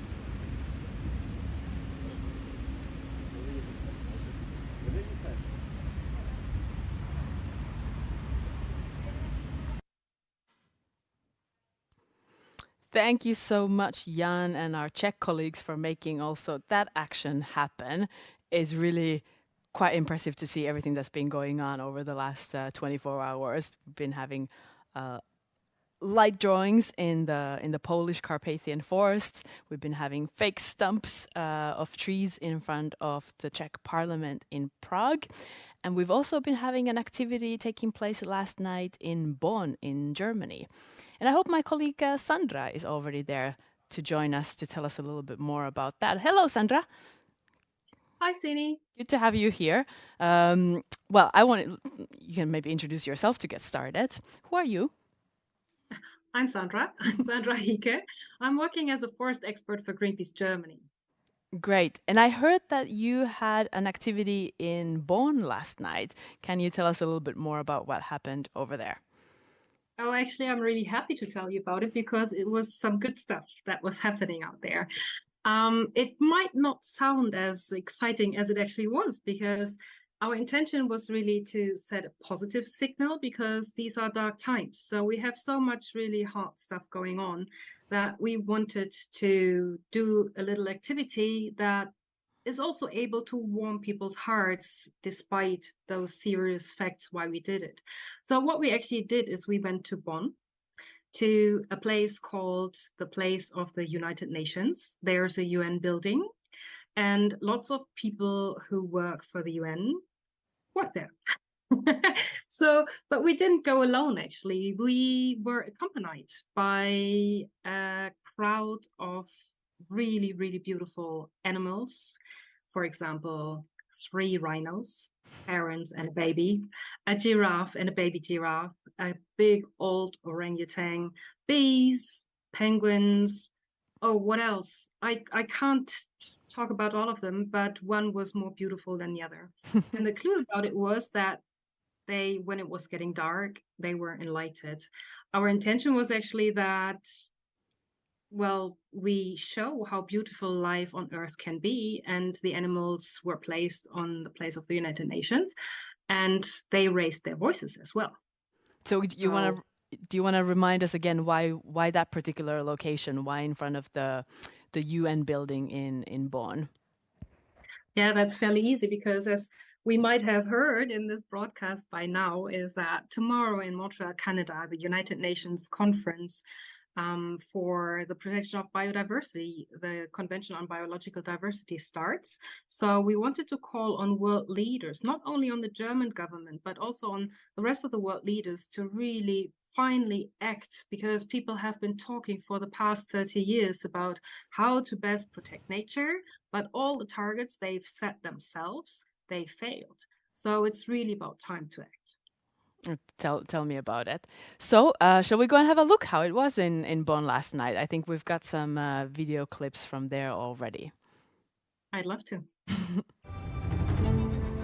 For the past 30 years, the members of the United Nations have met at the World Nature Conference. Their goal? To protect the oceans, the forests and animals of our planet. But for the past 30 years, they have failed. So this year we thought, we need another conference. A conference of those whose homes we are destroying. An animal conference. So for once, let's give them a voice. If animals could speak English, this is what they might say. Mr. Orangutan, it's such an honor to finally meet you. Can you tell me why did you come all this way to join the animal conference?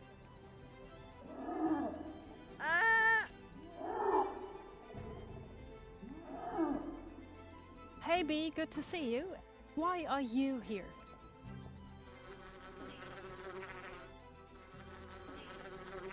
Why did you come all the way to join this animal conference?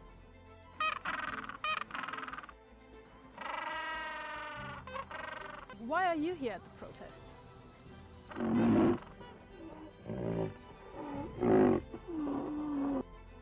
Currently, around 150 species are becoming extinct every single day.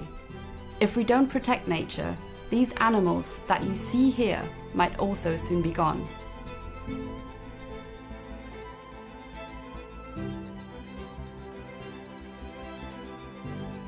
But it's not too late. At the World Nature Conference, political leaders have the chance to make a new deal for nature and for our future. Because nature is beautiful, it's exciting, and absolutely crucial for our own survival. So if I tell you that it is 150 species per day that go extinct, how does that make you feel? Oh, very sad. It's alarming, and I honestly didn't realize that it was such a high number per day. Does that worry you if you hear about that? Especially the number. I mean, I was aware that especially like our way we do agriculture is not good for the environment. Maybe my son will not be able to see all these creatures in the future. We have to protect 30% of our oceans and land from destructive activities. And we have to respect the rights of those who guard nature, Indigenous peoples and local communities. The future is ours. Let's protect it.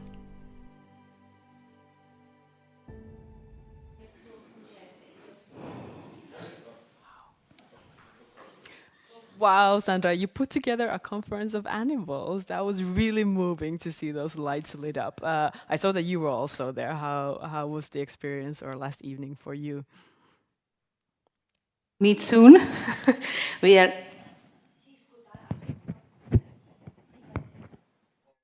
You could tell how people were touched by it. You could see how the children went close to the animals and stroked the turtle's nose, or they were really, really excited. But I've never seen as many people stop to take a picture or call friends via FaceTime. And some even came back in the evening to bring their children, including one of the police guys who were there during the day. So that was really touching. A woman was really close to tears. And when I must really say, when I was standing in the middle of the crowd of animals who raised their voices and I held a banner, I was really touched as well. It sounds amazing. I almost got a little tear seeing at that, looking at that little kid looking up at these lit up rhinos or orangutan or whatever animals were there. Amazing. However, even though you were there in front of the UN headquarters, there are also a lot of big debates on nature in Germany happening, and I know that you're involved in many of those. So maybe you could give us a little bit of insight of what are the big topics on nature debated in Germany at the moment. Yes, I mean, there's probably not even enough debate about nature in Germany, not even speaking about that. There's not enough action about protecting nature, because if you imagine that not even 3% of the forests in Germany are really protected from industrial activities, who would guess that? We have almost 70% of forests in protected areas, but only 3% that are really protected from industrial activities like logging. So, I mean, I also spoke to the people on the street yesterday, asking them exactly, if you hear there's a protected area, what do you think? Is logging taking place inside? And all of them said, no, because it's a protected area. But the opposite is the case, and it's the same with the oceans. Industrial fisheries is taking place inside protected areas, and that must be changed. So even in Germany, we do not have enough strictly protected areas.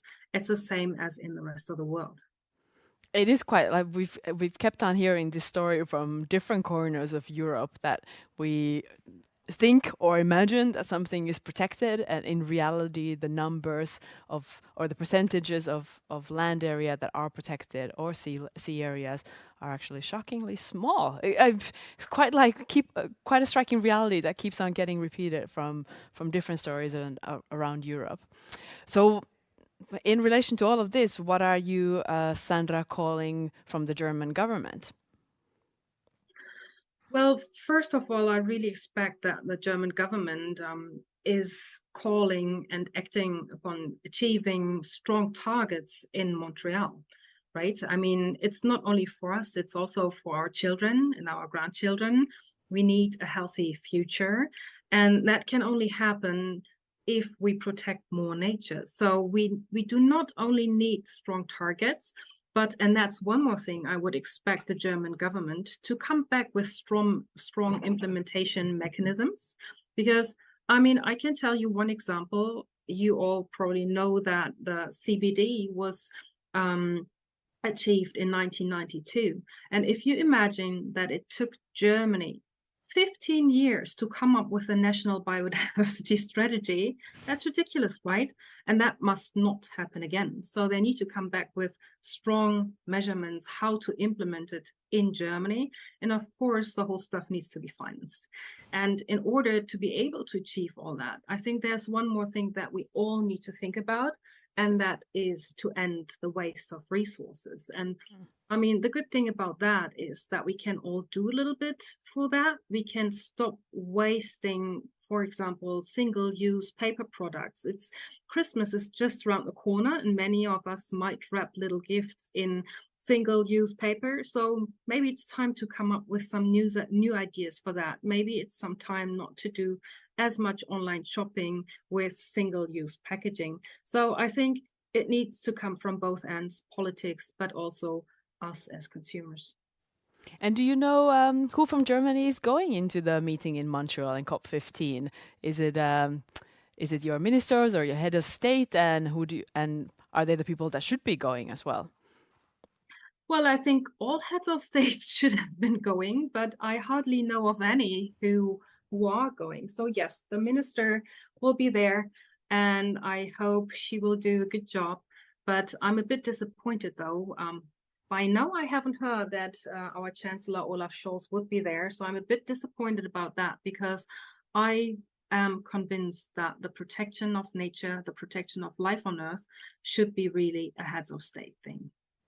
Agreed, indeed. I think we were discussing that a little bit earlier as well. We had wonderful greetings from the Austrian president to kind of set the scene for the upcoming COP and talk about the importance of nature protection next to the need to tackle the climate crisis. But nevertheless, I fear that he himself or none of the other presidents or heads of states, we haven't yet seen them showing up at COP15, even though many of them were in Egypt a couple of weeks ago to talk about climate protection. So indeed, one of the reasons why we're here today for this broadcast. Maybe one final word before I let you go, Sandra. So we'll be kind of all holding our breath and keeping our fingers crossed for a good outcome from Montreal. For you, what would that good outcome look like? Well, it's definitely those three things that I mentioned before. It's strong targets, which means that at least 30% of the world's oceans and land surface must be protected, whilst, of course, protecting Indigenous people's rights. Because, I mean, we know that in many areas, especially Indigenous people or local communities, they are the best guardians of nature. So why don't we finally listen to them and also respect their knowledge and learn from it? And that would be one outcome I'd really hope for. Plus that those protected areas that they will hopefully come up with are really protected areas and deserve their names. So they should be free from all damaging industrial activities. Then, of course, we need good financing. I hope that they will put money on the table, and they don't only talk about the targets, but that they also think about strategies and mechanisms, how to implement them in the countries of the parties. And then, yes, that's probably wishful thinking, but if they come up with a plan how we could waste less resources, that would be fabulous. Indeed, and I think that's a little bit the kind of new next frontier for nature protection that we all really need to be getting more serious about, in addition to having ambitious targets on how to protect nature, but then also having targets on how to stop trashing it. Thank you so much, Sandra, for joining us. Thanks for making the Conference of Animals happen last night and for sharing the video on that. And yeah, I'm wishing you an exciting COP. I assume you'll also be following on what's going to be happening during the next 2 weeks. Totally. Thanks, Cindy, for having me. Have a good day. Bye-bye. Thank you so much. With that, we wrap up this section of our European Hour. We had a wonderful visit from our Polish colleagues who were drawing animals and drawing light sculptures in the Carpathian forests. We had our colleagues from the Czech Republic checking in. They were demonstrating with fake tree stumps in front of the Czech Parliament in Prague. And we also had an amazing action carried out in Bonn in front of the UN building over there, and greetings from Sandra.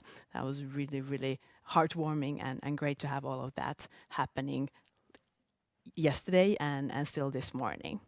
So thanks to all the European colleagues that joined and made that happen. With these greetings, I will wrap up this section of our broadcast, and I will get you ready to join our colleagues in Canada and for the final hour of this broadcast. So next hour, we will have Virak and Dora taking you to Canada, and we'll be hearing from colleagues that are over there live at this moment, getting ready for the COP15 to start in a few hours, I think, already. So thanks so much. I'll take you to the studio now for a little pause, and then we'll take you to Canada.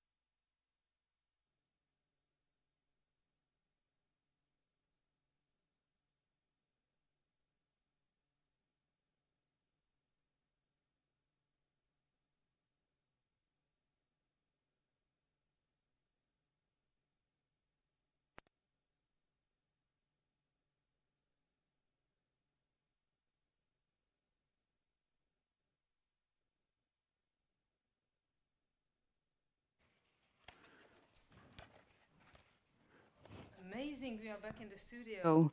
Yes, and look how color coordinated we are, I have to say. Yes.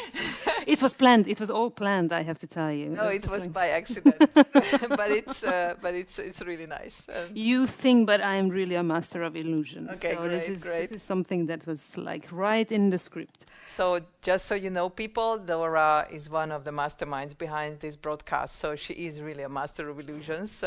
Through this all-day broadcast, we could connect all the actions that took place in the last 2 days.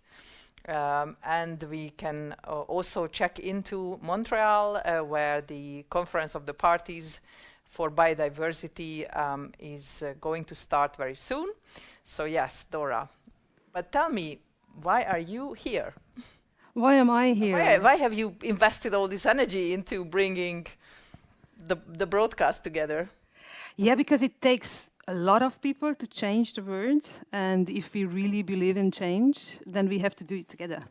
I mean, we really have to do it in our everyday lives, and we really have to take action together. So that's why we keep repeating. That's why we keep repeating it each and every day. Also on our channels, but also in our everyday lives when we go to drink a coffee with somebody. Then let's keep it. Let's make a community and use the power of community. So you mean it's not enough that we just send a delegation to Montreal and then Greenpeace is there and then we can do this and fix things? No, it's a shared responsibility of ours. So we have to be on board, not just pressing one button. I mean, being a digital activist is something that is really good for showing visibility, but also as the backyard video showed, or our colleagues in the Carpathians or the orchestra in Belgium, that you have to be on the ground. That is one thing, and also sending messages. But also then what follows is basically a process of working together, building it together, and basically imagining a future together, because we cannot just delegate the task to someone to deliver change for us, but we really have to believe it and believe it in and also act accordingly in our own lives. So that's why I'm here, also doing engagement for this broadcast, and we have a small team where we actually imagined imagined a few months ago. Then we can get our voice heard in Canada. And today is actually a dream come true for us, because we really can get our voice heard in Canada. And right now, we also joined the COP team, the delegate, one of the delegates, and the Canadian team is with us already. Montreal is calling. Yes, wow, indeed. Great. Montreal is calling. Europe is calling Montreal. Montreal is calling Europe, because this is a two-way interaction. That's what revolution is about, a two-way interaction between us and the decision makers, making the future and change happen. So let us welcome Reikja from Greenpeace Canada. I think you can hear us, right? Yeah, we missed the sound. Can you unmute yourself, please? Hello. Hi, yes, great. We hear you now. Hello, everyone. Welcome. Hi there. Hi there. Amazing. So you are prepared to be with us. That's nice. Tell us, where are you? So right now, I'm actually inside the Palais des Congrès venue, where the Convention on Biological Diversity talks will be taking place. I'm kind of hanging out in a quiet area. We have the Canada Pavilion behind me, and we have the China Pavilion just over here. And then maybe I'll just take a little walk. I'll need to put on my mask, because masks are allowed. I've just the pandemic is still on, yes. But we couldn't turn it off for straight in behind me. There's where the meeting rooms are actually going to be. Up there above the escalators. Kind of behind the escalators. Yeah. Okay. So, wow, it's like an airport. I can do a little walk around or just stay in a quiet spot. Once I get over there, it'll be a bit noisy. We will give you 2 minutes to find a quiet spot, and until then, we are playing the introduction. I'm in a quiet spot, so I'm going to stay here. All right, we will. I'll get Canada in the background. A nice. Canada fireside chat. That's amazing. We will get back to you in 2 minutes. You can take a seat until then. And we are playing the introduction video from Canada now. And I'm checking the studio if we are ready. I hope. Oh, Canada, the best country in the world. Home to pristine lakes, majestic mountains, and ancient old-growth forests. Wait, isn't there less than 1% of old-growth forests left in BC? Where did you hear that? Experts? Just keep reading the script. From coast to coast, there is so much to love about Canada. From the glorious West Coast to the charming, breathtaking Maritimes. No. Our Environment Minister just approved a giant offshore oil project in a marine biodiversity hotspot. Okay, since you clearly can't read the script we provided for you, I'll have to do it myself. With such a variety of natural treasures, it is no surprise that the Government of Canada takes its role so seriously in conserving biodiversity. Actually, Canada has never reached a single biodiversity target. There isn't even a federal law to protect biodiversity. Oh, Canada.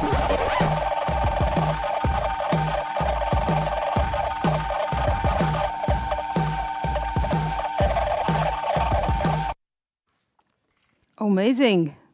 This message was clear. Indeed. We really have to take action right now. We really have to take action on this. Let us continue then with the Canadian program. We have the message already that we have to be active today. And thanks for Rekia to joining us, and just to let all those who've joined in between that we are live from Canada. Please take a seat and please take action. I'm asking my colleagues in the studio to also put on screen the onedayfornature.com, where people who are joining us online can really start to tweet right now, because those who are gathering in Montreal right now have to hear our voice. Please use the hashtags New Deal for Nature and Save Nature, Save Life as much as you can do. We have amazing videos and photos on the site, so you can also use that, download them and share them on your social media sites. And then we are back to the conference center with Rekia, and if you are ready to start, then we will a bit more introduce what Greenpeace Canada is up for right now. Can you hear us? Thanks so much. Can you hear me well? Yes, indeed. Wonderful. Yeah, I mean, I think that video says a lot, because Canada, the government of Canada, talks very well about biodiversity, but actually when it comes down to it, industry will always win. So logging, oil and gas. So what we are doing right now, so we're here in Montreal. We're part of the global Greenpeace team trying to secure a strong deal for nature. And we're also putting pressure on the government of Canada about implementation and how that will play out in Canada. And just a quick introduction for those who joined a bit later. You are working as Food, Forest and Nature campaign in Canada, and you joined us from Montreal right now. And how are you going to continue working on these topics in the coming days? Yeah. So the team is now gathering in Montreal. I came yesterday. I'm right now in the Palais des Congrès by the Canada Pavilion. And so what we're going to be doing over these next days is actually engaging with negotiators, with politicians, to try to put pressure on them for a strong global deal for nature. I mean, the situation going into COP15 is very challenging. There's still a lot of issues to be resolved. It's very volatile, very much up in the air. It's going to be a big fight to try to get the strong deal that we need for nature. As Greenpeace, what we want to see is strong targets, like 30% of land and oceans protected by 2030, together with strong Indigenous rights protections, because we know that Indigenous peoples are the most important caretakers of nature worldwide. They have the highest biodiversity in the lands that they steward. And what we also want to see is not just, agreed targets, but actually a plan for implementation and a plan for financing, money on the table to actually help finance this whole thing. So this is what we're going to be fighting for, in all ways. So with the help of our supporters, like this Digital Day for Action, engagement with the media, lobbying, and basically, all the nonviolent tools that we have at our fingertips as Greenpeace. So we're going to be fighting hard for a successful outcome that the planet needs, because we're in the midst of an extinction crisis. And so this is a critical moment to change course.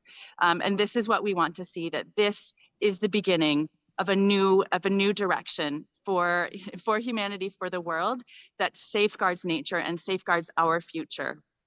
But if I understand correctly, you actually, and us actually, we go against a big machinery here. So that's why we really need our supporters and everyone who is following this broadcast to take action today. And the handful of people right now on board to make also our voice heard by all the decision makers. But I really would like to a bit come back to what you mentioned, that Greenpeace Canada is partnering with First Nation communities and Indigenous allies who are also taking part, and you are coordinating together to have nature protection basically much higher on the agenda. What have you done so far in the last few years, and what are you expecting to do? Do you have some concrete examples from Canada that you can mention? Yes, absolutely. And maybe I'll say first that we've actually, Greenpeace has supported Indigenous delegates from around the world to come here to Montreal to have their voices heard. So from Indonesia, from Congo Basin, from Brazil, and from Canada as well. And there'll be much more on that to come. So supporters can be watching to meet the Indigenous delegates and support, their calls for action. So here in Canada, like so many places around the world, the Indigenous peoples here are really the most important stewards and caretakers of the land. As well, here in Canada, the most biodiverse lands are the ones that are under Indigenous management and stewardship. So most recently, Greenpeace has partnered with an Algonquin Anishinaabe nation, the Lac Simon First Nation, here in Quebec, not too far from Montreal, and they have put forward a proposal around protecting caribou in their territory. So the caribou herd in their territory is one of the most critically endangered. There's only a handful of caribou left. So, and that's because of, mining and forestry and industry in their territory. So they put forward a proposal, and we've been trying to support them to get their protected area proposal officially approved by, different levels of, the government of Quebec. So that's a recent example. And the chief of Lac Simon First Nation, Chef Adrien, will be here in Montreal as well. So I'm just gonna move a little bit away from the noisy people. Yes, we live towards these trees. We don't hear that actually, but this makes that's great. Perfect. This makes a broadcast. Trees are always nice. No, now our audience will actually believe us that you're live from Montreal, that we can also hear the background noise. So did I understand right that we basically run out of time these days if we don't take action? Is it something that we can conclude on? So if we don't raise our voice, if we don't take action, if we don't ask our decision makers that we want to be represented, and we also want to help our Indigenous allies and First Communities allies to take up the fight, then we basically ran out of time already. Yes, the situation is absolutely critical. We know that 1 million species worldwide are at risk of extinction if we don't make a change. Here in Canada, just last week, there was a new report released that over 2,200 species are also at risk of disappearing forever. That's 1/5 of the species that were ranked that are at risk of extinction. So the situation is absolutely critical. And, you know, it is also, the biodiversity crisis is also an existential crisis for humans as well. These are the very foundations that we rely upon, you know, for our food, for the air we breathe, you know, for our medicines. So for you know, regulating the global climate. So it's absolutely a critical moment in time. So what happens now, you know, at these talks, setting an action plan through till 2030, you know, these next, you know, it's not even 10 years anymore, it's like 7 or 8 years, are absolutely critical for changing course and protecting nature, protecting wildlife, protecting the biodiversity that we have. Okay, but when the end is nigh, how can it be that not everyone is talking about it? How can it be that we are not protesting every day on the streets for this? So basically, how can then we help in the next days? That's my big question at the moment. Can you give us a sneak peek into what is going to happen in the next days in Canada? Because I know that the team is very, very busy at the moment. And actually, I'm really thankful for you that you can join us for this broadcast. So what will happen in the next days? How can we help from Europe to have this topic like heard, and not just about the extinction, but what is our action plan to actually reverse this process, this massive biodiversity crisis? So there's two things I'd say first, which is that I think people are, you know, average people are extremely concerned.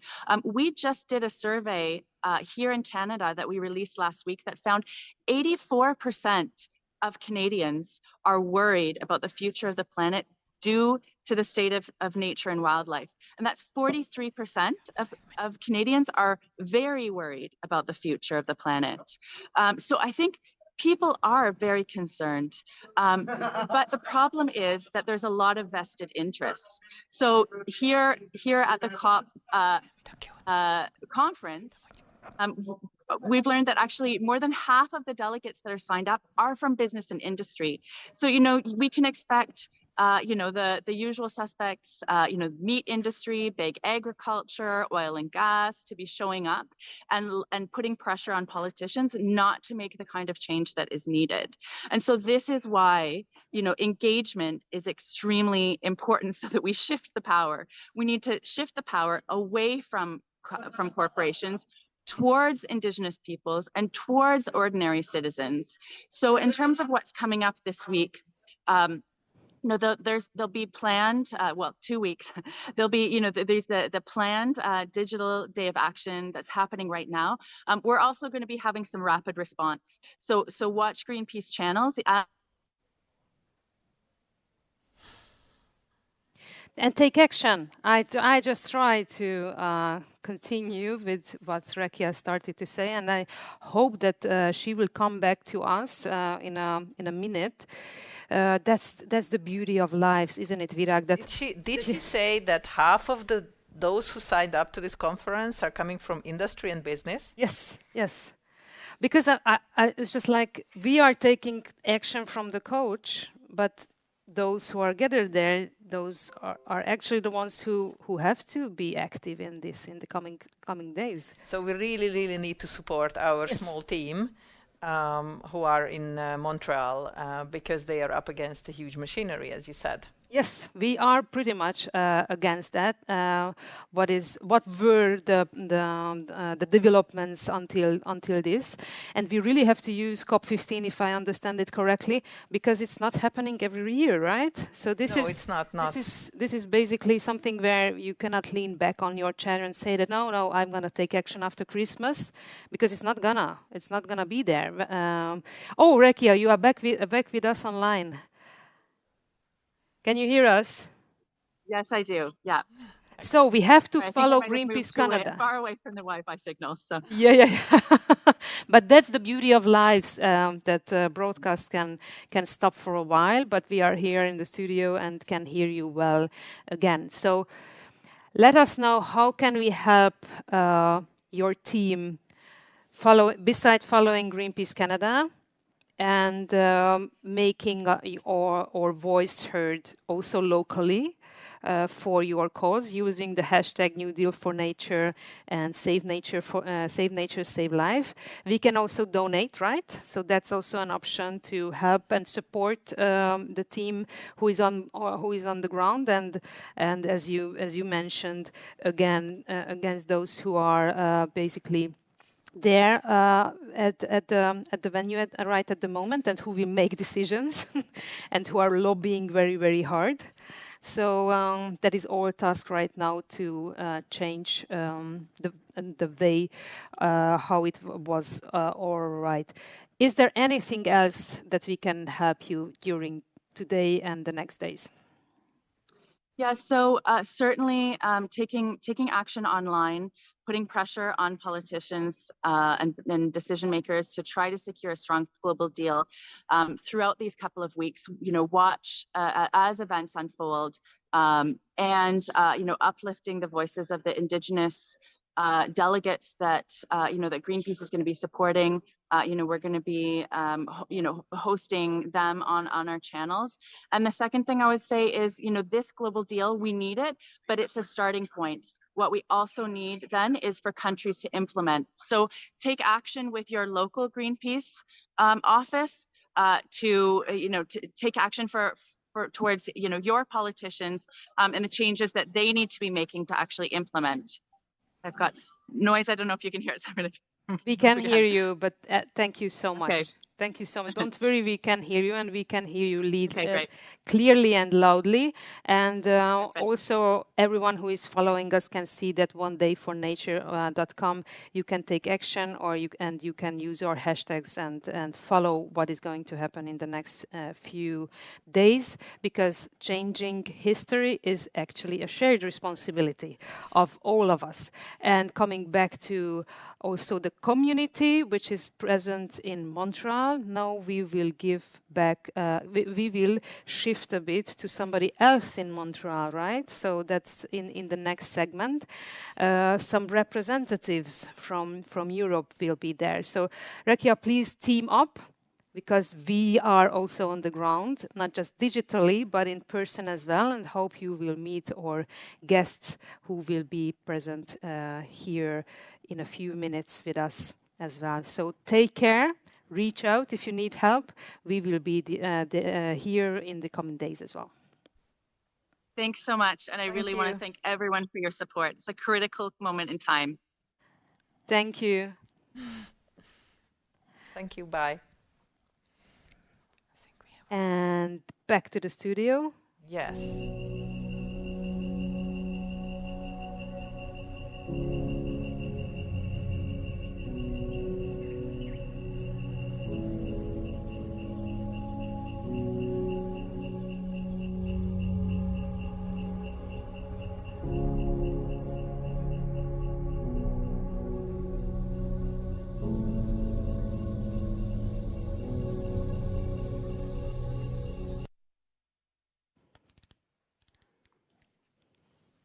Oh my God, I was just using my phone on a live broadcast.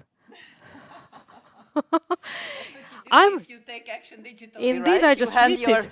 You have your phone in your hand or your laptop, and then you are tweeting and commenting, and this is the day when we have to flood decision makers, politicians, opinion formers, channels with our demands, right? Yes, so please take your phone, visit onedaynature.com, and then tweet live that we have to be on board for nature, we have to protect nature, we have to have binding regulations, we need a new deal for nature, because we only can protect life if we protect nature. Yes, indeed. And as you said just a few minutes ago, this is not something that's happening every year. So it's now or never, or at least not for a very long time. And we really need to secure that 30% of the land across the globe is protected by 2030, together with strong indigenous rights, because indigenous peoples are helping nature and nurturing nature and manage nature in the best way possible. Great. And this hour is about Montreal. So Montreal is calling, and we have a few people from the Greenpeace delegation who are joining us. The next one is Ushi Bittner. Hi, Ushi. Can you hear us? Hi. Hi. Yes, I can hear you. Yes, it looks like a very early hour for you over there. What's the time? It's 9:15, 9:19. 9:15. Okay, so it's a humane hour. Great. But I'm sure you had a really long journey to Montreal. You just arrived recently. Yes, we just arrived yesterday afternoon, but due to the jet lag, I was awake at 3 o'clock in the morning anyway. So, but still, it is early. But it was a good journey, a safe travel. Ushi traveled from Austria. She's a biodiversity and economy expert for Greenpeace Austria. What is your mission in Montreal? Why did you travel so far? Well, we don't really have time to actually save our nature, to stop the extinction of species and ecosystems. And this moment here in Montreal is very crucial for the next 10 years, or in general, very crucial to actually save biodiversity, because we're waiting for very, very strong and strict global biodiversity framework to set targets, to set implementations for the next 10 or actually the next 8 years, because we lost already 2 years due to the pandemic. And if we do not have now this very strong commitment from governments to save biodiversity, we will lose more than 1 million of species in the next until 2050 or the next years. So this is a very, very dangerous situation. And so, yeah, we need to join forces to get this very strong framework. Yeah. Absolutely. And we've just been speaking to Reika, who was logging in from the conference venue. And she said that it's going to be a super intense 2 weeks. Greenpeace demands, together with allies, are really high. And it's going to be a real fight to get this new deal for nature, and also a plan to implement it and to secure indigenous rights. How do you see your own government's role and Europe's role in this? Well, I think the European Union should be a forerunner in those negotiations to show that they're really keen to have a strong commitment to save biodiversity. They have their own biodiversity strategy, and they should implement their own strategy, which they concluded already. There's a lot to do, because still in the European Union, a lot of species get extincted, a lot of ecosystems get destructed. And of course, due to their international trading relations, they have a huge responsibility to stop the destruction of ecosystem. We just had the FERC legislation decided, which is a very good first step forward. In my own home country in Austria, nature is not in the best shape. People think, we made a survey last week, and people in Austria think that nature is in a very good shape in Austria. They are very, they really love their nature, but it's actually not true. Still, only in Austria, 39 of all animals are threatened to be extincted. So there is really a lot to do in your own country, in your own continent, but then on an international level. And I think not only in terms of content, we need the European Union to be strong and to push for ambitious targets and implementation. Also in terms of financial resources. Greenpeace demands at least $100 billion of US dollar to be accessible for the global south to stop the extinction of species. I think this needs to be assured in this global framework. And then we need to stop harmful subsidies. I think here the European Union could be also a role model. We have a lot of money going into harmful agriculture. So this needs to be stopped, and other harmful subsidies. So to say it in one sentence, there's a lot to do in our own continent, but then on an international level, we need to be very ambitious. And what's your assessment? Is the EU ready to have a strong deal for nature? Well, the last weekend there was already the working group meetings of the Global Biodiversity Framework, and it's pointed like that. The negotiations were not like as expected, or not as positive as expected, because there was a draft of the Global Biodiversity Framework from Nairobi from last year. There were 1,800 brackets, which means that these are parts which are not cleared, which are not agreed, where they need some discussion, political discussions. And then the working group met in September in Montreal to clear some of those 1,800 brackets, and they were ready to clear but half of it. And now over the weekend, the negotiation went on, and we see even more brackets now than before. So it's not as I said, as expected. Especially the 30-30 targets. I think you heard maybe about it already, is one of the crucial targets in this global biodiversity framework, to set 30% of the sea and 30% of the land under protection. And only this target has now more brackets than it had before. And here the European Union plays a very important role. So we need to push the countries of the European Union to go really for a strong target here. We need to include the rights of Indigenous and local communities. There is no nature protection without Indigenous people. That's also our role. I would say we have in our delegation Indigenous people on site. So we need to bring them into the center. And there is some threat that those rights are explicitly not included in this target, but in some other parts of the global biodiversity framework. So let's see. I think the next 2 weeks will be very intense and very interesting how it will develop. But the European Union definitely should be one of the forerunners, not blocking anything. My God, Ushi, that sounds really, really a hell of a job, I have to say. And we also heard from just before you joined us that about half of those who registered for the event are coming from industry and business. So what is, it's a bit of a personal question, but like you're up against a really, really big machinery. And these 2 weeks going to be like little sleep and lots of thinking to get through this and come out with results. So what keeps you motivated about this, conference? It sounds like all these brackets. Oh my God, how can one get through it? It's like a labyrinth. So a maze of brackets. What keeps you going?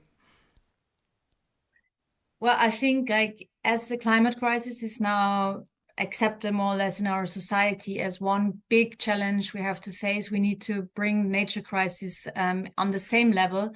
And it's so far underrepresented. And I think if you really dig deeper in that crisis, you get really, not sad, but also furious. And that's bringing also a lot of energy.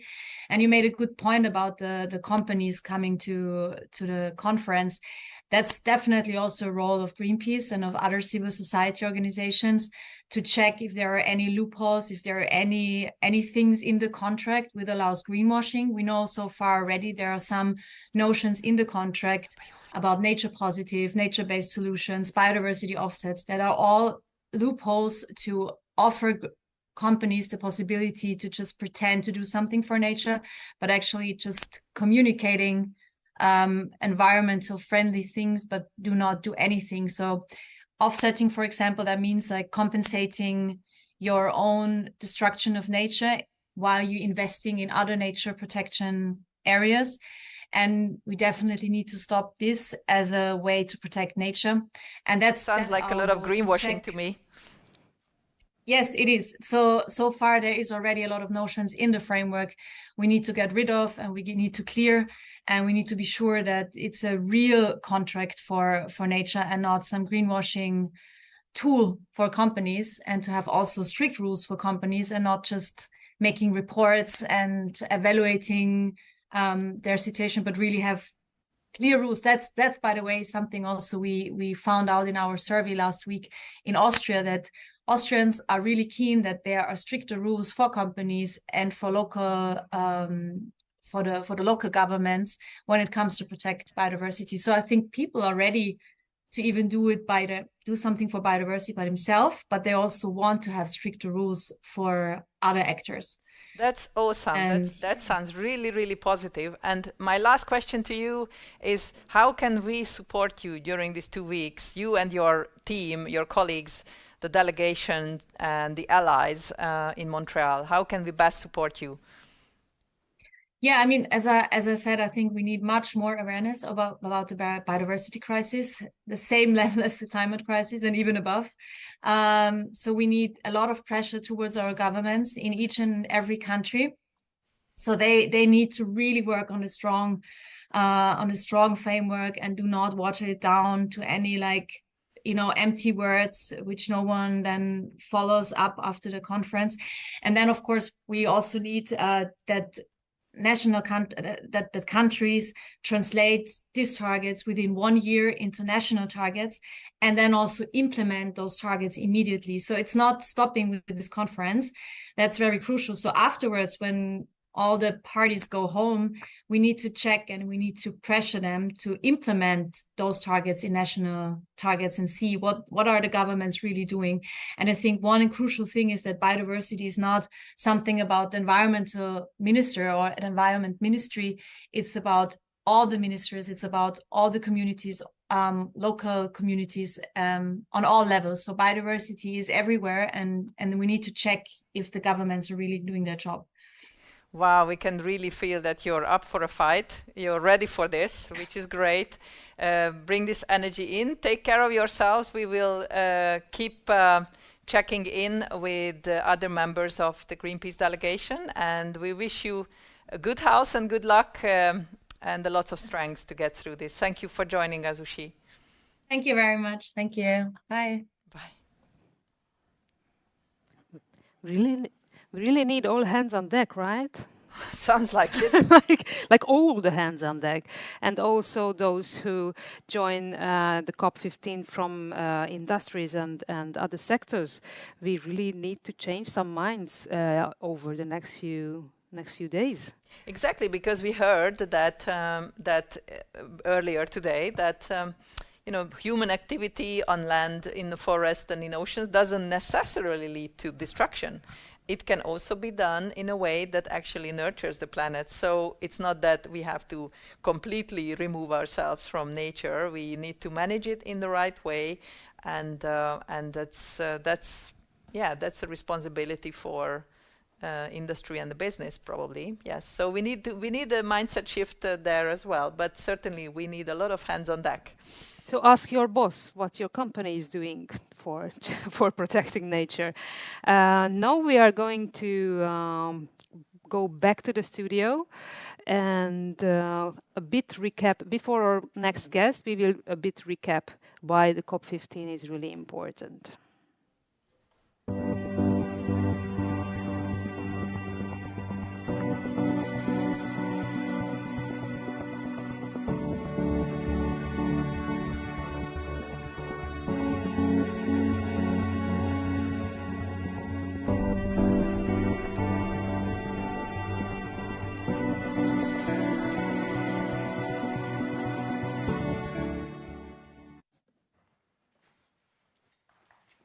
So COP15 is our moment. COP15 in Montreal is our moment.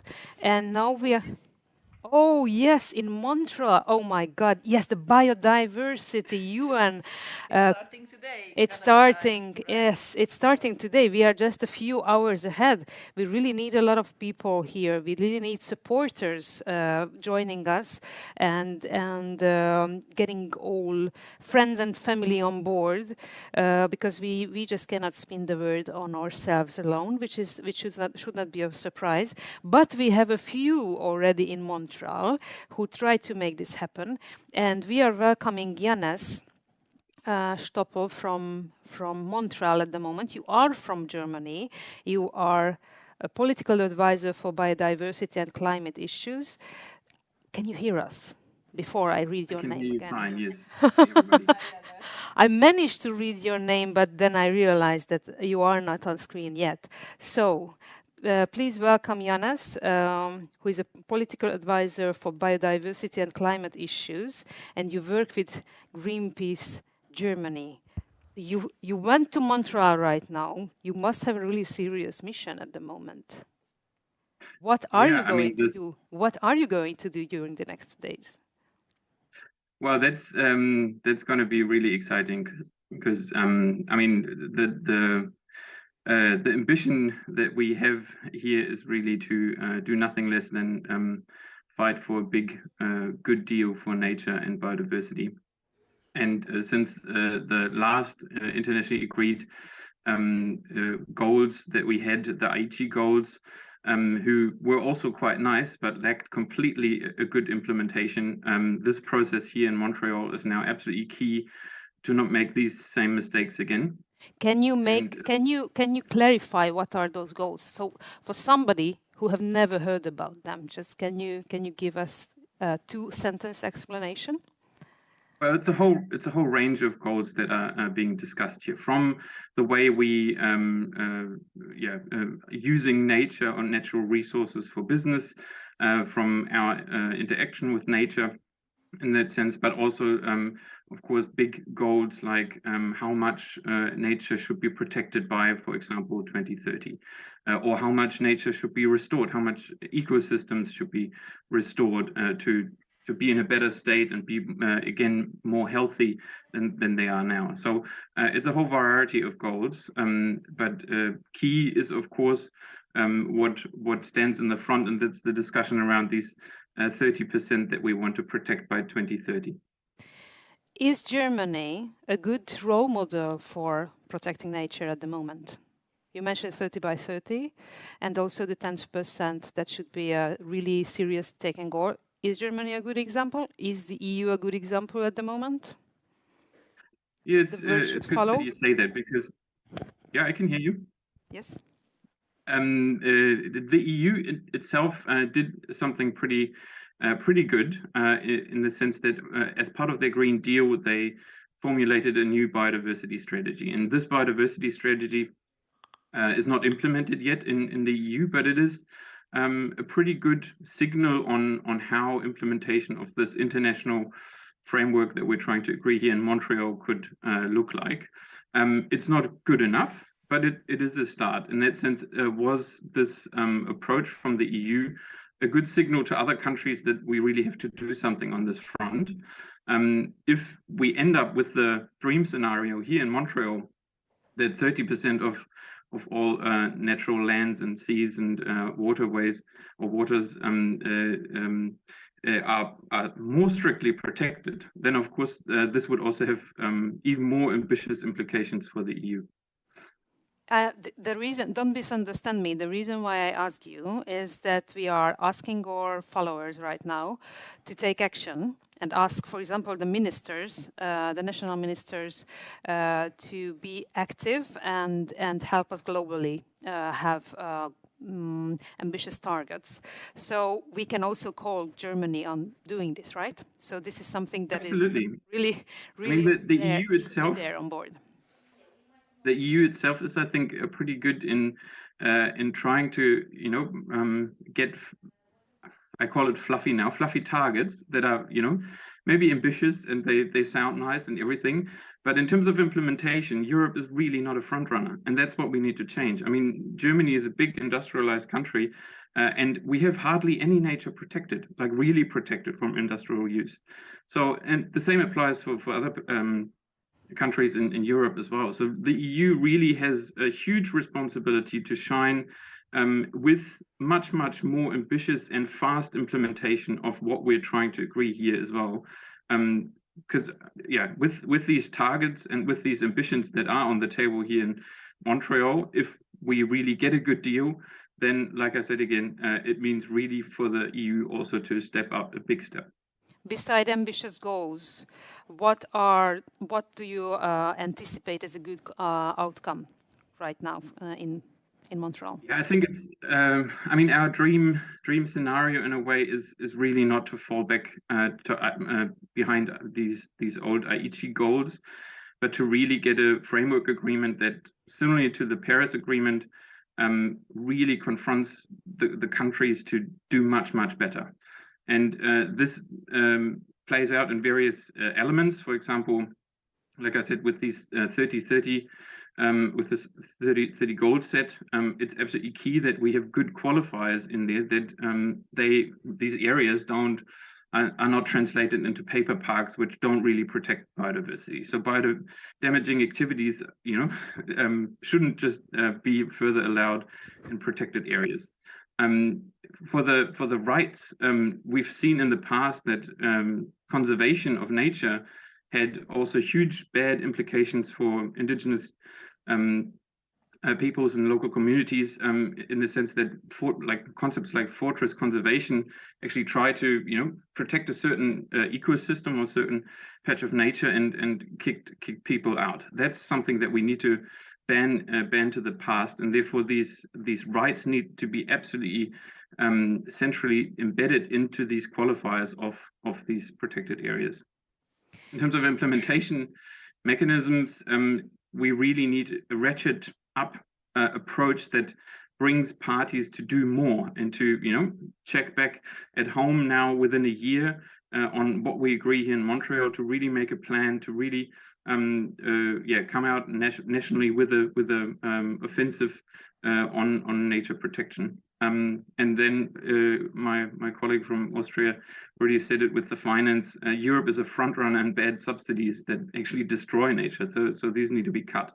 And last point, my biggest worry is that this deal actually ends up to be greenwashed and to be more fluffy and more hollow than we actually need it to be. So the EU, Germany, and many other allies and parties and countries, and of course the movement here on the ground really need to fight that the substance of the deal that we agreed, hopefully at the end, really is just to really confront the crisis that we're facing with the biodiversity loss. So let's take action now at onedayfornature.com, and also mention you mentioned that not just the EU, but who are the ones beside the EU who has a role here? We know that the co-hosts of the biodiversity COP15 are China and Canada. Can you tell us just a few things what they can do at the moment that you did not mention regarding the EU? I mean, China's role is a facilitator. They're the presidency. They need to make sure that the process is so designed so that countries, it's a party-driven process, so it's driven by the negotiations of the countries that are here, that this works as best as we can, as possible, as effective, but also as ambitious, so that they can also play a role in really driving ambition in this process. In terms of Canada, they are pretty much just the host country. We've seen this, for example, with climate COPs before Fiji happening in Bonn. It's merely the country that actually hosts this conference, and the reason for that is that the CBD office, the secretariat, is here in Montreal. So we have to be really informed at the moment. We have to take action, and we have to keep on looking at what is going to happen in the next few days. Yeah, some of the outcomes we can predict, but we have to call decision makers to be much more active for the biodiversity crisis, as Rekia mentioned before, that we pretty much ran out of time, and we did not really take it seriously. And also knowing that not just biodiversity, but we talk a lot about climate crisis, but we have to put the two next to each other when we would like to tackle what is ahead of us. One more thing I wanted to ask you about the coming days, just like really kind of giving a glimpse of, as a political advisor, what is going to be, what are your days are going to be like in the next weeks that you spend in, next 2 weeks that you spend in Montreal? Yeah, they're going to be long, that I can say, because the negotiations are so filled with content that all countries really have to make an effort to get through the substance of the negotiations. So we will start here really early in the morning with a Greenpeace delegation meeting to check in on what is on the table for the day. Then we'll move into the negotiations and follow the different negotiation streams, take notes, feedback with other allies on what's happening in the different rooms of where the negotiations happen. And in the evening, we kind of, of course, try to also with allies to analyze on where we stand. And this is, of course, a really good basis to not only talk to media and give them a sense of where negotiations stand, but of course also to reflect our perception, our role as an observer. We're an observing organization back to the parties or to the country delegations, and say to them, hey, here in these in these negotiations, we really have a problem. You're not really being active enough. You need to push more. And you know, this kind of confrontation with the delegation is of course important also for the delegations to get a feel on the observing views that we represent. What would be a dream come true with this COP15? So if you had one wish, what would be that? I know you have more. We can celebrate it at the end. Sorry? I mean, that we can really celebrate it at the end. And for that, it must not be fluffy, filled with compromises that really don't deliver on what is needed. And it's, you know, I mean, what is really needed is a ground-breaking framework agreement that really protects all life forms on Earth. And that really, protects also the basis of our life as humans on Earth. And that is something that countries and their delegations must deliver on for, like I said, all other species, but also for each one of us. And therefore, I think it's also absolutely critical that people are aware of this process, that it becomes more part of the whole climate movement, that and that people really get engaged and stand up for what nature is for us. Thank you so much. Really, forming a community of active people, actively supporting the cause, and those activists who are fighting for nature and biodiversity and climate. So we really should not talk about these separately anymore, because they are linked together. And I think that is something that Save Nature, Save Life is perfectly summarizing for us. And again, I would like to ask our followers at the moment to take action with us, because let's say that neither Janas nor Ushi and Rekia are on the ground for nothing. Help us support them during the next days via mondayfornature.com. And if you do not follow, please do follow Greenpeace Canada from now on and check out all the actions that are going to happen in the next few days. Thank you so much, Janis, that you joined us today. Thank you, everybody, for watching and being engaged and active on this front. Keep up the good fight for us and with us. Yes, thank you. And we are going back to the studio soon, but Virag, you are still here. We will soon wrap up the day, right? Yes. Then in the next we will welcome minutes, back, so yes, we can really think through what happened. Oh my indeed, God, my head is buzzing. So let's give our audience a recap of the day, right? That's what we have done so far, because we started like 10 in the morning, and now European time, yes. Indeed, and it's almost 4 o'clock in the afternoon. Oh my God, it's 6 hours.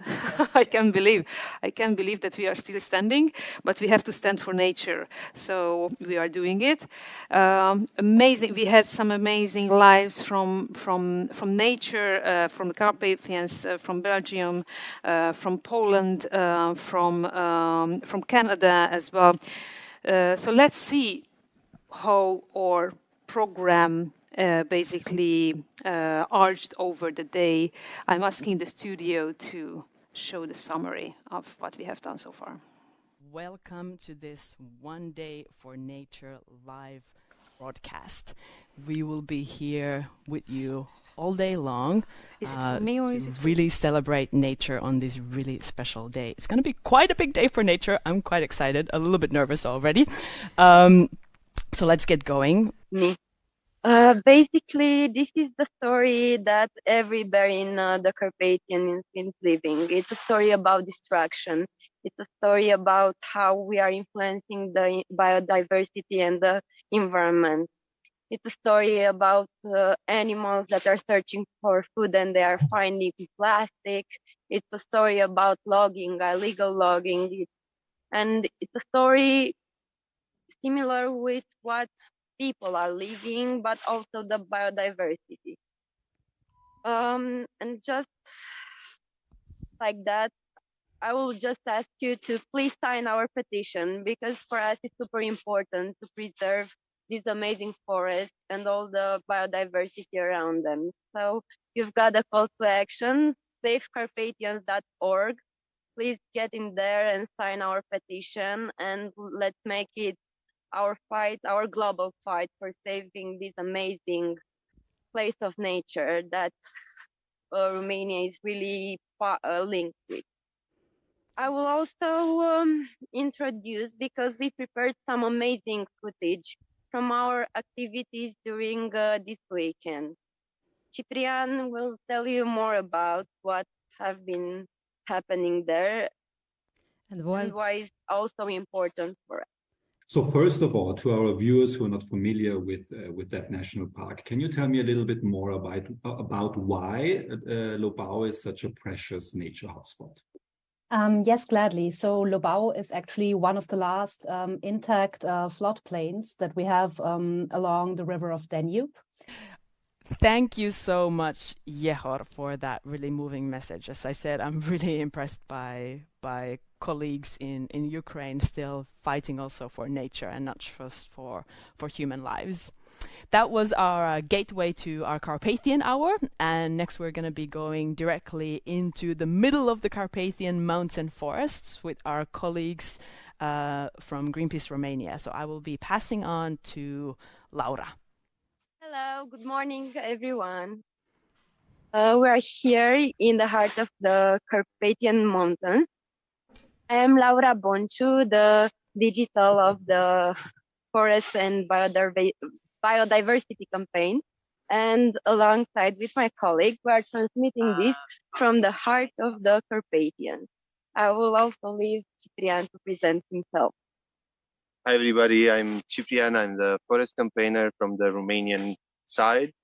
As Laura told you, we're really happy and excited to be part of this communication day, specifically from the Carpathians, from the nature.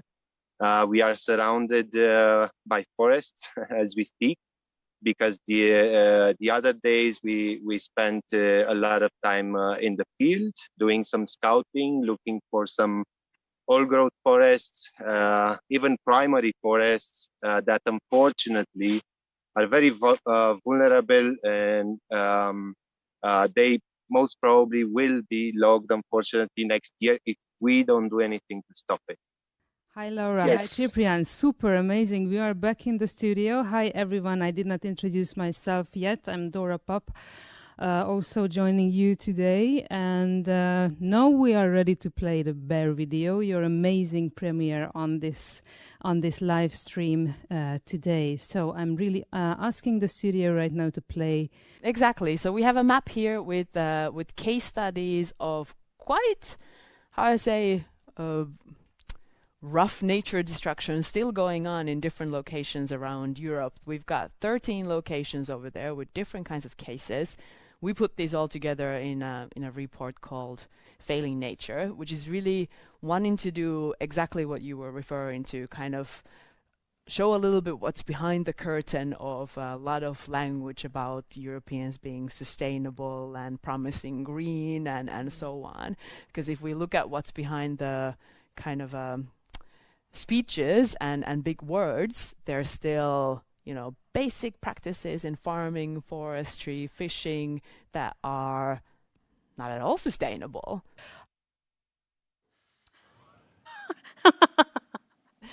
Oh my God, my head is buzzing. Welcome back, Sini.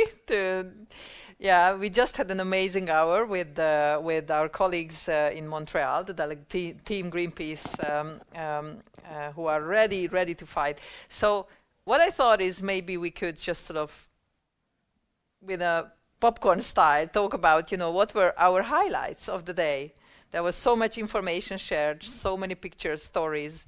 It was quite a day. It was quite a day. I have to say, I'm really kind of taken and warmed. My heart is warmed by all the actions that I saw taken during the past 24 hours around Europe, and with our colleagues coming into the stream and showing what they've been doing. I have to say, I will never forget the little boy in Bonn in front of a big Lytton orangutan looking at it in the eyes in the middle of a conference of animals happening in front of the UN building. That will stick with me for a while, that image. What about you, Dora?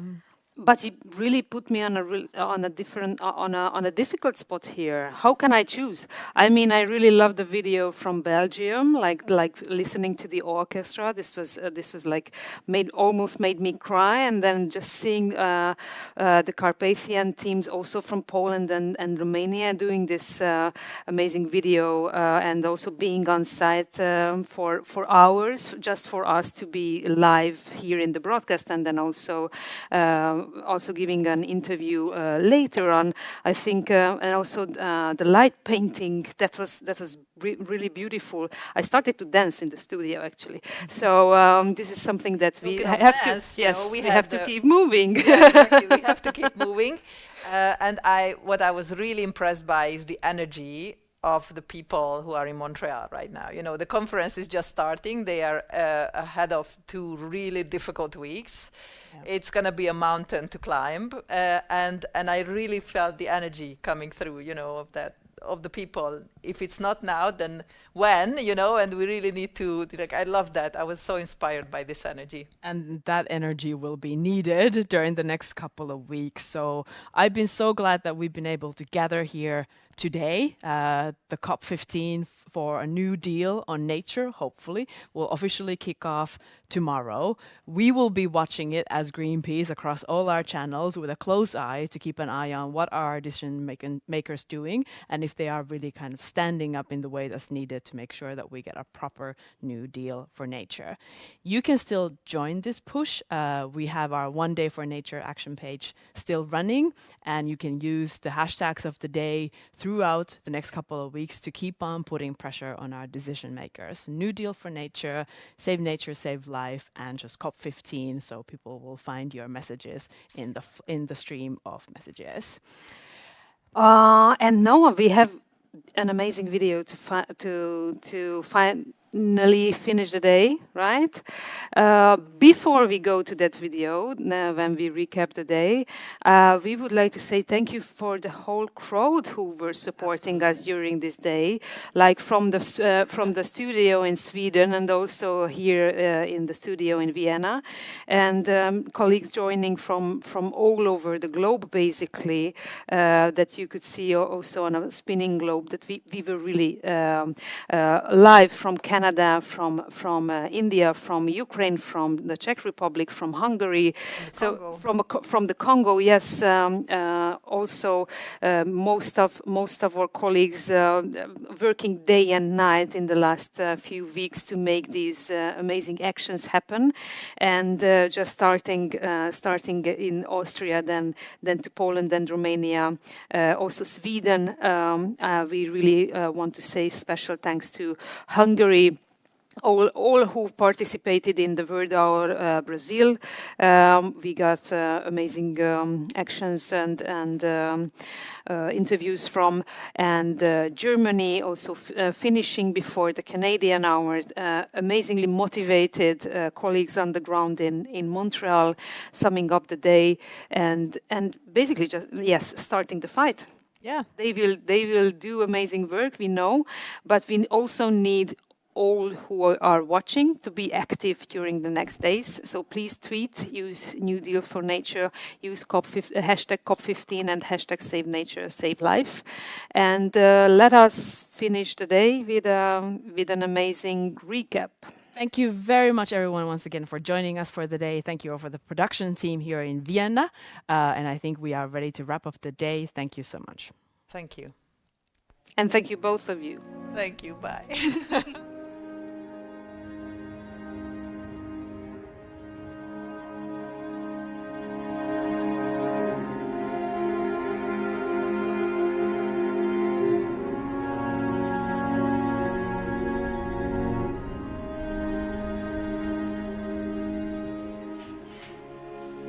This is the Carpathians. We are in a primary forest that is currently being logged. We definitely need to stop this, and the UN Biodiversity Conference is a good opportunity to do that. We need to put the forest protection, the biodiversity protection on top of the public and political agenda. This is really one of the remaining primary forests in Europe. Unfortunately, this location is up for the logging. Very close by, we're going to have a road constructions that will open this beautiful forest for further extraction.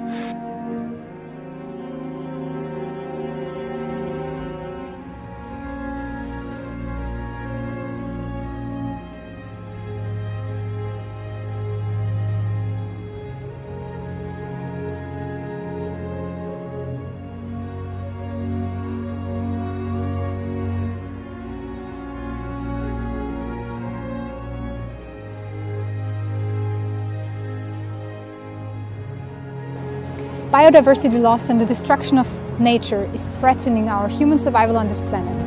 Every day 150 species go extinct. This has to stop. The United Nations Conference on Biodiversity now has to agree on 3 things. States have to protect 30% of land and water until 2030. And this protection has to be closely managed and organized together with indigenous communities. And third, there have to be the financial means to do this. So states have to organize at least $700 billion to protect nature and species around the globe.